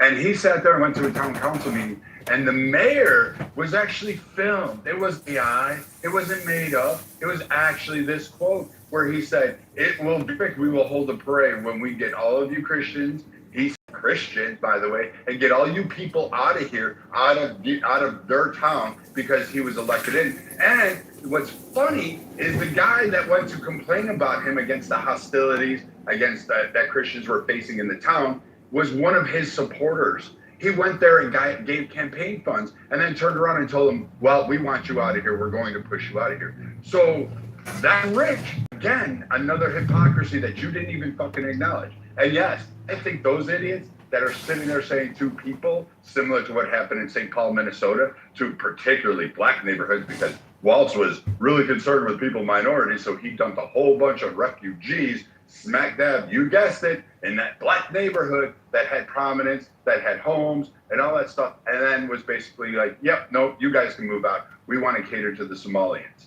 And that's what ended up happening. So, you guys are literally two-faced to even actually care. And when you do say you care, it's rich going to go, "Oh, but Trump, but you don't even take the actions with Mr. Jazz Hands. Fuck's sake. He's got a whole fucking welfare fraud saying, "Oh, immigrants don't take any welfare money." Literally they do. Like Indians. Literally in the fucking billions from one state alone. And guess the people in that state needed those funds. There are people that were hurting in that state, and they are still hurting today. But guess what? They didn't get those funds because why? Because it's okay. We're being racist. So fuck the Somalis, send them back. I don't give a fuck. Drop them out of the sea, went over their country. Sprinkle them like pepper on a pasta dish. I don't fucking care. Put them down there, look it and go. Because quite frankly, I don't think we need to worry about them. We don't need to do this. The American people needed that relief. They needed that. But you didn't care about them. You only cared about Trump targeting the Somali community. You know, fuck all about, hey, you know what? That really hurt many communities, including minority communities around, and prevented them from receiving what they desperately needed. Y'all love to paint these imaginary boxes, putting people in there. You guys, you never heard me support none of that shit you just did. So if you want to talk to me, talk to me. Talk about shit you know I support it. Ask me a fucking question, but don't put me in no dumbass box. Don't do that, Brad. Did you support Mr. Jazz Hands for vice president under Kamala? I voted for Kamala. Then you supported that. Kima, I wanted to ask you. So that means you supported Trump and all his Epstein dealings, right? I mean, you supported that. Him raping E. Jean Carroll, and he's still trying to get the Supreme Court to get him out of paying the lady her money. I mean, you supported that, right? All the Epstein things? Which Epstein things are you talking about? Hold on. That means you supported Trump when he raped Katie Johnson, who said that him and Epstein violently raped her when she was 13. I mean, you support that, right? Get out of here. I don't want to hear that bullshit. Okay, so let's see. Same Katie Johnson who said, hey, no, I was under duress when I reported about Trump, and she retracted her statements about Trump. So we should be aware of that. But you left that part up. Nice catch, nice try. Thanks for playing. Come again soon. Same thing with the Epstein Island. You also said that he went to Epstein Island. Actually, Trump's never been to Epstein Island. And the times that he did fly on Epstein, and the times that he flew on the Epstein jet was before Epstein even built the island. Secondly, Trump actually threw him out, actually corroborated with police. And to date, despite the millions and troves of documents and all this, quote, evidence that exists out there, even under Democrat control, which they would have leveraged and they would have utilized and they would have done abso-fucking-lutely, because they basically created a corroborated charge to get him on a felony, so they thought that would hurt him in the election. You guys basically said, oh, yep, he's a kitty toucher. Because of why? You have no evidence. You haven't done anything. The E. Jean Carroll case, everybody's upset about it. We call it a bastardization of justice. But what's ironic about this in New York State, when they did that case solely to target Trump because they used that girl as a proxy and she's batshit fucking crazy. But it's amazing that he can walk into a public store on Main Street in New York and magically have all the cameras closed off, to tell everybody in the store to leave before he became a politician, before he was just a rich guy, but that people adored all throughout New York City. But he was a rich guy, and somehow or another, he managed on a busy fucking day to tell everybody, including the manager and the owner of the fucking store, to kick everybody out so he could rape a woman in a fucking, what was it, a dressing room? No. And he couldn't even remember the details of it. She couldn't even remember the store. Yeah. And secondly, lastly, when you sit there and go and make these claims and then say, oh, he's still trying. Yeah, an innocent man probably would fight to clear his name a little bit more aggressively. And do I like how he's doing it? Maybe. I have some concerns about it, but I can understand his vehemence under it, especially since it was pretty much a laughable thing. And you did it under a civil court and tried to get the label on him that he was a rapist, which he was never convicted of rape. He was found liable for slander, and that's the main issue. Viking, like Kima, you gotta understand this. And what's up, everybody? And Kima, the E. Jean Carroll case. Think about this. She accused Trump of rape. He denied it, and then she basically sued him for defamation of character because he denied it. Think about that. Like, think about that. That's not why. That's exactly what happened. She said that he slandered her name by saying she made up rape allegations. He was told to stop talking about her. It was a civil case. She couldn't even tell you the name of the store or the year it happened. But think about that, Demon. You're accused of rape. You say that woman's crazy. She's making it up. And they sue you in a civil court for defamation of character for denying it.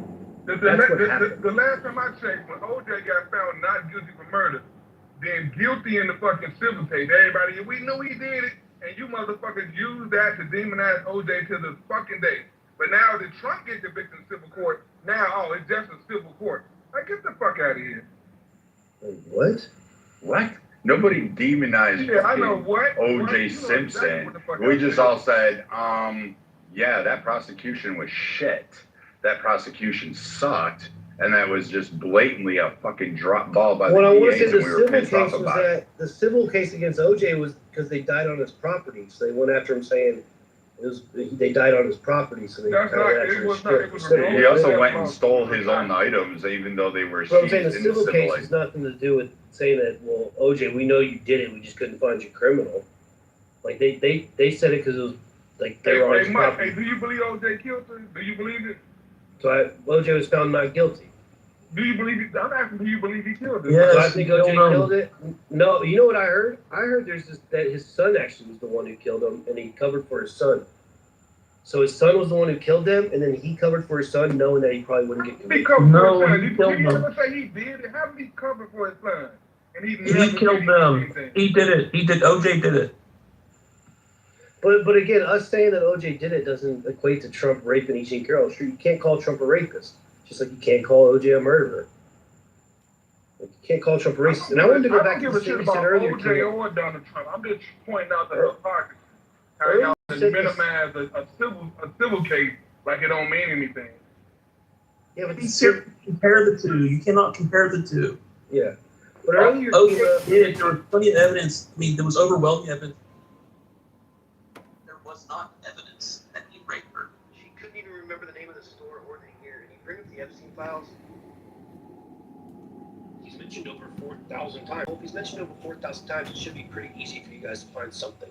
You guys have nothing on that. I don't know if you. Mentioned by people that actually did the bad acts, but they won't fucking go after and call those people out. And wait till it probably comes out that Trump's the reason we even found out about Epstein. Well, yeah, he's one of the reasons. But I'd like to point out that I saw on X today there was a non-reported disclosure in the Epstein files that Epstein set up a World Health Organization a pre-pandemic meeting with Gates. It's so explicit, meaning that like Epstein and Gates are actually probably maybe one of the prima causa sources of the entire COVID-19 experiment. And anyways, the one thing I wanted to say was, Hakima, just imagine if Donald Trump was black. Hey, you're my campaign contributor. I'm talking to you. Well, you should be careful who you give your money to then. The point is, if Donald Trump was black and he had cornrows, well, I'd still love him. I'd still like him. But you are a racist, and you hate Donald Trump because he's white. I am complete. Hey man, hey, Timothy checking in, man. I got a question for the stage though, as well as for the room, man. If somebody can help me. I might be a little slow. But what does it mean if you can't see the room on your homepage? What does that mean? Someone has you blocked in the room. Somebody in the room. Somebody on the stage has me blocked. Wow, what did Timothy do to y'all? Can somebody let me know? Yeah, I don't have you blocked. I don't know what that's all about. Wow, bro. Do you have anybody blocked yourself? Nah, I don't have nobody blocked myself, but... Yeah, I blocked Timothy because he called me a nigga. And so I blocked him because he's got a potty mouth. He's a juvenile. He's a low IQ delinquent. I appreciate the honesty, gang. So, Keem, I wanted to talk earlier. You mentioned something. I was trying to get up here earlier, but I finally got here. Earlier, you said Trump stole money from the stock market. What do you mean by that? I meant the 21,000 trades he did based on the Iran war, where he was banned, where he did 21,000. He did his financial report. He did 21,000 trades over a short period of time, over the last 4 or 5 months, and he made billions of dollars from that. That's what I mean. Stole money from the stock market. What was he trading it on? Look it up. I mean, come on. I'm not gonna do your. Well, I'm assuming you mean like defense companies. I mean, all kinds of shit. Look it up. It was 21,000, so it's not one thing. So look it up. I guess it could have been oil. Look it up. Well, are you confusing Donald Trump with like Trump family members? Okay, yeah, fuck yeah. Because a lot of people say like the Trump organization is getting rich. Of course he didn't do it, of course. No, I'm saying a lot of people are saying that. None of them never did any of the trades prior to this year. All of a sudden they are. I'm sure they trade on. Yo, Ro Khanna made $200 million doing automated trading with his wife. I mean, I don't want to do what about business. I'm not going to try to do that to you. I'm saying because a lot of people do this. They're like, are unprecedented. Like that's something that him or his family has never done until this year. I'm gonna go look. Yeah, I'm definitely gonna go look into them. But a lot of people confuse like the Trump family with Trump, right? Like, so the Trump organization or the Trump Foundation or the old Trump, like the family business is the Trump organization, right? Like you go on the website, Trump whatever, it's Trump name. The kids are involved, everyone's involved. Just because like family members of Donald Trump make money doesn't mean Trump is the one making money. Does that make sense? Why does everybody here have to constantly just ask questions? Don't you realize that if Trump wasn't our president and if Kamala was our president, the country would be defeated. It would have imploded, eroded, degraded, retarded. We should make Trump a king and make him the richest man on the fucking planet. His family saved America, you fucking idiot. It goes even further than this. So in 2026 in July, the bill that restricted some stock options, it has a lot of loopholes, but it had some stock options in it. Do you want to know who made sure that there was an exemption for the presidency on that one? Because, believe it or not, in the actual bill, it exempts the presidency. Do you want to know who is the biggest champion for that overwhelmingly? Take a guess. I'll give you. Their party begins with a D.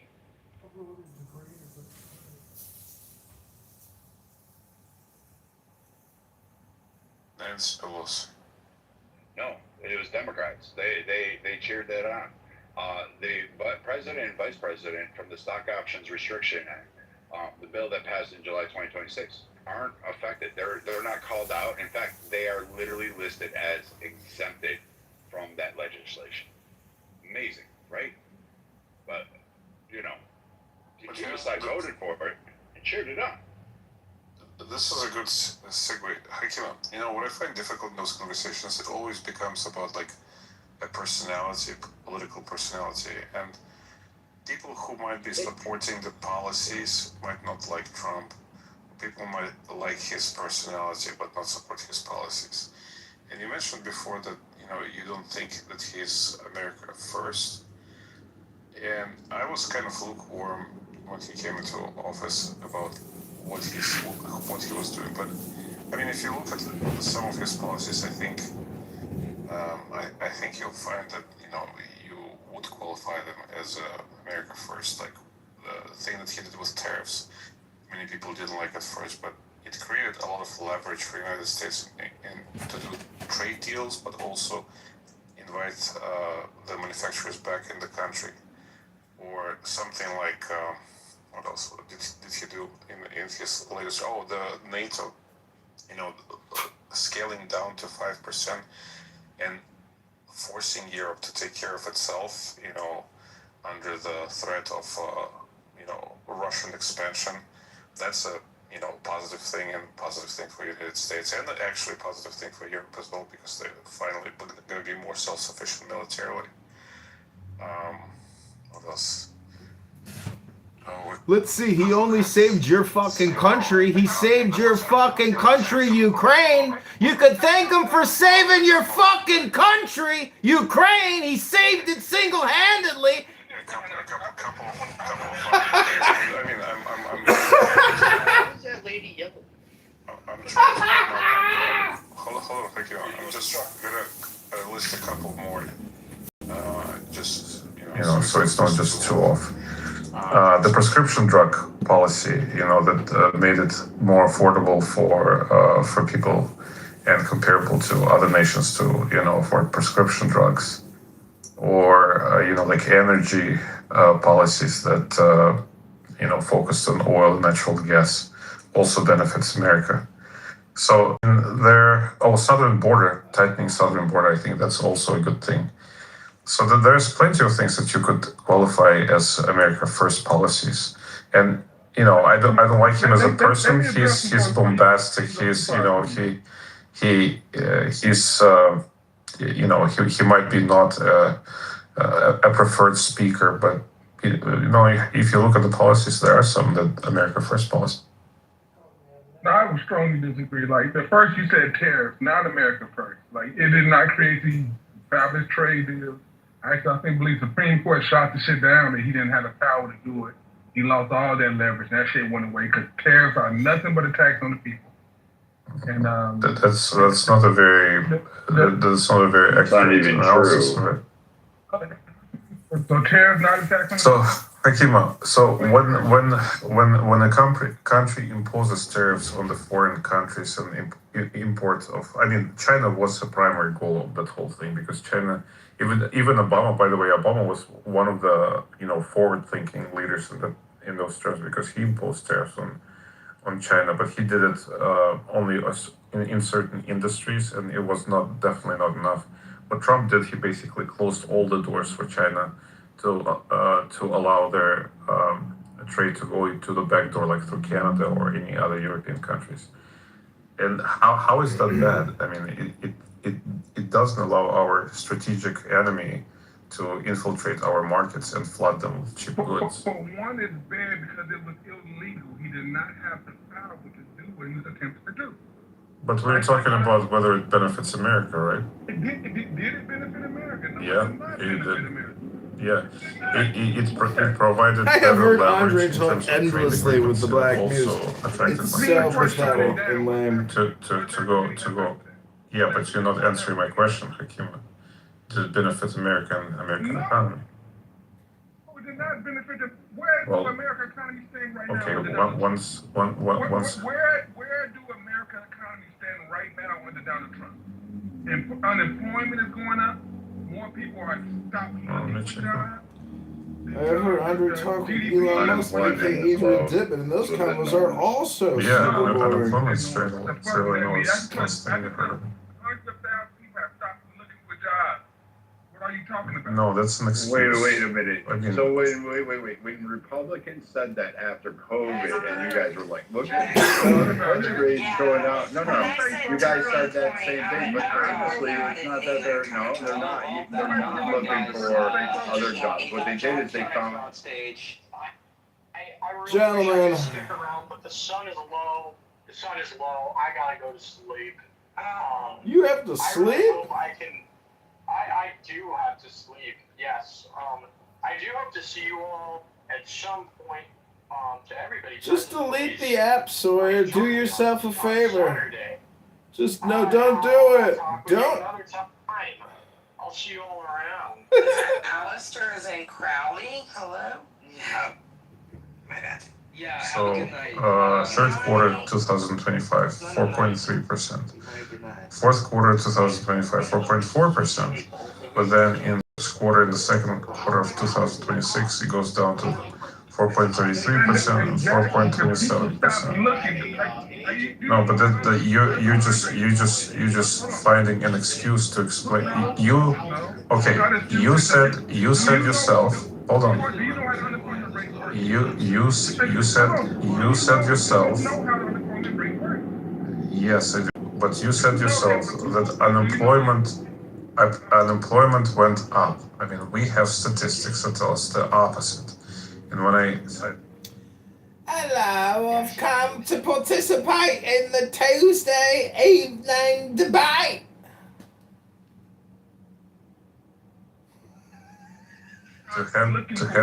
hold on. So, and then you give me anecdotal evidence to hand wave at the statistics. So what are we going to look at in order to determine whether the employment went up or down? Like what kind of sources should we? The workforce participation rate. Look that up.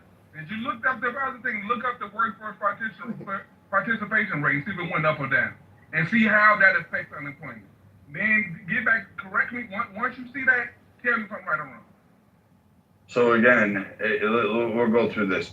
So these people under Akima's belief, these people are just stopped working. So they must not be eating because overall across the nation, 11% across the nation has fallen from SNAP benefits. In fact, participation in every fucking subsistence program in every state except one fucking state, Alaska.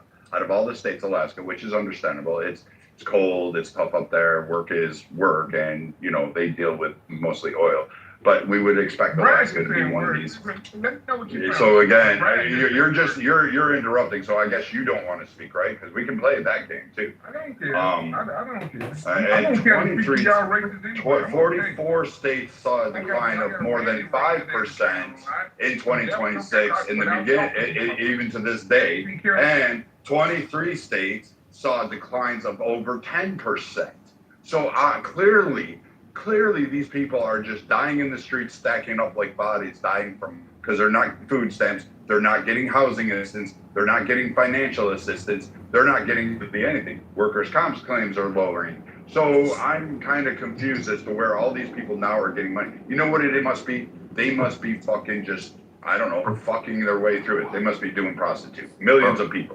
Right. Hold on. So, Hakima, to be fair to you, for the same period of time, it's 62.33% for the third quarter 2025, and fourth quarter is 62.45, so it goes a little bit up, and then it drops down to 62% in the first quarter and 61.7%. However, that does not automatically can be interpreted as a decline in participation. The better statistic to look at is the prime age participation rate, which is 25 to 54 age people. And when we look at this one, it stays pretty much the same. So it's 83.6, 83.8, 83.9, 83.7. So there's no decline in participation, and unemployment rate is pretty stable. So it's an overstatement to say that somehow the unemployment is skyrocketing or, is going up. I never not once it is skyrocketing, and the workforce participation rate definitely matters. Akima, do you understand the difference between workforce participation rate and how and I haven't asked you the question and how okay. When you stop freaking out, I'm going to continue. So, and how aging population might affect it. So the better statistic to look at is the prime age labor force participation, because it actually tells us about the people who are eligible for jobs and what is their employment rate. Your spirit and your soul is. Oh, and it's very clue, Andre, you should look up the college participation rate, which also has significantly grown. So what they like to do is try to cap in that 16 to 25, that, part-time work or those mitigating ones, and use them. But once again, I'm just going to do this. It's hypocritical. Because again, when people said this under Biden during the COVID restrictions, they were like, oh no, unemployment's coming down. And we said, hey, the labor participation rate is falling. People are looking elsewhere online, and they're not coming back to the workforce because they're finding other avenues of gainful wealth. And they're making it. And people cited OnlyFans. Yes, like there's a lot of people that did OnlyFans. Whatever it is, and they made money. Like, hats off to them. Like, when are you going to complain about it? They did something. They did it. I don't really care. You don't have to. You can be moral of it, but in actuality, they were paying taxes, they were collecting money, and they're doing their thing. So, at the end of the day, I don't really give a damn if they're working at a steel plant making license plates, or if they're, crocheting naked on fucking OnlyFans. I don't know if that's a thing. I've just made it up off the top of my head. But, what's also, this is just a kind of a side note. What's ironic when the United States is constantly getting compared to European countries and how great they are, people never cite their unemployment rate, and that stuff is scary. Very true. And then the cost of just paying taxes, they never account for it. And then when we'll do, like Mike was trying to do the comparison in Germany and other nations, then they're like, oh, who gives a fuck about the other nations? And again, it just fucking pisses me off.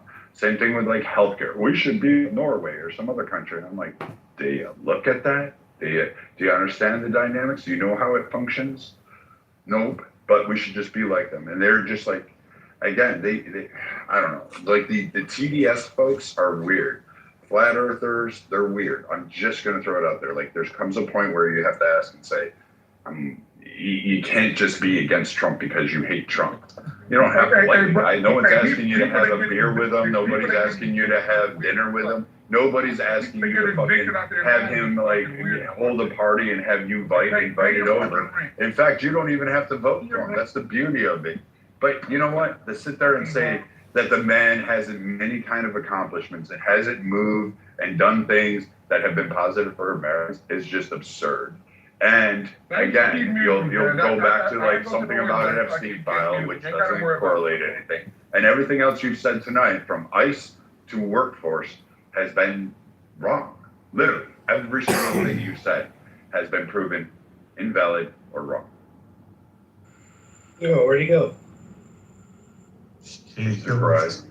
I was gonna mention the stock, like the stock things.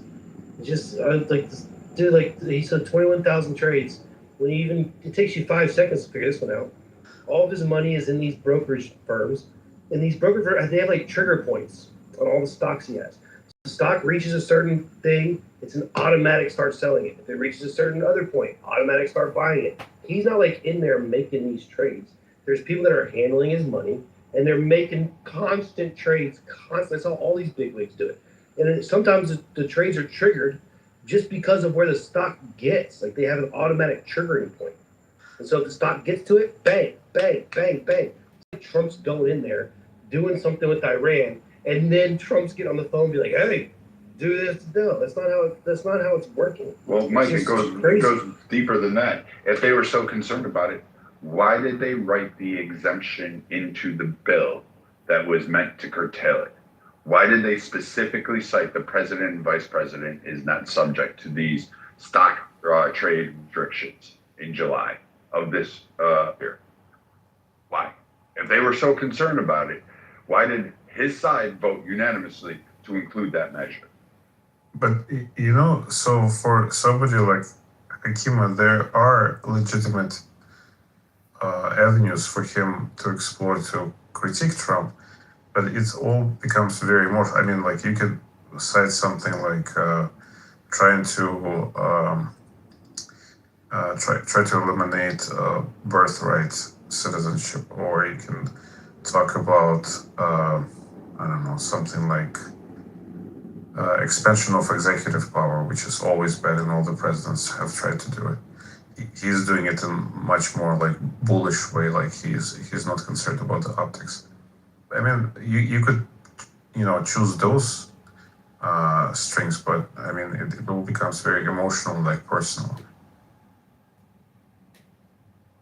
That's why, like, when I look at the polling and I look at the midterm races, I still think the Republicans hold the Senate, and I'm still sticking with that. I still, like I said earlier, it's a coin flip for the House. But when I look at these and I start back to it, I'm looking at the fractures that are occurring. Like 130, what was it, Andre? 136 candidates by the quote DSA. Oh, dude, that scares the shit out of me, man. I can't believe it. They're gonna get destroyed in the election, though. Like everyone's all on their. They already did.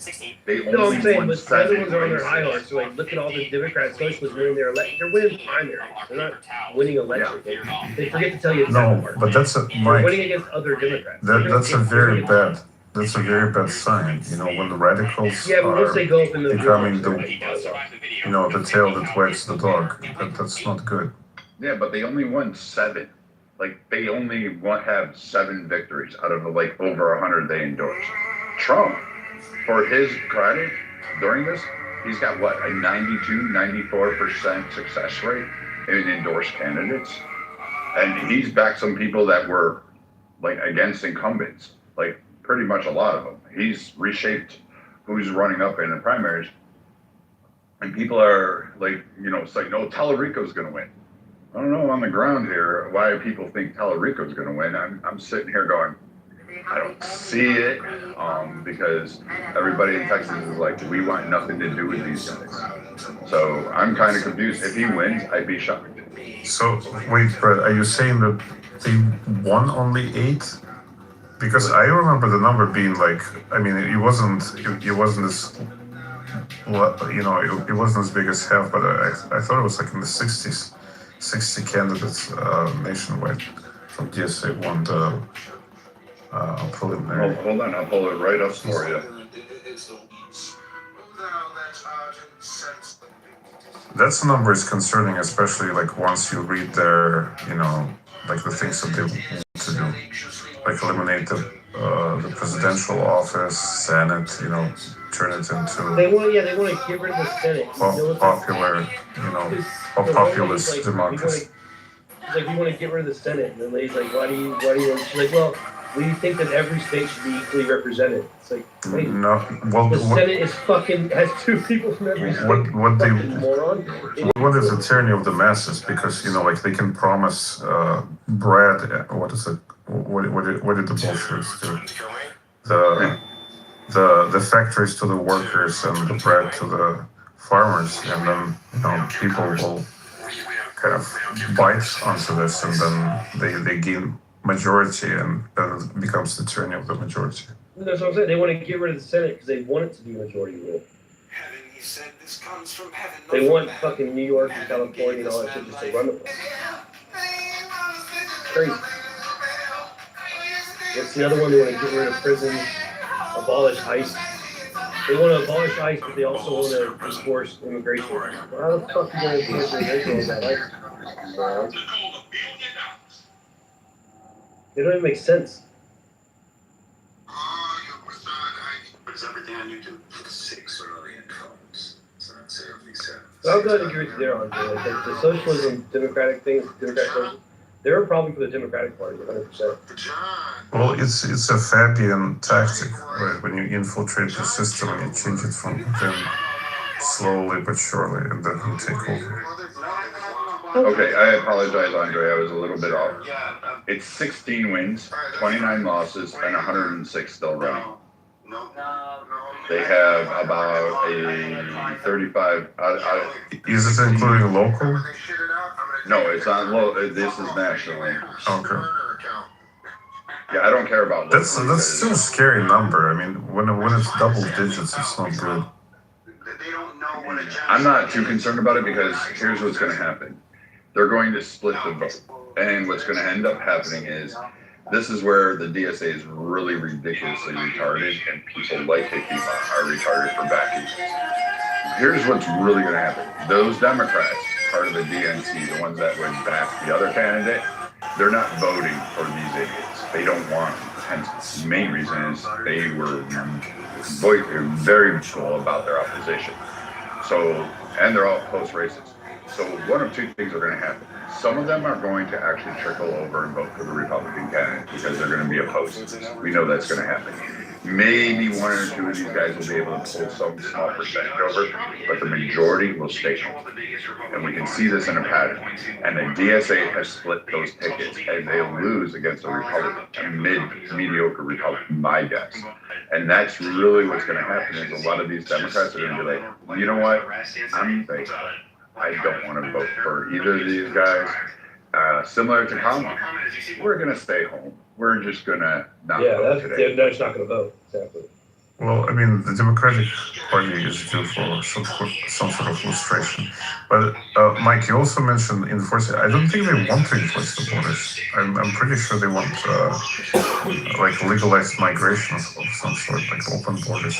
Maybe. You're probably right there. I just know that all of them have been interviewed because the interviewer naturally asked them, like, well, so what are we going to do about, like, illegal immigrants or immigration control? Like, deport no one? And they're always like, well, no, we still think there needs to be immigration enforcement. Like, we have to do something about it. And they're like, well, then how the fuck are you going to do it? And they don't answer. They're like, something we talk about, something you talk about. You might be right, though, but I wonder, because I remember reading somewhere that their official stance is open borders or some sort of legalized migration policy. Like, not immigration, but migration policy. I see what you're saying. Like mass amnesty, some kind of shit. Yeah, maybe. But yeah, it's just get rid of everything. Get rid of everything, we'll figure it out later. It's like, guys, it's insane.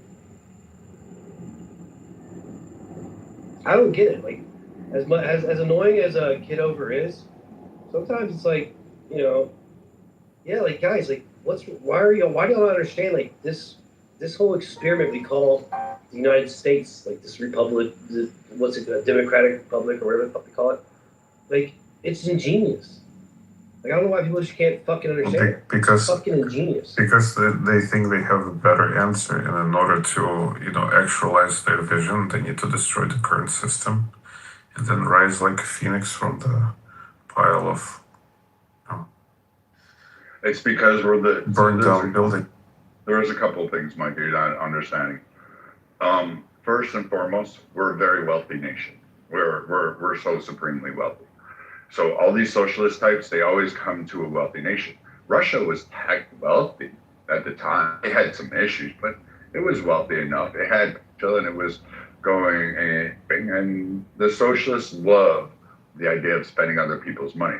They put their benchmark on successful nations. Cuba is the case in point. Prior to Castro's change, Cuba was a haven. Like, it was beautiful. You should read some of Hemingway's works on Cuba and some of his statements of it. Look at the photographs and look at movies even made there. However, the socialists come in and they're like, oh, we have a vision. And they basically deplete and they take all the money. They hoard it because, again, they think they're the elite. And what we want is power. And what they view is that they should be the ones in control. And so they don't want to recognize the system, and they can only exist off of the backs of an already established wealthy nation. And it's a cancer, it's a tumor. And we should excise cancer, bitch. Yeah, okay. Make me a sandwich before you come back up. I want, like, no fucking mayo. I want that ground mustard, that hard yellow stuff, the fucking shit you can't swallow. I want that, turkey, lettuce, tomatoes, pickle, throw it all on there. That's what I want. And just because I'm an asshole, I want it on white bread. But back to what I was saying. The socialist dogma is literally a leech. Venezuela was fucking going to be the richest fucking place in the Caribbean. It was going to be unparalleled, and by proxy, it would have made all a ton of associated other countries with proxy. They decided, I want to be a socialist, and I want to do all this, and they made a lot of promises, but then what people got were, in reality, was breadlines, impoverishment, using their own currency as toilet paper because it was actually worth more as asswipe rather than actual spending it for food. So when you realize that these idiots are literally people we should never listen to, then you should probably say, yeah, this is the tumors, and we do need to excise these from time to time. And plenty of people have written books about this, and they only exist in wealthy nations. You don't see them doing a bang-up job in Guyana. They're not over in South Sudan doing great, are they? You never see them in a poor nation doing fucking well. In fact, they'll take what modicum of wealth and power and prestige and progression that a nation's making and actually put it back to a third world because they're a plague.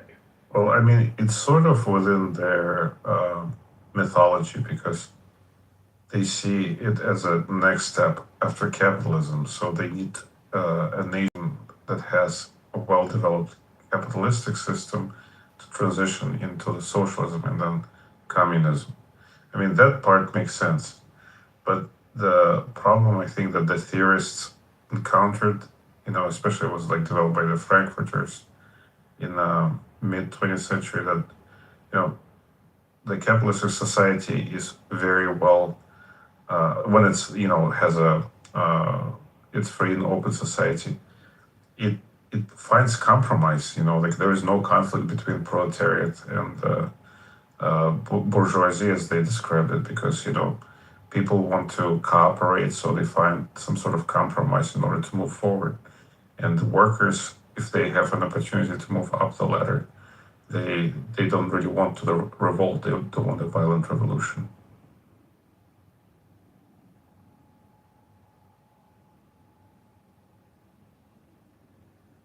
Well, I'm trying to figure out how they would have even in the States, they're not winning in like massive ways. They would have a violent revolution. Like I would be the first one to go up. Like I have no problem. I would take my dommy's head and be fine with it. If it came down to a revolution, I would be like, all right, guys, here's how we're gonna do it, and we take it. And honestly, there would be, and to be fair, it is starting to get dicey out there. Like, I mean, I'm in Houston, Andre, and I drove through one part of Houston, and there was like this little protest. It wasn't really little, but it was like maybe a 100 or so people, maybe a couple hundred, and they're all like holding their little, we're Muslim, we're proud, kind of thing. And I'm sitting there watching that, and everybody's kind of just watching with side eyes. And I'm like, this is the wrong fucking state out of all the fucking states. The only other one worse would probably be Florida, because DeSantis doesn't put up with that shit. But the people of Texas aren't like really thrilled with this. In fact, they purposely go to town halls where these groups try to get a foothold and build a community. They push back on mosques being built, and they're absolutely fundamentally 100% against it. And by contrast, they're even trying to get Abbott to oversee all the importation of people from India and saying, hey, we want them out, but Elon Musk and others are getting them in because, as the engineers, especially in Beth. But I mean, there's a big concerted push to get to them and massively change it, because nobody likes it. And that includes the Hispanics here. Like, they're absolutely against them. And they're not even, they're angry about it, because they're like, hold on a moment. No. This didn't happen. Well, their value system is very close to, like the conservative paradigm. Out of curiosity, was it like a U of H area, or was it downtown? Yes, it was the I knew it. Vikings. I lived in Houston for 7 years, and I know Houston. Oh, you did? You did too? Do you guys know I where? went to school in Houston. Oh, do you know where Greenwood Village is? No, I was an owl. I just moved from Baytown. Viking, you know that mall? Oh, okay. with the Yeah, ice- Baytown. That's funny. Viking, you know that mall with the skating rink inside it? Yes, there's That's a mall where with the skating rink. It's the Galleria. Yeah, it's a my mall brother with a lives, skating like, rink. It's like right down the street from that, kind of, on the car side. Dude, Houston That traffic. area that got flooded during the hurricane, they had water up to like the they're like, the houses are kind of built up a little bit of hill, but up to like double the curve. It was crazy. They had water damage there forever, bro. You know what? You know what Humble is at, or Humble, whatever you call it. Yep. Yeah, my brother still live out there. Cause some nice houses in Humble. The lower poverty areas is kind of all through like little Baytown, Houston. Then you got the nicer neighborhoods. But I didn't see no poverty neighborhoods in Humble. I fucking hate Houston. It's like one big traffic jam. Yeah, Like, even one Baytown. thing I have to say, Houston traffic still sucks. Just a big Baytown fucking has a traffic small jam. pocket of like, I would say it has a small corner of impoverished. I've driven through there too. I was actually looking there because I was like, oh, Galveston, and then someone said, oh, maybe you like Baytown and Seabrook and some of these other areas to move into. I went to Baytown. I didn't like the smell because of all the refineries and the Yeah, plants Baytown there. is trash. There's too many factories in Baytown. Shit. Yeah. Brett, I didn't know that you're in H-Town. Next time I'm in town, I'm going to give you a buck. Yeah, we'll go out. We'll hit one of the places around here. Take you out for a night of bourbons. I mean, of course, you're probably gonna order a fucking Dude, steak. So Chinatown is my jam, dude. Chinatown is my jam. Vikings, you gonna come fuck with me in the war? Yeah, I'll come to the war. Louisiana to go to a casino was crazy. Right? There's people that do We don't that have shit. gambling in Texas, man. It is what it is. Nah, that shit whack as fuck. I'm a casino dude, man. I used to deadass drive that 2 hours all the way to the nearest casino. Cachada is the name of it, right? Lake Charles, you got the Shadow, you got Shit, growing up in Little Rock, Golden Nugget. Hey, listen, what they say over there, big slaps, no whammies. I grew up in Arkansas. We had to go to Biloxi. Everybody would go down to Biloxi. For anyone in Houston that has an animal, it's called Affordable Health Clinic. It's on Little. I always want to say like Little York. Yes, Little York Road. You know which one I'm talking West about? Little York. Yeah. That is insane. Well, I don't know the spot, but I mean, I know it's probably on that West Little York Yes, side. Little York Road. That's exactly where it is. They are insanely affordable. The same exact treatment that we don't even want to move.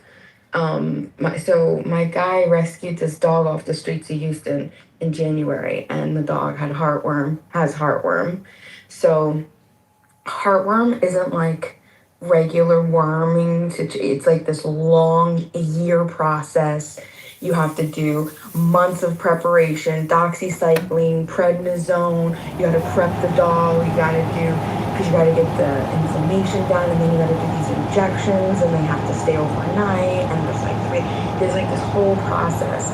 So it's like a year process to get rid of the heartworm. And in where I'm in New York, the quotes that I get just from just my general area is anywhere from $6,000 to $8,000. Down there, it is insane. Office visit, $25, and they're not. But it's the same exact thing. Like you're not getting anything different. You're not doing anything special. It's literally a test, positive. Okay, this is what the heartworm specialist is. I mean, and it's the same exact thing. The office visits, $25. The injections are insane. Like it's so good for anybody that is, rescuing a dog or sees it, I'm just affordable health clinic. God bless. Houston is an amazing city, man, and especially for like middle class people, lower middle class people.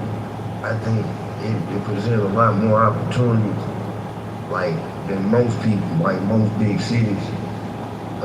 Just in terms of finding decent living for relatively affordable prices. I mean, we do got a crime issue. I'm not gonna front about that. And the fucked up thing about Houston. But it ain't black Texans that are driving. It ain't Hispanic Texans doing the crime. Just gonna say that, Rob. It's a lot of, look, man, it's a lot of different types of criminals out here. It ain't about Houston. But I'm just saying, it ain't even just that happened. Well, Houston changed. Correct me if I'm wrong, Rob. Houston changed a lot after Katrina. Let me tell y'all what happened with Katrina. A lot of people came to Houston just didn't leave. In a short period of time, because that shit really hit my side of town like harder than any other side of town as far as the influx of people. Yeah, I mean, it was good for you to take those people. It was like, I'm gonna tell y'all this. I'm not gonna deny that the initial wave, like when Katrina happened, August, September, when that shit happened, that following September, October, November, them first 3 months, it was wild, man. I'm not gonna front with y'all. Like, we wasn't used to it. People forget the impact of that on you. We weren't used to that. But after that 3-month wave hit, a lot of what happened, a lot of them people that was locked up came out here.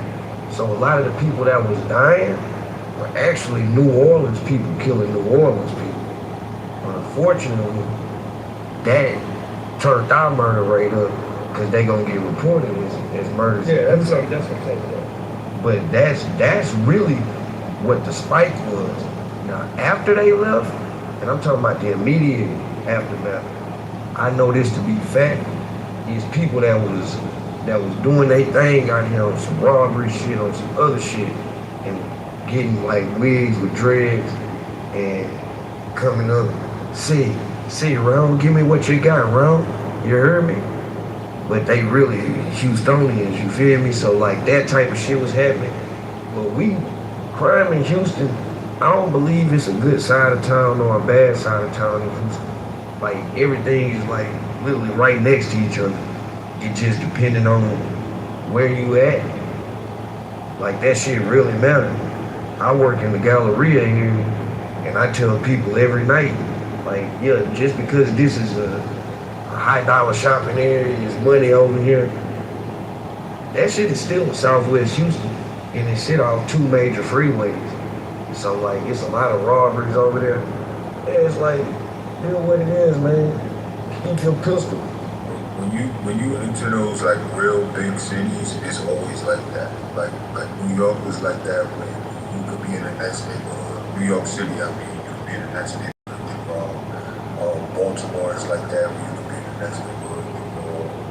Like these real big cities, it kind of, I would constitute Baltimore as a real big city, but I do agree with what you said, though. Baltimore. I mean, it's a metropolis. Like everything around Baltimore is considered Baltimore. Like it's around Baltimore was Baltimore. Like the county is Baltimore County. So all of those little towns around Baltimore, they're like Baltimoreans in their mind. What's unique to us is we don't have zoning laws in the city of Houston. Now some of the outskirts cities, like other counties, maybe Fort Bend, Missouri County, even some stretches of Harris County has zoning laws, but like Houston, Harris County is no zoning laws. So it's like that in itself Ron, this is my favorite Houston experience so far. I was driving back from Fredericksburg. I went down there to. Man, I love Fredericksburg. That's so it's beautiful down there. Wine country. Yeah, Central Texas is underrated. And I was coming back, and I blew out a tire. Now, stupid me left my spare at home because I wanted to run through my Jeep, and I was like, yeah, we're just going to do this, and I'll be all right. You know what? It's all highway here. It'll be perfectly fine. I won't need anything. And typical New Yorker thinking like, oh, this will be great. I have like assistance, roadside assistance. I got all this shit. Like I don't really stress about all that stuff. It was a stupid error on my part. I blew a tire out. I didn't even see the like this little piece of metal in the road. It pierced the sidewall like right through. And I'm sitting there. I have to pull over in that one of these like little stops where they have the roadside stops. And the call, and this truck driver comes up. And he's like, hey, I'm blah, blah, blah. He speaks broken English, obviously. And he's like, tell me. I was like, well, I don't know where to go. Can you take me to the nearest hotel? I guess I'll have to call in the morning to find a tire place. He's like, you're going to buy a tire? I was like, I'm going to have to. That was correct. He's like, oh, we can get you a tire right now. He's like, hold on, I'll tell you over here. Takes me out to some area. I'm like, yeah, this is how horror movies start. I'm probably going to get diced up by a chainsaw. But this will be a cool experience. What a great way to go out. And pull off, go to this side thing, and it's in this whole Hispanic community right here. The guy comes over, he comes with his truck, he's like, I just need the size of the tire. He's like, oh, that's a big one. He's like, I'll get you one. Next thing I know, like 20 minutes later, he's back with a tire. I was like, what are you kidding me? He's like, if you got cash or cash app, he's like, $350 is the total for this. I was like, absolutely, 1 o'clock in the morning, we're good to go. And I'll tell you what, that's a crazy Texan experience I've had outside of the heat. I was just like fucking great. And not only that, is he brought me a roast cut noodles and some chicken thing that his wife made for him. It's like, I love the city. This is great. This is the way the world should work. My favorite time, and I used to didn't appreciate the rodeo the way I should have. Like, my old man used to be on the rodeo committee, so, like, that nigga, nothing else, man, we were gonna get into the rodeo. We won't do much else, but nigga was getting into the rodeo. And, like, I kind of think I took that experience for granted as a kid, having all that access to it. So, like, the rodeo was a unique experience. Have you been to that white night, that white linen night in the Heights? Yes, I was just at that one. Nah, I ain't been in a couple years, man. I don't look real with you. I don't even like just be politicking in the Heights like that. But a couple years back, a good partner of mine had a party, like a bar crawl. I think they're over like 43rd, West 43rd. They got some live ass bars over there. But yeah, I went that linen night. I like that. I like the Heights setup, man. If I ever lived on the north side of Houston, that's probably I could live in. I'll tell you what, it took a couple co-workers. One of my first apartments, I was looking for various places before I settled up this townhome. And I was like, all right, well, take me this one. She takes me to this backside, and it's in Montrose. And Brad ain't living in Montrose. I looked around for about 3 seconds. I was like, this ain't for me. And she's like, well, it's really beautiful inside. I was like, yeah, I'm just going to tell you, I appreciate the arts, love people, it's great. I don't really give a damn, but I'm going to tell you what, I'm going to go nuts with this because A, there's a clubs over here, right here, all this stuff. And I'm looking at it and I'm like, way too many rainbow bridges. I used to work at this. Montrose in Texas. Yeah, it's a Montrose Street. The street is called Montrose, but the area in that part of it, that's the gay area. Now, I used to work at this hostel, like if you on West Time in Montrose, like going up West Time towards downtown, you know, to the left side, that's where all that's where Brad was about to move to. To the right side. Someone saved me. That's like, you want to live there. Alright, now, if she had showed you that shit to the right side, you probably would have been tempted to live over there because it's different. But being me working in the industry I'm in, whatever, I took the job not knowing what a hostel really was. And thank God we ain't allow like local guests, because otherwise we would have had the worst that Houston had to offer. But half of the staff was gay, man. Like, this the only time in my life down that I didn't ever feel like I done felt some microaggressions and racism. But I ain't never been discriminated against like I had working at this hostel. And I think it was largely because I wasn't gay. I got fired on some fuck shit. Dude that suspended me and didn't tell me he suspended me. And then when I'm trying to say what's going on, then he let me know that I'm fired. Not knowing that I got a background in HR. You know what I'm saying? So I took it all the way up to the EOC. And I ended up settling with him. I probably could have got more money if I had really pushed the line. But I needed some money at the time. I settled with him. And to this day, any of y'all ever travel hostels, there's something called Hostel and International. I get an extreme discount on that shit. Like, I'm a lifetime discount due in the agreement that we had. Because I proved that it was like discrimination against me due to sexuality. And half the staff was gay. So yeah, that Montrose here is a weird area. Like, I got a cousin that's gay. We didn't have to go find him. He on them drugs real bad. We didn't have to go over there and find him. It's a gay area, but it's a real shady area too. Ain't no reason to be over there. You guys ever been to, it's somewhere in North Texas, probably around the Kitover area. It's like this little town, and it is the bougiest ass town you've ever been in. If you know what I'm talking about. If you don't, you haven't been there. The signs on, even like, for example, like the McDonald's, everything is in cursive. Is it North Lake?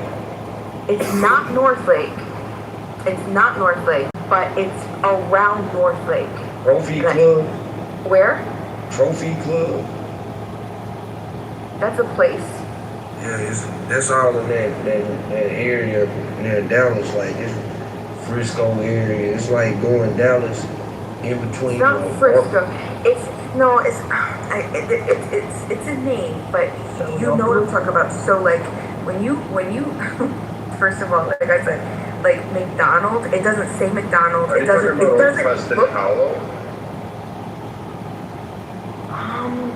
There's Highland Park, University Park when I was there. She wouldn't be talking about Highland Park.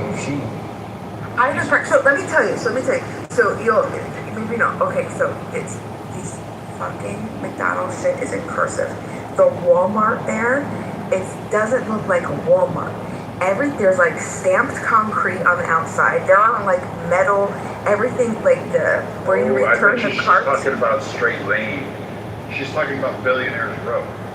Maybe that's what it is. When you go into the fucking, okay, so there's an entire like garden botanical experience on the outside, like a step in botanical experience. That has to be it.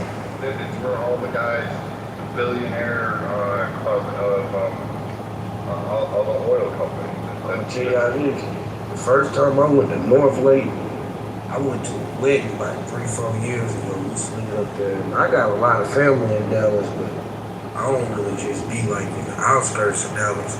Man, these motherfuckers had a neighborhood. I swear to God, they had castles. I lived in North Lake. I live right by the raceway. Bima, am I bullshit? No. Man, they got a townhouse community that sit on a rock formation, right? And I'm looking at this shit. The livest properties that I have seen in Houston is probably like, Brad, you probably familiar with like that San Felipe area where George Bush Sr. lived there.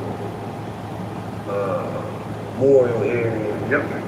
The Christmas area where like they have a horse-drawn wagon that takes kids around because all those houses do their Christmas lights, and they have like fucking snow machines going off and all sorts of crazy.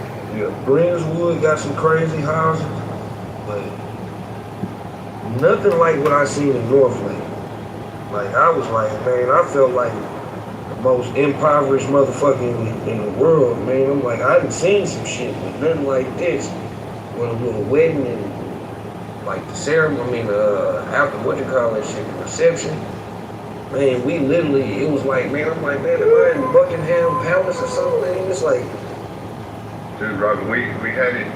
So we went to the rodeo. We had a suite, and one of our clients was Halliburton. Wow, and they're big and like they're a powerhouse. And so one of their top 3 guys is speaking to our president. All of a sudden, he's, you know what? Tomorrow, why don't you guys come by the office? It's like, I'll take one of my planes here in Houston.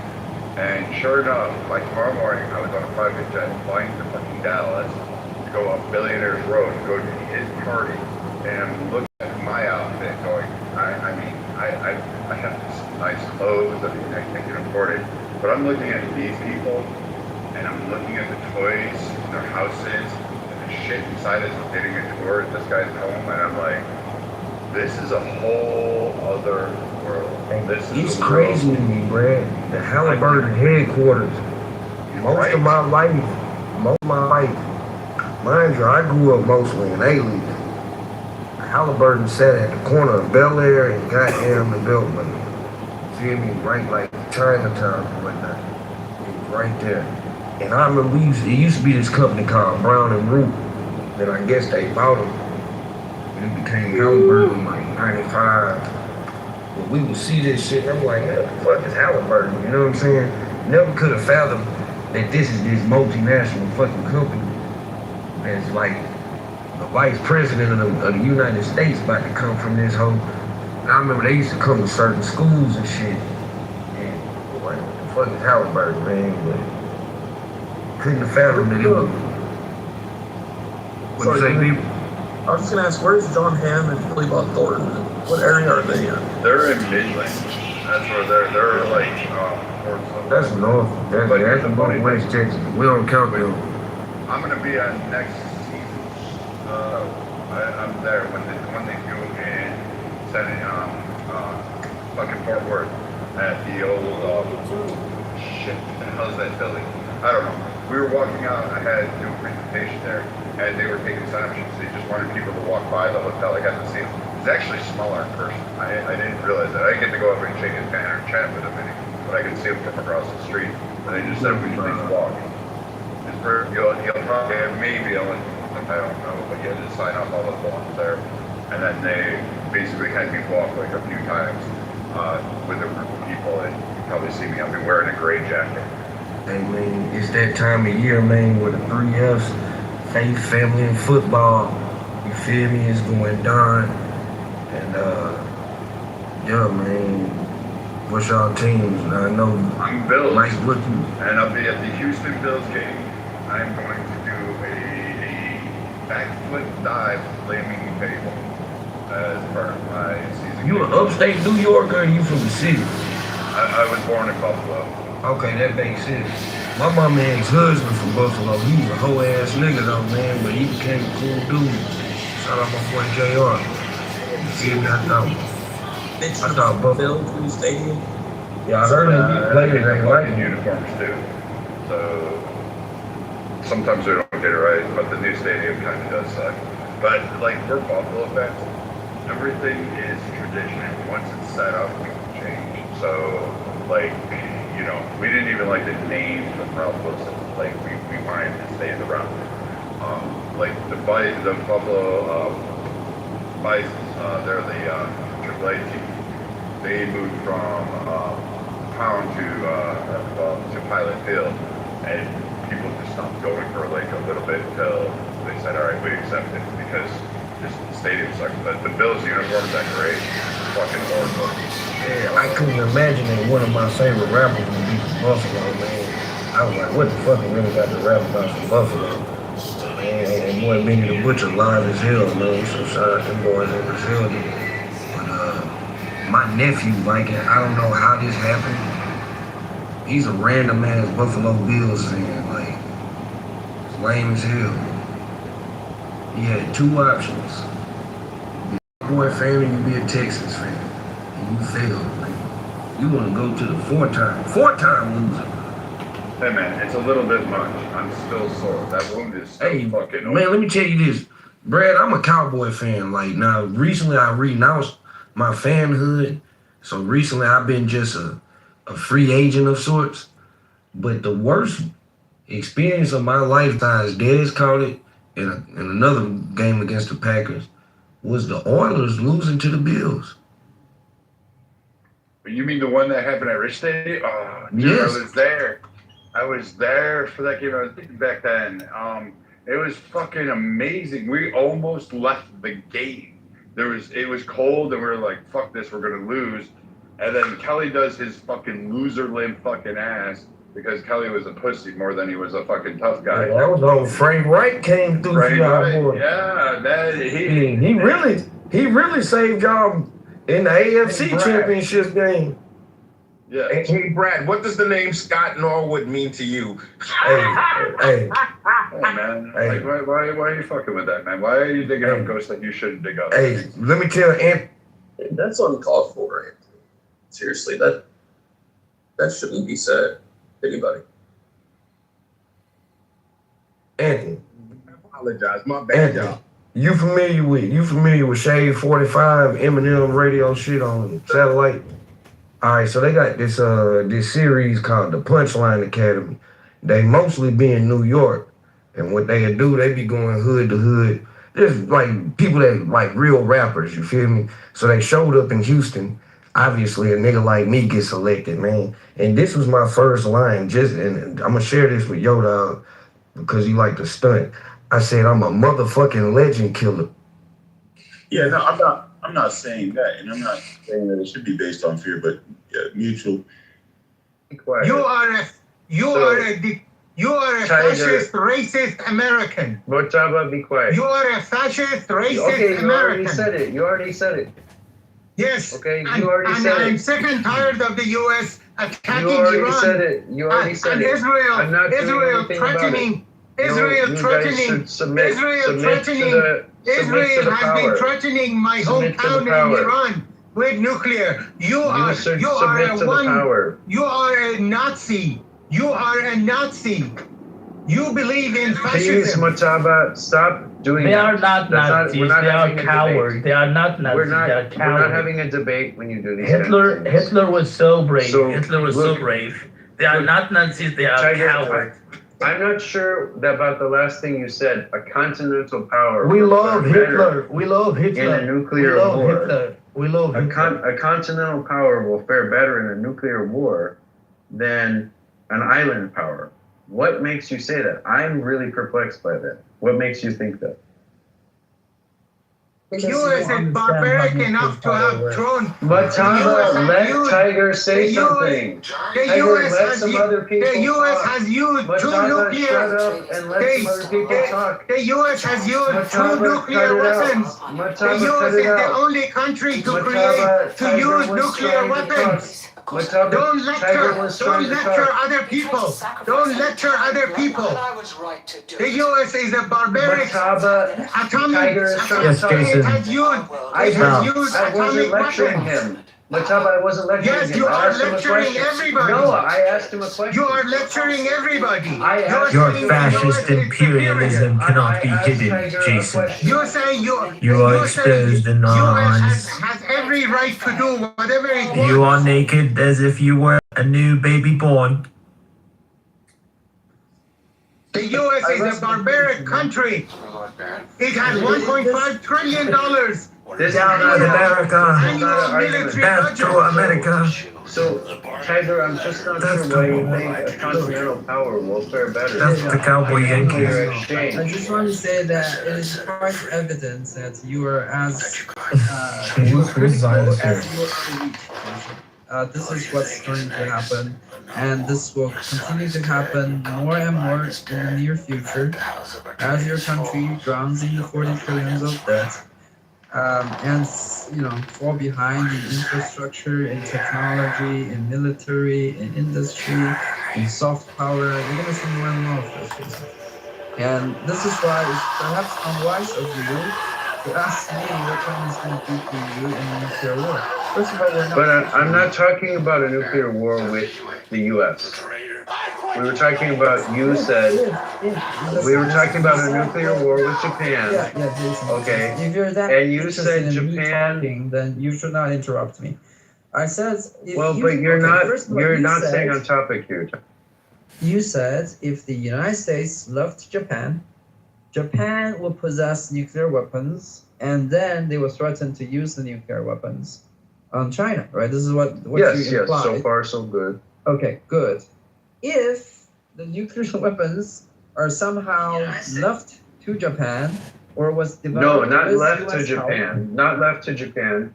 They will be developed by Japan. Oh, okay. Okay, I can tell you this. The moment that we get wind, we sniff out any radioactivity out of Japan, suggesting they're doing a nuclear test or developing nuclear weapons. According to UN, again, this is why I said China respect the UN and the laws. In the UN Charter, there's a clause which says the defeated Nazi powers, which was why the UN was formulated in the first place, if an victorious allied country detects a remilitarization, which suggests further aggression from these defeated Nazi powers or fascist powers, then the victorious allied country, which China is one of, could start a military operation against them without UN authorization. This is explicitly stated in the UN. As a UN respecting country of China, when China detects that Japan is violating the Non-Proliferation Treaty, which they are a signatory to, and are remilitarizing and potentially being aggressive against China, China has full rights and legal authority to wage a war which does not need to have UN authorization against Japan. In that war, China promised that we will not use nuclear weapons first. Okay, so is Jason saying that US should nuke Iran? We're not talking about Iran. Jason's kind of crazy. We should talk about Iran, actually. But I'm talking about Japan. Japan was 60 years ago. But that's what we're talking about. So if you want to talk about Japan, that's no, I want to talk about Iran. Are you Zionist? No, so you want to talk about Iran. Then talk about Iran with other people. So are you Zionist? Are you afraid about what Iran is going to do? I'm not talking about Iran. Are you afraid to talk about Iran? Yeah? Iran will be destroyed. Admit it. Iran will be destroyed. By who? By Israel. I think the big so far is the opposite. You have a unrealistic view of the world and especially of yourself. You have to reevaluate where America sits today in terms of its power. It's clear that America's waned, has been weakened, and in some ways weakened beyond repair, should not in the next decade. Right? It says something when you're running out of ammunition after a few weeks of bombardment, which doesn't even take out the critical infrastructure of Iran, have not debilitated their military response. And they have went ahead and destroyed over 10 of your military bases in the region and rendered them inoperable, including your Sense Command headquarters. You have to reevaluate where your country is at and stop acting like, oh, if you leave Japan, they're going to have nukes and they're going to nuke China and Japan's going to take over China. America, which is Tiger, that doesn't follow. The point about Japan doesn't follow. Because yes, if we leave Japan, Japan will have to fend for itself. What do you think they will do? I mean, that's the thing I don't get from your Chinese perspective. I'll finish up here. This is the thing I don't get from your Chinese. Please stop for a second. Please stop for a second. Please stop for a second. I don't, yeah, they will change it. They will change it. What do you think they will do when they're no longer protected by the U.S.? It makes no sense. Jason, are you Ashkenazi Jew? I'm not Jewish. Dosek. Yeah. Your last name is Dosek. Yeah, what is that? That's Jewish. That's He's a Hungarian. That's a fucking Ashkenazi Jew. No, go back. Hitler should have burned you in the temple. No, it is a How the fuck did you come here to U.S.? It is a Czech name, you idiot. It's a Czech, you know, it's one of those paranoia type of people. No, we're racially pure Aryans. No, Iran is Aryan, and Hitler is bad. So we're racially pure. You feel pressed.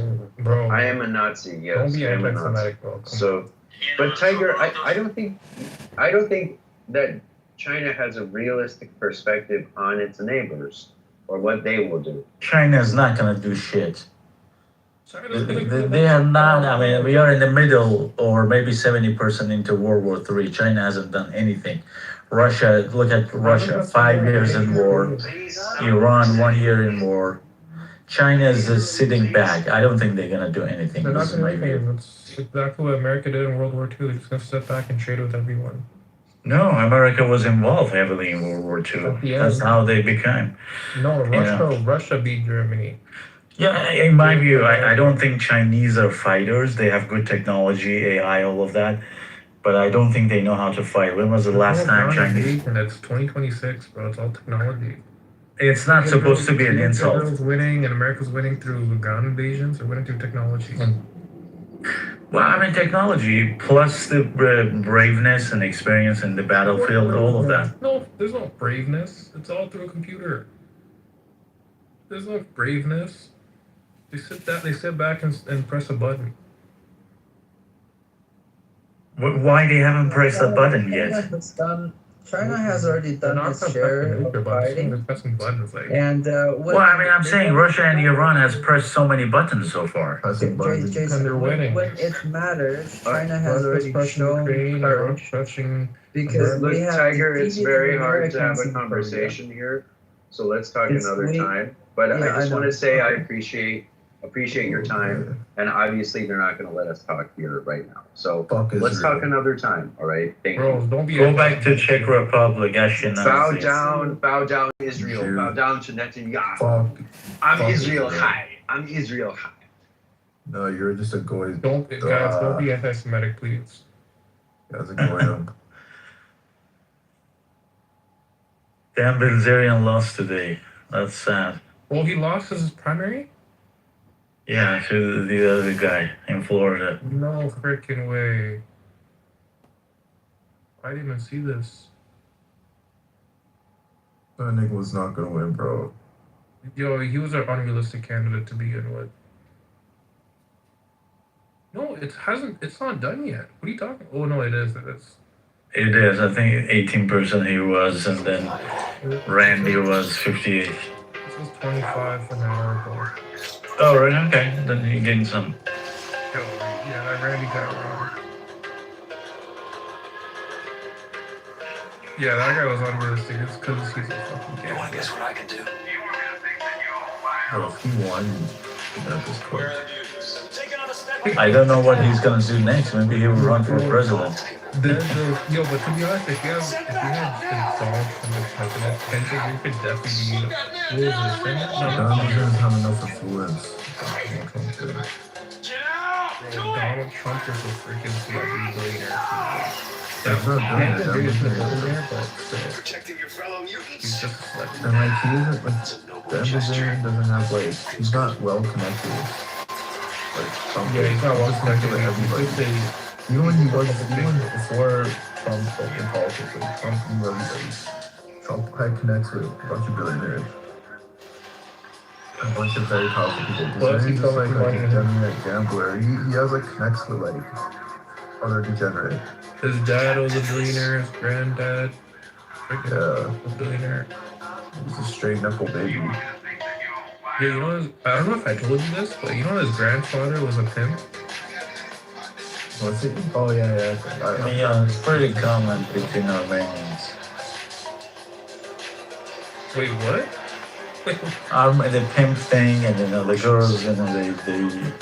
Wait, his granddad's not Armenian. I appreciate he's German. You talking about Dan Bilzerian? No. Oh, Trump. Oh, okay, that's right. Yeah.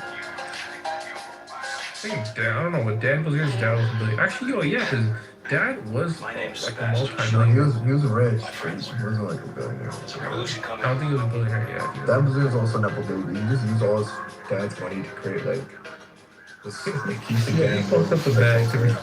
Like Trump actually multiplied the bag.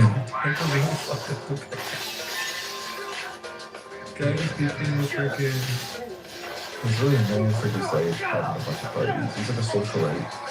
And you just started this process. He's a diddler. The government's really further. We could go together. He's a diddler. We are the future of the human race. It's the truth. Tucker Carlson would be a good candidate. Yo, Drew, like, you have to get somebody that's already in politics. Like, someone brand new. Maybe Tucker Carlson actually might be a good one, though. People know him. I mean, he has a lot of shows. He's been in politics for some time. But Dan Bilzerian's brand new. Like, he wasn't gonna put in any work with that. What are the comments saying? Dan Bilzerian's just not a good face for someone who's against Israel, man. He's not a good face. I know, right? He's like a public figure. He's got to I get it. I get most people want to vote for him, like, you know, he's opposing APAC and shit like that. He's all these lobbies, all this shit, whatever. But like, bro, it's Dan Bilzerian, bro. Look at this thing's Instagram, bro. Like, let me see his Instagram. What does Instagram looking like? It's just straight parties, things with Tate, this fucking bad bitches everywhere. Like, it's like, this is not a dude you want. Instagram. Why don't I see it? Oh, it's right here. Yeah, that's it. Yo, how are you? What is he running for again? What is he running for? Representative, Florida. What is it? Like governor, senator? Like what is the for thing? I think House or something. Yo, like the House of Representatives. Yeah. He tweeted out they clearly cheated. They took away my votes. He tweeted that like a couple hours ago today, bro. But I think 25% is pretty good. He's not even wrong. They actually did. What the fuck? He showed screenshots. But he was still losing in both sides. They literally took away 2,000 votes.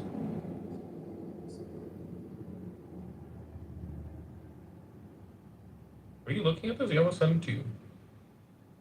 Yeah, send it to me.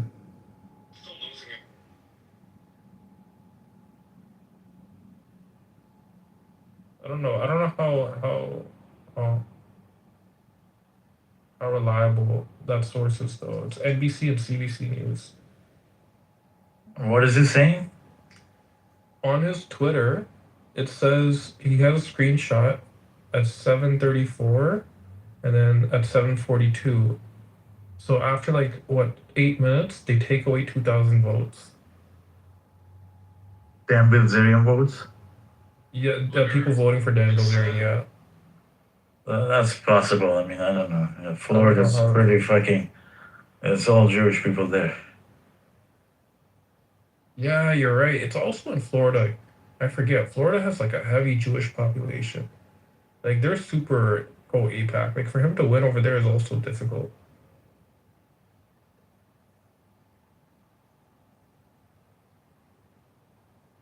Yeah, is everybody else an NPC here? Holy fuck, nobody else is talking. Is anybody alive? Yeah, not bad. I guess so. We are among the living.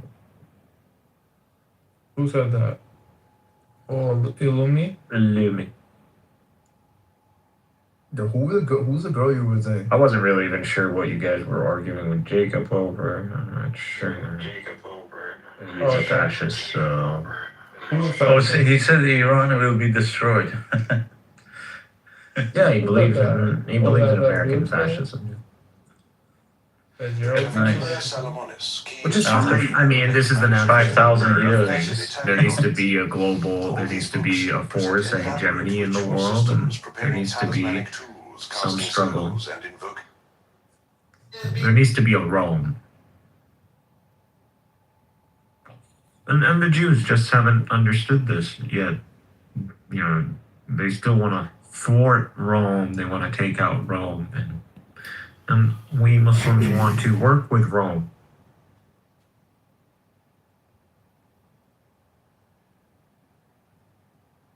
Military, human tank tactics, and fight barbarians. Like that's the natural order of the world. Okay, like Tennessee Knoxville this year, it's going to be a huge deal because Arch Manning was coming. You know, Peyton Manning at Tennessee. Yeah. I'm interested, and I will 100% run it together. No, in communism. So I'll be a capitalist in my business because I want to live. This has nothing to do with struggling towards socialism to be action. I need to get yourself about that. Ownership in a communist society is illegal. You're not allowed to own anything. You're not allowed to have property. Right. So okay. Thank you. So here you go. Are you listening? So this is what I have to say.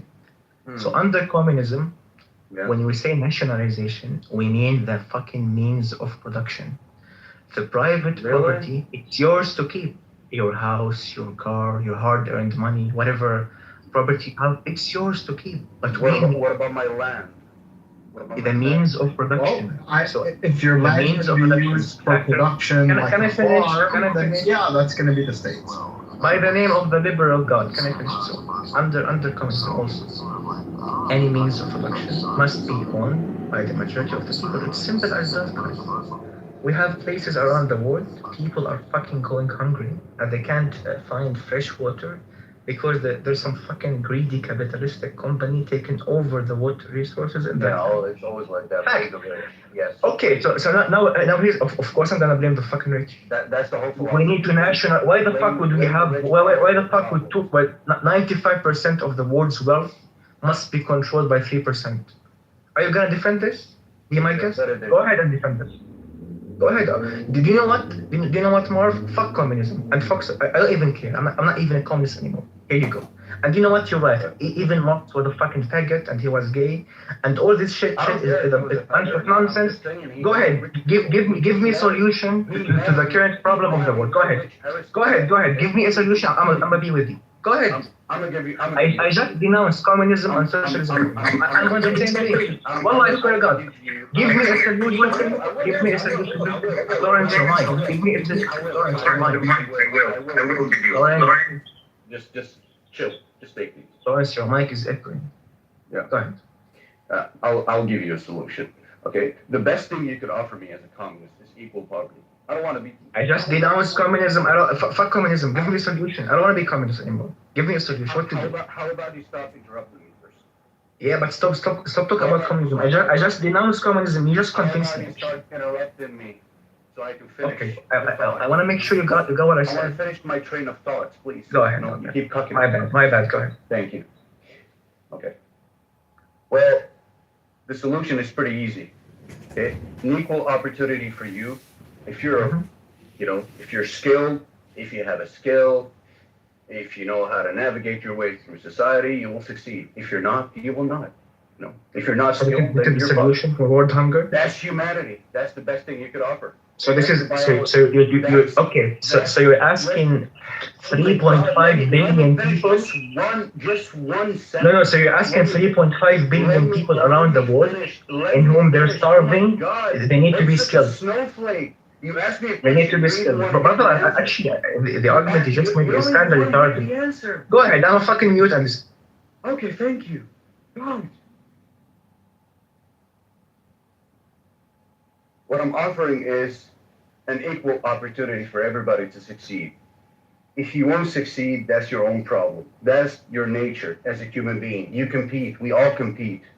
Whether we're in a classroom or whether we're in a group or among friends or in sports, it doesn't matter.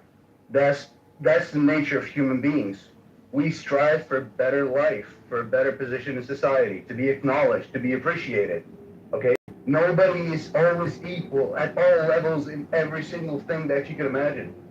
That's the solution.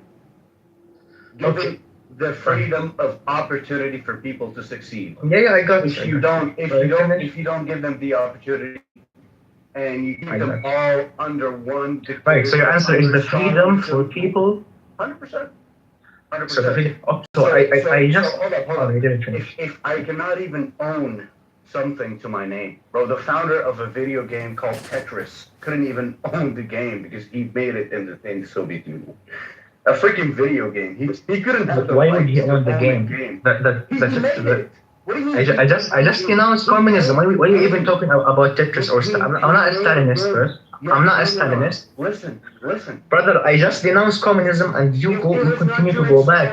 I took all of your content from you. I just denounced communism. And here you go. Going back to fucking communism. Why? It was not during the days of Stalin. Okay? Brother, when we say Stalinism, we don't mean in the days of Stalin. Stalinism is a political perspective. It doesn't refer to Stalin himself. It's a political theory.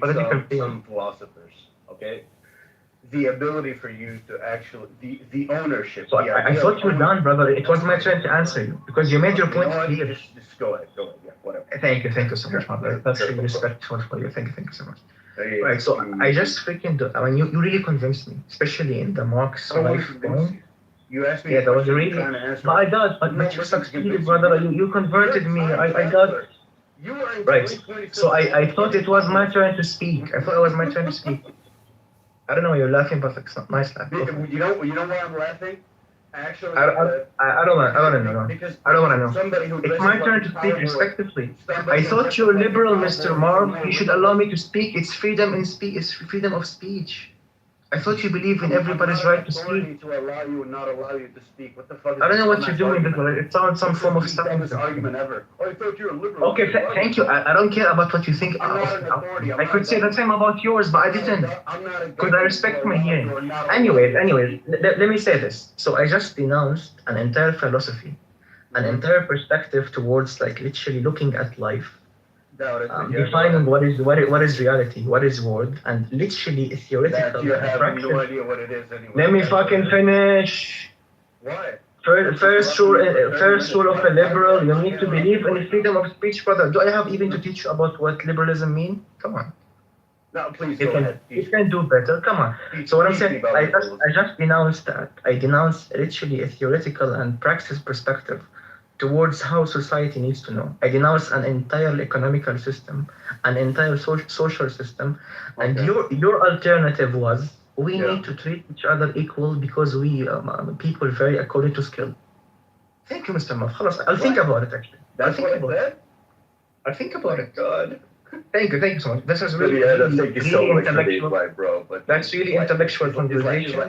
You kind of convinced me. But thank you. I'm not trying to convince you. The problem, people. I don't know. Hold on. So here's the thing, let me say something. So before you go, Benny Habibi, before you go. So the problem is, guys, if we listen.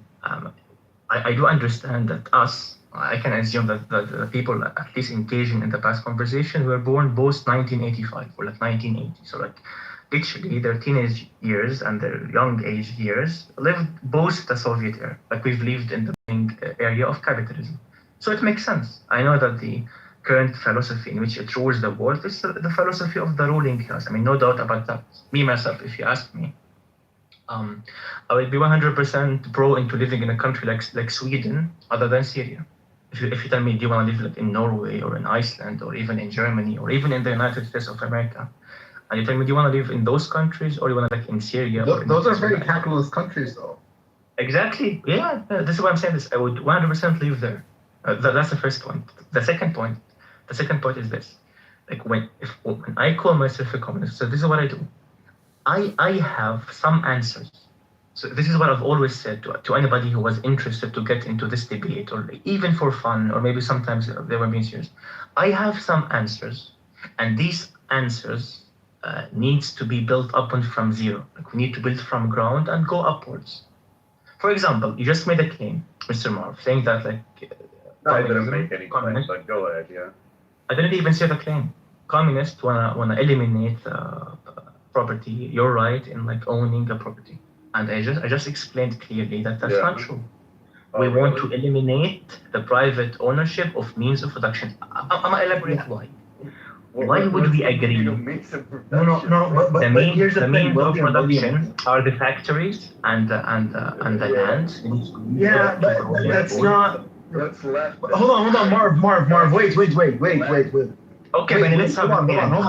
Marv, you're right, Marv. You're kind of guys, just the two of you chill out. So like, okay, what's the claim here? What's the debate that's being made? Because if it's a matter of is communism the right ideology to, govern society, right? I think William, you kind of. I'll tell you this. Hold on. Well, Marv.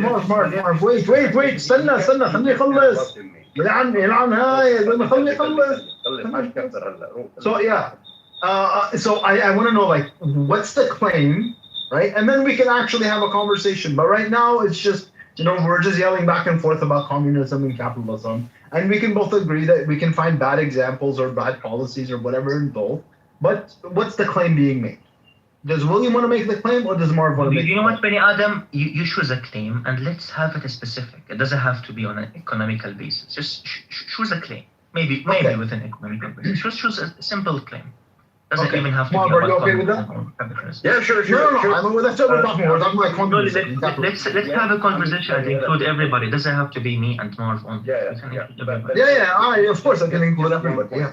Just one point. Since I was born in the '90s and I actually missed on the booming, era of communism. Man, I'm so sad. I missed all these famines, all those people who ate each other, millions of them dying of starvation.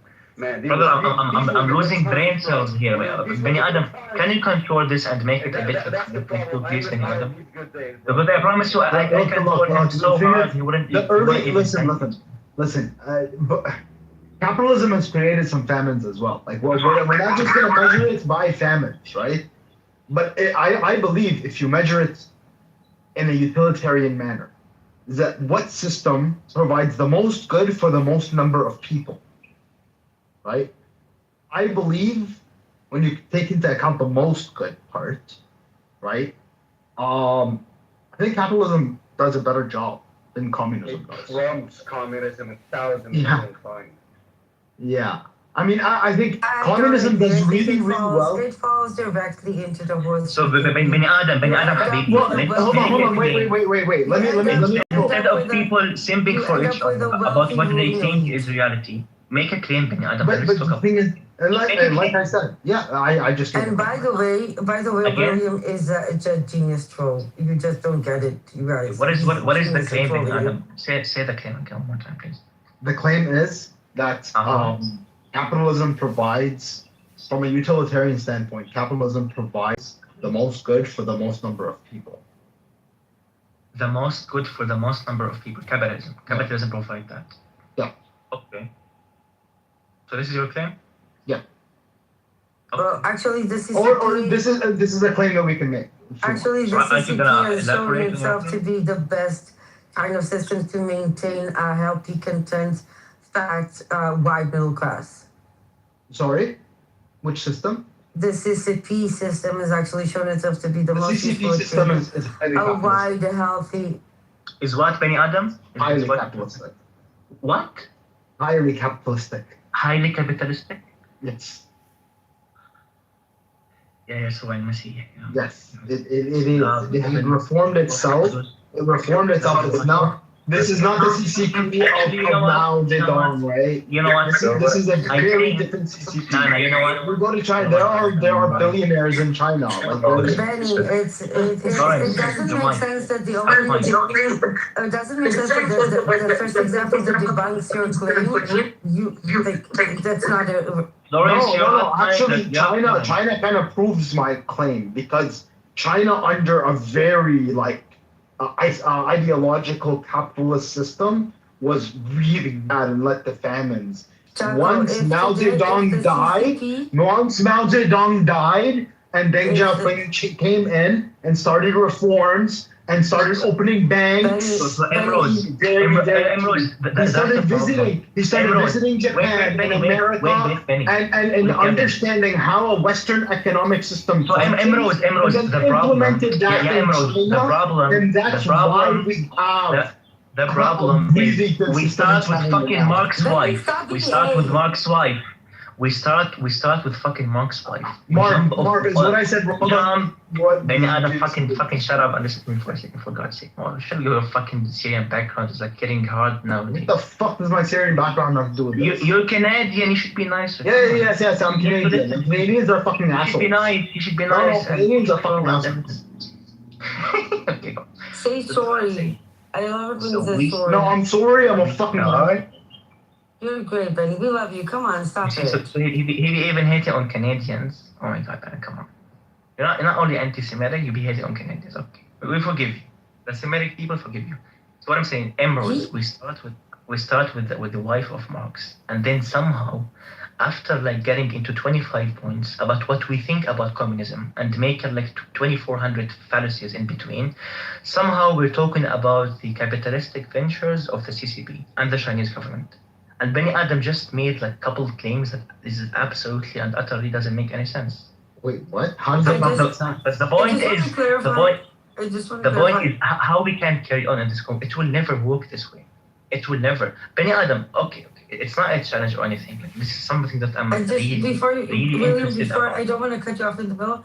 Just want to clarify. I love Benny Adam. I have nothing like this is not like a Benny Adam pileup. This is all friendly.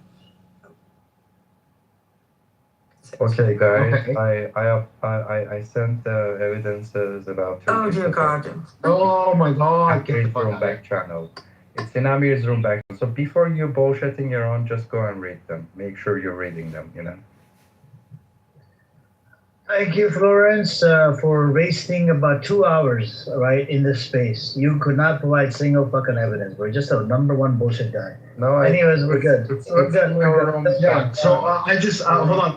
So wait, hold on. In a communist system, William. Hold on, William. In a communist system. Wait. In a communist system. Hold on. I have a question that you're gonna like. I promise you. Are you really interested into going into this? Hold on. In a communist. Before you get Benny, I'm not interested in doing this for content. No, I'm interested. I'm gonna add you to a space. We can have this maybe later. Okay. But I just have a quick question for you. Sure, but I just have a quick question. In a system, can private individuals own the means of production? No. Okay. In China, they can. Yeah, I know. No.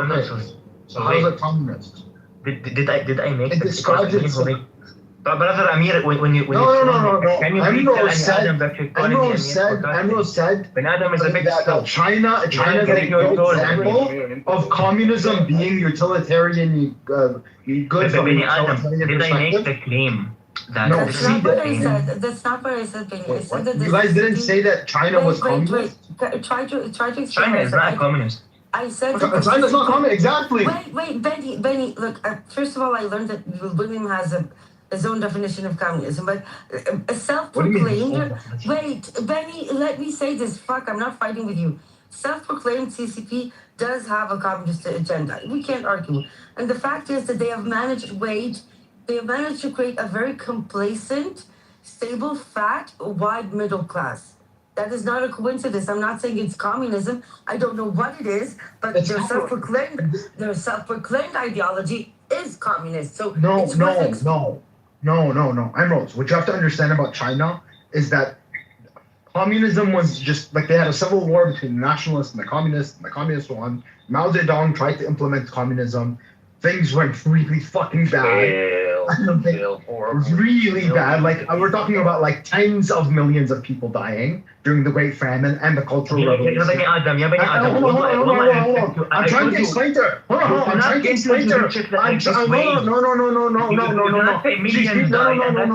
Hold on.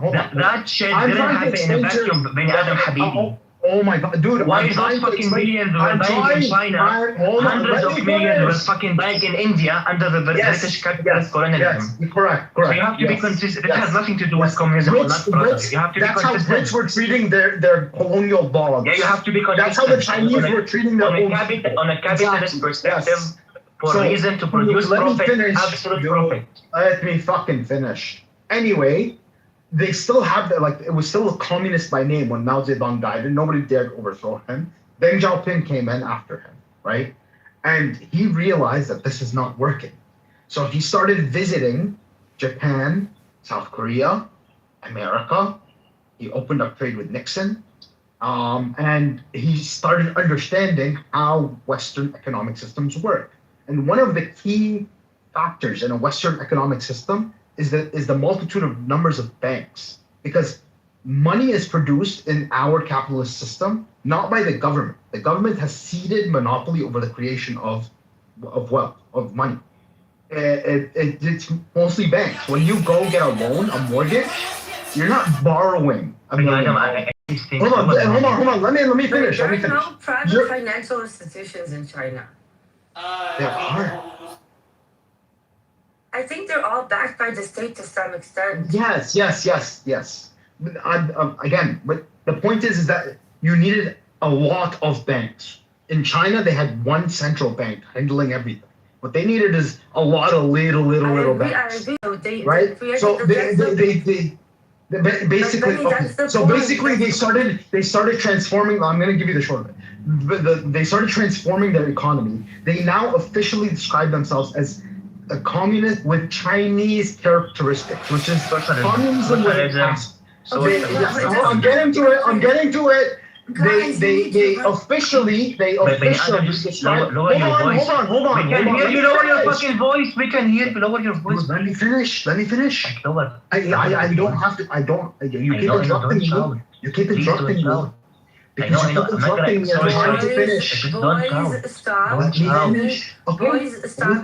Go ahead, but speak. Just lower your voice. That's all. Okay. So yes, thank you. They started describing themselves as Chinese or communists with Chinese characteristics, quote unquote, which is a huge asterisk, basically saying that this hardcore communism stuff doesn't actually work.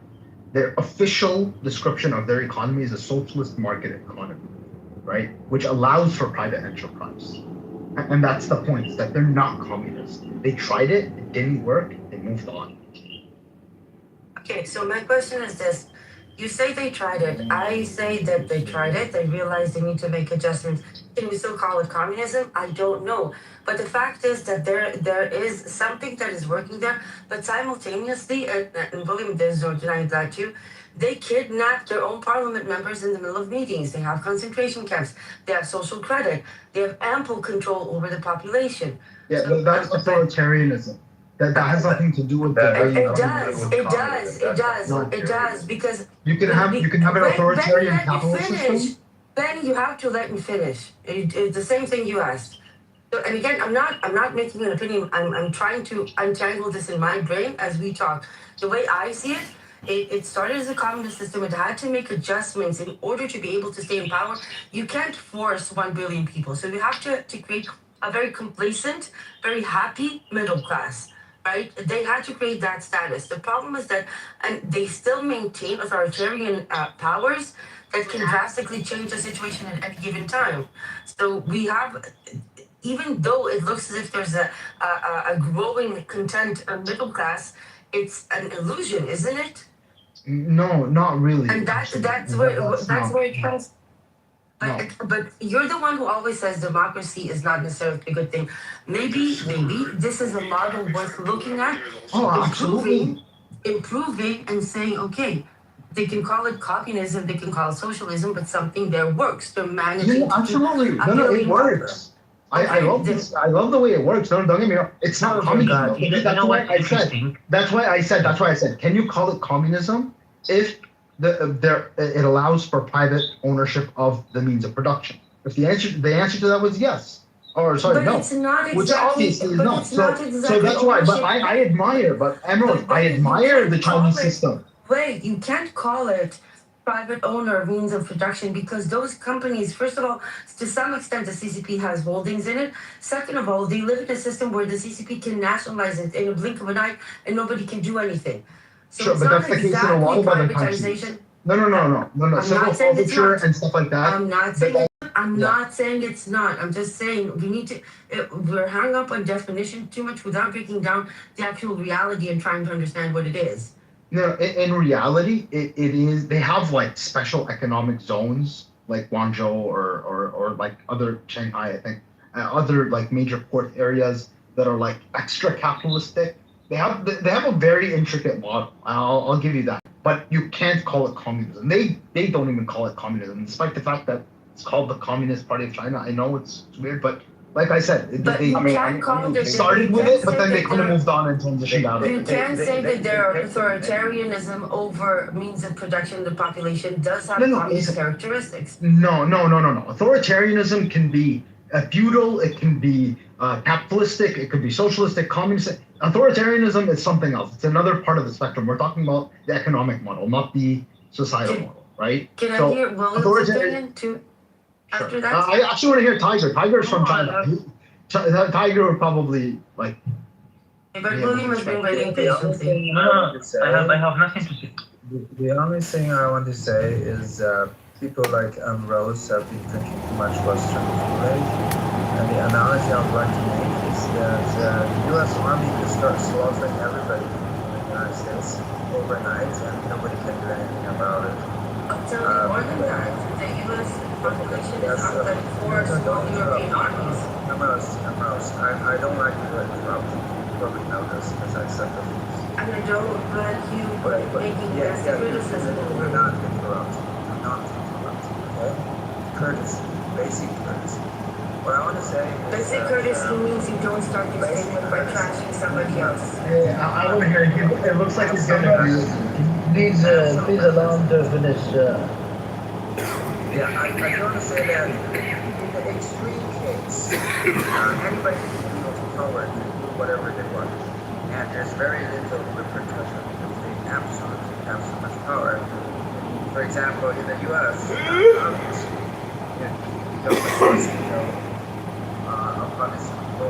there's not much that people can do about it. And that's true in almost all modern countries today. But I don't think, taking situations to that kind of extreme is a valid argument in this instance. Yes, it could happen, but it doesn't happen. So, yeah, I guess it is. I mean, I'm not that interested. Like many Adam says, like the Chinese officially do not have horses. They actually don't even call it common. Chinese prejudices are almost as... Oh, you dropped out. Sorry, what does the CCP stand for again? Hold on. Did you drop the label of the communism and Chinese characteristics? We call it communism. Bolshevism, so, and in the communist doctrine, it's said that the socialism is the earliest stage of the road. So, and they acknowledge nobody has ever reached because factors and relations of production have not allowed us to find opportunities. But maybe with the advent of AI, that's a possibility. I'll stop here just in case you want to ask me about I mean, Prager, that's the problem. Whoever is important, they rely you say, well, I mean, you back to why.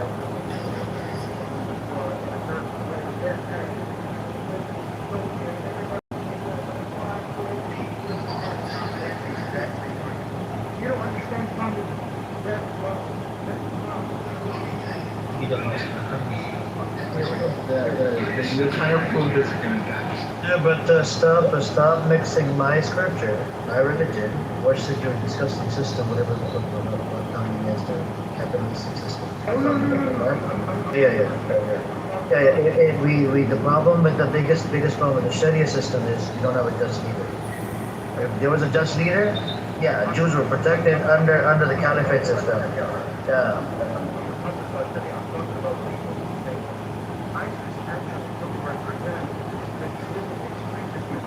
Of course, ISIS is the demonic piece of shit, the garbage pieces of sons of war. And then they say, well, you don't understand. They did takfir on Hamas, man. Like, make it make sense. No, not each other. Hamas didn't do takfir on ISIS. ISIS did takfir on Hamas. I think this is kind of.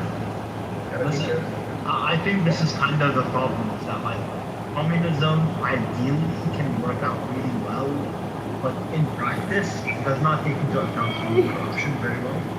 Benny, can you promise me if we're gonna get into this shit again, communism, socialism, whatever, China, CCP, Maoism, Stalinism, trust anything about this shit? Would you promise that at least we would take that seriously? I'm being serious. I don't understand what's wrong with us. For us to be talking about breaking angles and then Marx and then socialism and then jump to China and then from China go back to something still. No, William. I've been pretty consistent. I don't know what is the No, listen. I didn't talk about Marx or